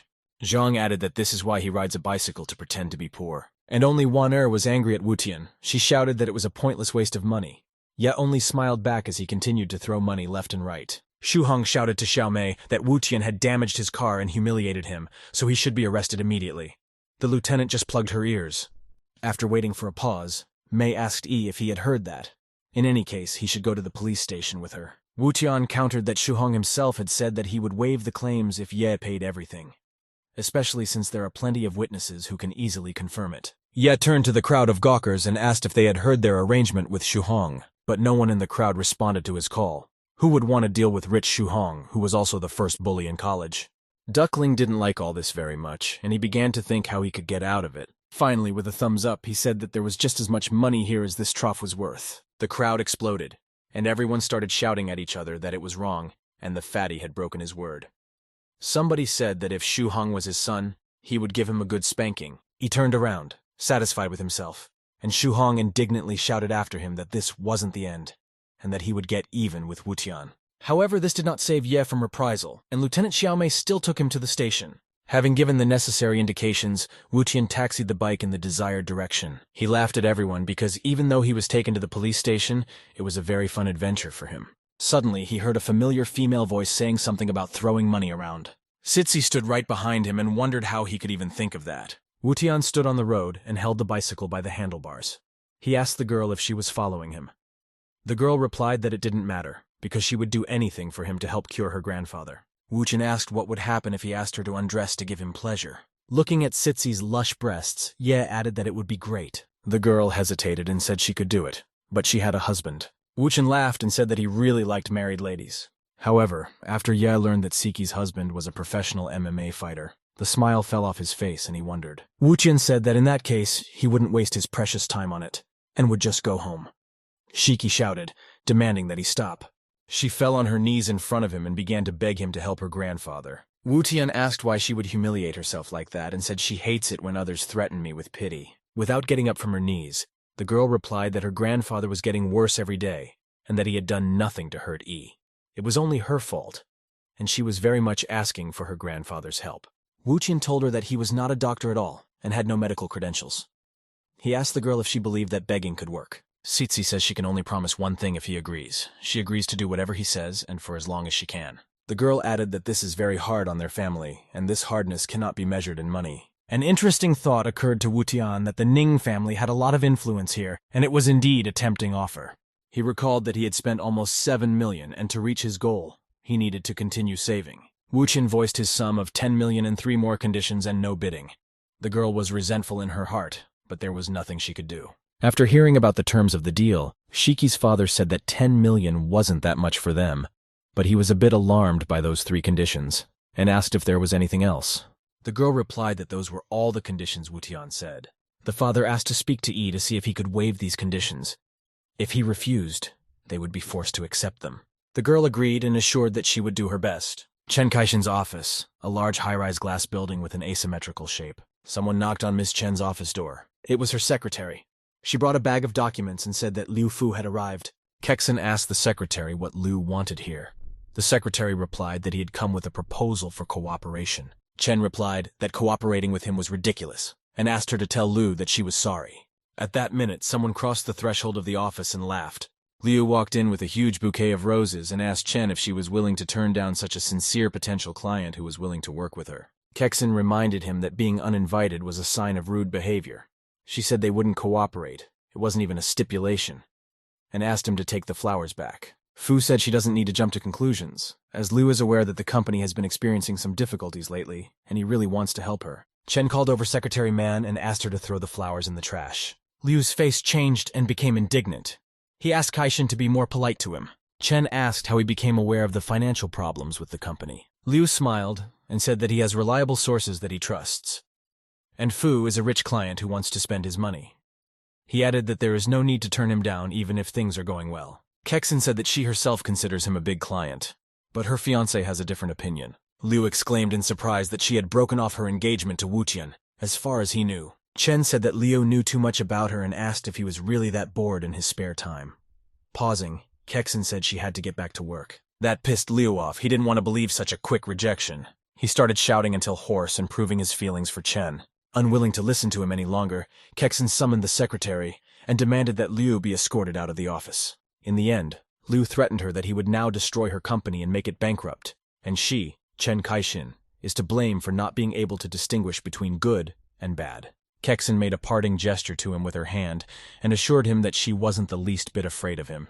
The enraged Liu turned around. He was very angry. It wasn't going to be nice. He slammed the door so hard that it was a miracle it didn't fly off its hinges. Zhou's faithful footman was waiting for him in the hallway. Smiling obligingly, he asked Liu to calm down and said that they could find another way out of the situation. The angered Liu showed the well-known gesture to everyone and shouted that he had spent a lot on such a big bouquet of roses, but it didn't work at all. They should have used those pills right away. Smiling, Zhou answered him that this was the correct conclusion. He himself thought about his master in a completely different way, that everything happens like this, precisely because he is just a disgusting person and does not know how to communicate with people normally. Liu asked Zhou if he had learned the whereabouts of that cretin. Zhou replied that Wu-tian lived in Tianxin district and clarified if the chief wanted to do it now. Liu hesitated for a moment. This way was too easy. He told Zhou he would do it a little differently. It was a sunny summer day in a large metropolis. Kaixin's office stood proudly among the other buildings, taking in more sunlight. The video footage clearly showed Ye Wu-tian throwing wads of money in the face of his abuser. It was a family viewing from the Fei Qiao camera at the Yi family's mountain villa. The patriarch thought about it and asked Fei Qiao if he could add anything to it. She exclaimed that her brother had changed a great deal and did not look like his old self. Guan melancholically said that Wu-tian was an idiot who wasted money. Grandpa asked Fei Qiao if she had any proof that Wu-tian had changed. She faltered and said she didn't have any hard evidence yet. Guang said what Fei meant was that Wu-tian had become even more insolent and laughed. Fei took offense at him. Turning to her mother, she told her that she sensed a change in her brother's behavior but could not prove it and asked her to believe her. His mother replied that in any case his grandfather would not accept him back into the family, whether he had changed or not. Fei turned to her father then and tried to talk to him at least. Tears came to her eyes from the resentment that no one believed her. The girl thought that she had to convince her grandfather to bring Utena back by any means necessary. A sunny day. Tianxin district. Wang Fengxi's house where Ye Wu-tian now lives. There was that awful rattling at the door again, as if someone was trying to blow them off their hinges. Wu-tian grudgingly fiddled. He had a sense of déjà vu. He shouted who was there, banging on the door. Standing outside the door was Siki. She looked at Ye carefully, as if she wanted to tell him something. Wu-tian opened the door and stared at her intently, as if asking why Shiki had come. A swarm of thoughts swirled in his head, and Wu-tian couldn't control them. Immediately, Yi walked back into the apartment and slammed the door behind him, leaving his guest in the hallway. She was taken aback by this attitude and took great offense to Wu-tian. Sitsi pulled out her pistol and took the safety off it, putting it in the fighting position. She began to quickly shoot the lock of the front door at point-blank range, and Wu-tian was very surprised. Now the girl could safely enter the apartment, which she did immediately. The muzzle of the gun was still smoking. Wu-tian sat with his back to her at this time and pondered, swaying back and forth. He turned to the girl and shouted that his door was in no way his fault and he shouldn't have shot at it. As proof, he showed her a very eloquent gesture, which in many cultures means non-cooperation. Sitsi put the gun away and said she just came to talk to him. Wu-tian didn't say a word. He only repeated his gesture. Smiling, he asked if Sitsi dared to undress and give him pleasure. The girl slowly took off her jacket and said he had to help her grandfather. Wu-tian yelled in panic that she must be joking. After all, they had already agreed on 3 conditions, and besides she has a husband, what would he say to this? Shiki said that it's already his problem. If he comes to Wu-tian, Ye will have to take care of himself. Smirking, Wu-tian told her to continue, and said that he hadn't promised her anything anyway. Sitsi protested angrily because they had agreed on everything. Wang Fengxi started yelling that he was letting himself go too much, and taking girls to her apartment was too much. She was amazed at what she saw. Wu-tian offered her a cool down, and said that not a word had been said about the girls. So why can't he bring them to the apartment? Ye said she had no right to say such a thing. Fancy yelled that he was being too rude, and it was her apartment in the first place. Wu-tian countered that he was paying her crazy money in rent, and she was restricting him. Wang said he shouldn't be so rude to her. After all, she had learned it from him. Shiki was trying to talk on the phone at the time. She turned to them and ordered them to shut up. then informed Wu Tian that she had bad news and bride Ye had been kidnapped. Wang Fangxi and Wu Tian interrogated Shiki in one voice if this was true. Wu Tian asked Shiki to tell him what had happened and where she was now. The girl asked why he wanted to know. She hinted that he wanted something from her. She smirked and said they were now in the same position. Wu Tian said she'd better not make him angry and looked at her angrily. Immediately, a hard kick to the body knocked him to the floor. Wu Tian sat on the floor, clutching his heart. Fancy stood beside him and sympathized with him, she thought, seeing this girl for the first time, and it's actually very cruel. Wu Tian started to get up from the floor and said he really disliked being beaten, especially by women. Siki laughed and said that she was directly relieved, and if Yi wanted to save her bride, let her save her grandfather first. Wu Tian began to loom over her and said with a threatening tone that Shiki had better tell her where Chen was right away. Otherwise, she would regret it very much. Fancy was fed up with this, and she stepped between them, demanding that the beating stop. But Sitsi was already on the move and realized with horror that she wouldn't be able to stop. And she kicked Fancy with her foot. Wang was able to block the kick at the last moment. Wu Tian looked at this with sad eyes. Now Wang Fangxi had also suffered because of him. Still, Fancy was very hurt and offended. Wu Tian put his arm around her shoulders and asked if she was okay. Wang replied that everything was fine, but it hurt a lot. An exasperated Wu Tian got up from the couch and said that he didn't like hitting girls, and Shiki should just apologize to Wang Fangxi and tell her where Chen Kaixin is. Then Ye will forgive her for last time. The girl said she wouldn't do that and crossed her arms over her chest. Suddenly she realized that something was happening to her, but she couldn't figure out what. As Wu Tian approached her, she had already knelt down exhaustedly. Sitsi strained to figure out what was going on here. At that time, Ye walked up to her and kicked her in the ribs. Shiki screamed in pain. Yu Chen looked at her with pity and said she could congratulate herself, for she was the first woman he had ever raised his hand to. Kneeling down and resting her hands on her knees to keep from falling, Siki shouted angrily and asked what he had done to her. Wu Tian looked at her carefully and asked where Chen Kaixin was now. Siki cried out in tears that as long as Ye didn't agree to her terms, he wouldn't know anything. Wu Shen smiled and said that he didn't think so. Ye took out one of his miracle packets and said that the girl from the Ning family was very fond of seducing men, and he wondered what she would tell him now. He added that this should be very interesting, and chemical vapors flew out of the torn bag and enveloped the girl. Sitsi wondered if he was trying to intimidate her that way. She was getting stuffy. Fancy replied to her that Yushin doesn't bully. He just does whatever it takes to get what he wants. At this time, Shiki was kneeling under the influence of the drug. She began to realize the meaning of Fancy's words, and she looked at Ye angrily with threat in her eyes. But immediately her eyes dimmed and something began to happen to her. Sitsi was thrown from hot to cold. She was gradually losing control of her body. Feeling a sudden rush of passion, the girl screamed and asked Yi what he had done to her. Wu Tian looked at her with pity and asked her to tell him where Chen Kaixin was now, and added that if anything bad happened to her, the Ning family would regret it greatly. Only now did Sitsi realize that this guy wasn't that simple and was now completely serious. Wu Tian suddenly softened and said that he was willing to change the previous 3 conditions into 2. The girl was only required to tell him where Chen Kaixin was. Weary of desire, Sitsi said that she had already sent her men. They would rescue his bride. Soon they arrived at an old abandoned factory. It was already overgrown with grass. They walked through the old empty workshops. Nothing had been produced for a long time. Centuries of dust crackled beneath their feet. When they entered one of the rooms, they saw Liu. He was on his knees in his underwear, his hands and feet bound. His mouth was covered with plaster. The guards were standing on either side of him. Chen Kaixin was sitting under the wall in one of the rooms with her head down on her knees. She no longer believed in her salvation. Suddenly someone walked up to her and gently lifted her head. It was Ye Wu Tian. As if appearing out of nowhere, he asked if she was all right. Chen thought she was dreaming at first and couldn't believe her eyes. Tears came to her eyes, and she began to cry at once, both from the offense and from happiness that it was all over. Throwing herself on Wu Tian's neck, Kexin finally cried and started telling Liu all about how he had kidnapped and hurt her. Wu Tian asked her to calm down and told her that he was there for her. Everything will be fine now. He added that she shouldn't cry, or her beautiful eyes would swell up. Kaixin asked in surprise if Ye cared about her. Wu Tian didn't say anything. His actions were more eloquent than any words. Chen asked how he knew about her and why he was in this place. Yu Chen smiled and said it was a very long story and asked him to wait for him outside. He had unfinished business here. Chen grabbed his hand and wouldn't let go. She kept saying she was scared. Wu Tian smiled and said it wouldn't take long. Shiki came to the rescue, took Chen with her, and returned alone after a while.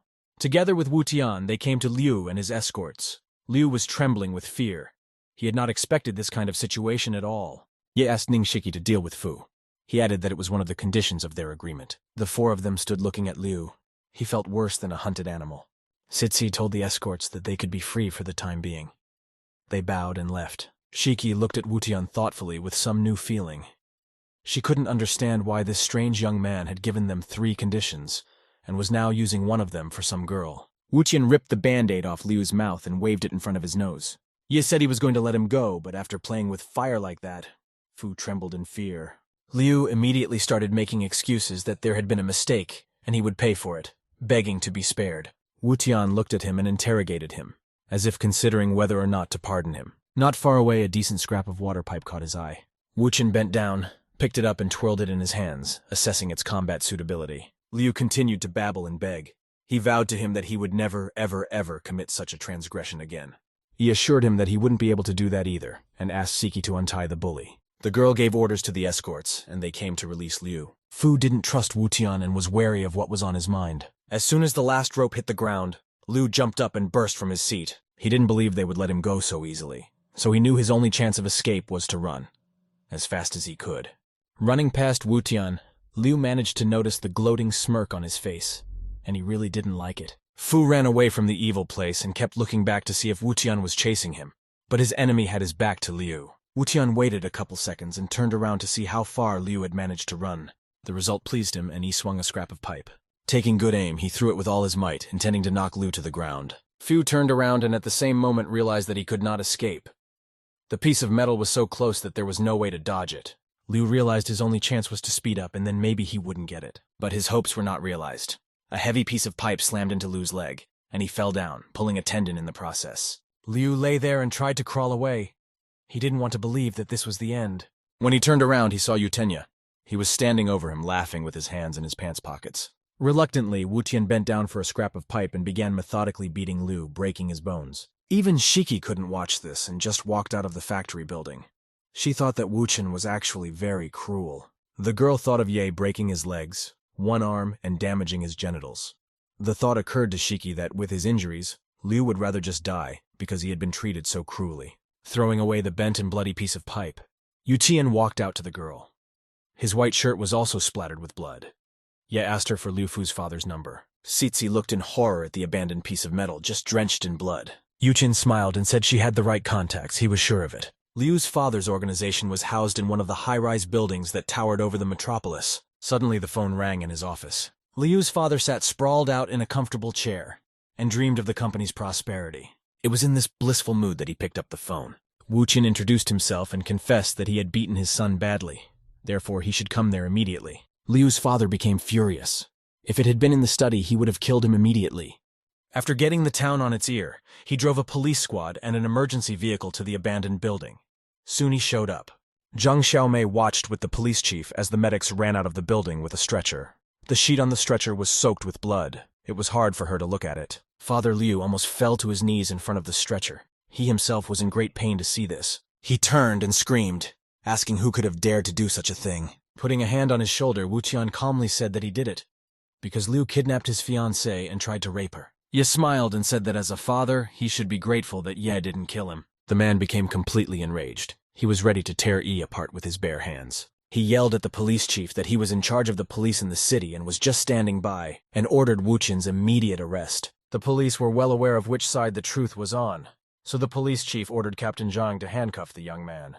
Xiaomei walked up to Ye and half-heartedly began to tell him off, that she had asked him to stop, that he should have behaved with more restraint, and what had come of it all. Strangely enough, this time Wutian didn't resist. He just put his hands up and said that there was nothing to stare at. He would go to the police station with her.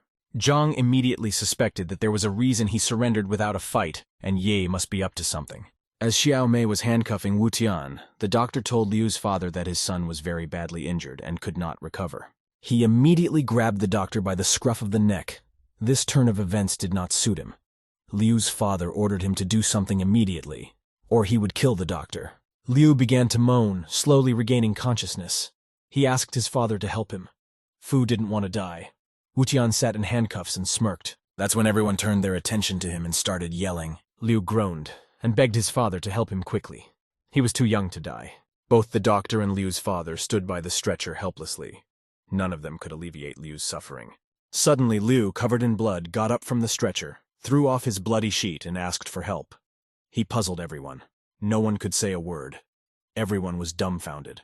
Zhang Xiaomei freaked out and climbed onto Wu Tian's neck, yelling that Liu had turned into a zombie. Liu's father was even more frightened and hysterically asked everyone around him what had happened to his son. The doctor was amazed. He reported that Liu's legs were broken and there was no way he would be able to stand up. Father Liu summoned all the doctors and orderlies and asked them to do something. Xiaomei still sat on Ye's neck and clung to his hair. Wu Tian asked if it was true what they said about Mr. Liu being rich. Finally, everyone sorted out the situation, and Wu Tian and Chen left the city's industrial zone together. Ye decided to move Kexin to Fangji's apartment, which was in Tianshan district. Chen was still not well. She needed constant care, so Wu Tian spoon-fed her and gave her the right formula. He said that she should take a mixture, and Chen would feel better immediately. She just needed to get a good rest, and everything would be fine. Kexin tried her best to smile, but she only managed to smirk. She thanked Wu Tian, her eyes just glowing with happiness. Chen managed to fall asleep. Wu Tian remained seated on the stool beside the bed in case she needed anything. He sat beside the bed and held a cup of medicine in his hand, guarding Chen's sleep. Kexin was sleeping serenely. She was finally able to relax. Duckling began to slowly get up from his chair so as not to wake her up with any accidental noise. Some sound came from behind, and Yi was alert. Someone gently tugged him from behind by his shirt. Wu Tian didn't even turn around. He realized it was Siki. She stood under the wall and watched Wu Tian's procedures. The girl said that Kaishin trusted him. Wu Tian absent-mindedly agreed with her, thinking about something of his own. He remained silent for a while. Yi finally thanked Sitsi without turning around. Siki was surprised. She had never seen such a display of care and warmth in Uchian before. She felt sad for some reason. Wu Tian said he would visit Shiki's grandfather and he wouldn't die, not forgetting to add that the price was the same. The girl said that he had just cheated Liu Kongyu out of 10 million, and Ye shouldn't hope that he could just take the money and walk away with impunity. Wu Tian smirked, and corrected her that he was the one who wouldn't let him go so easily. After all, he had kept Liu Fu alive not to give him another chance, but to make his life a living hell. Shiki was very surprised, for she thought Uchan had done all this for money. Yuken replied to her that it wasn't just for money, and once he reached his goal, it would no longer be a matter of money. 3 hours later, Chen Kaishin began to show signs of life. Her eyelashes fluttered. Chen opened her eyes to get used to the daylight, then closed them again. Finally, she opened her eyes again, and it was as if she had begun to live again, looking at everything around her. Wuqian was sitting right there on the chair beside her, and Chen tugged at Ye's shirt. It was as if she wanted to make sure that Wuqian was real and hadn't disappeared anywhere like a ghost. Something was bothering her. The girl fidgeted in different directions. Finally, Kexin, frightened by something, asked him how long she had slept. Wuqian replied that she had slept for 3 hours. He asked if Chen was hungry and said he had prepared a couple of dishes for her. She needs to eat a little. Kexin was surprised that Wuqian knew how to cook.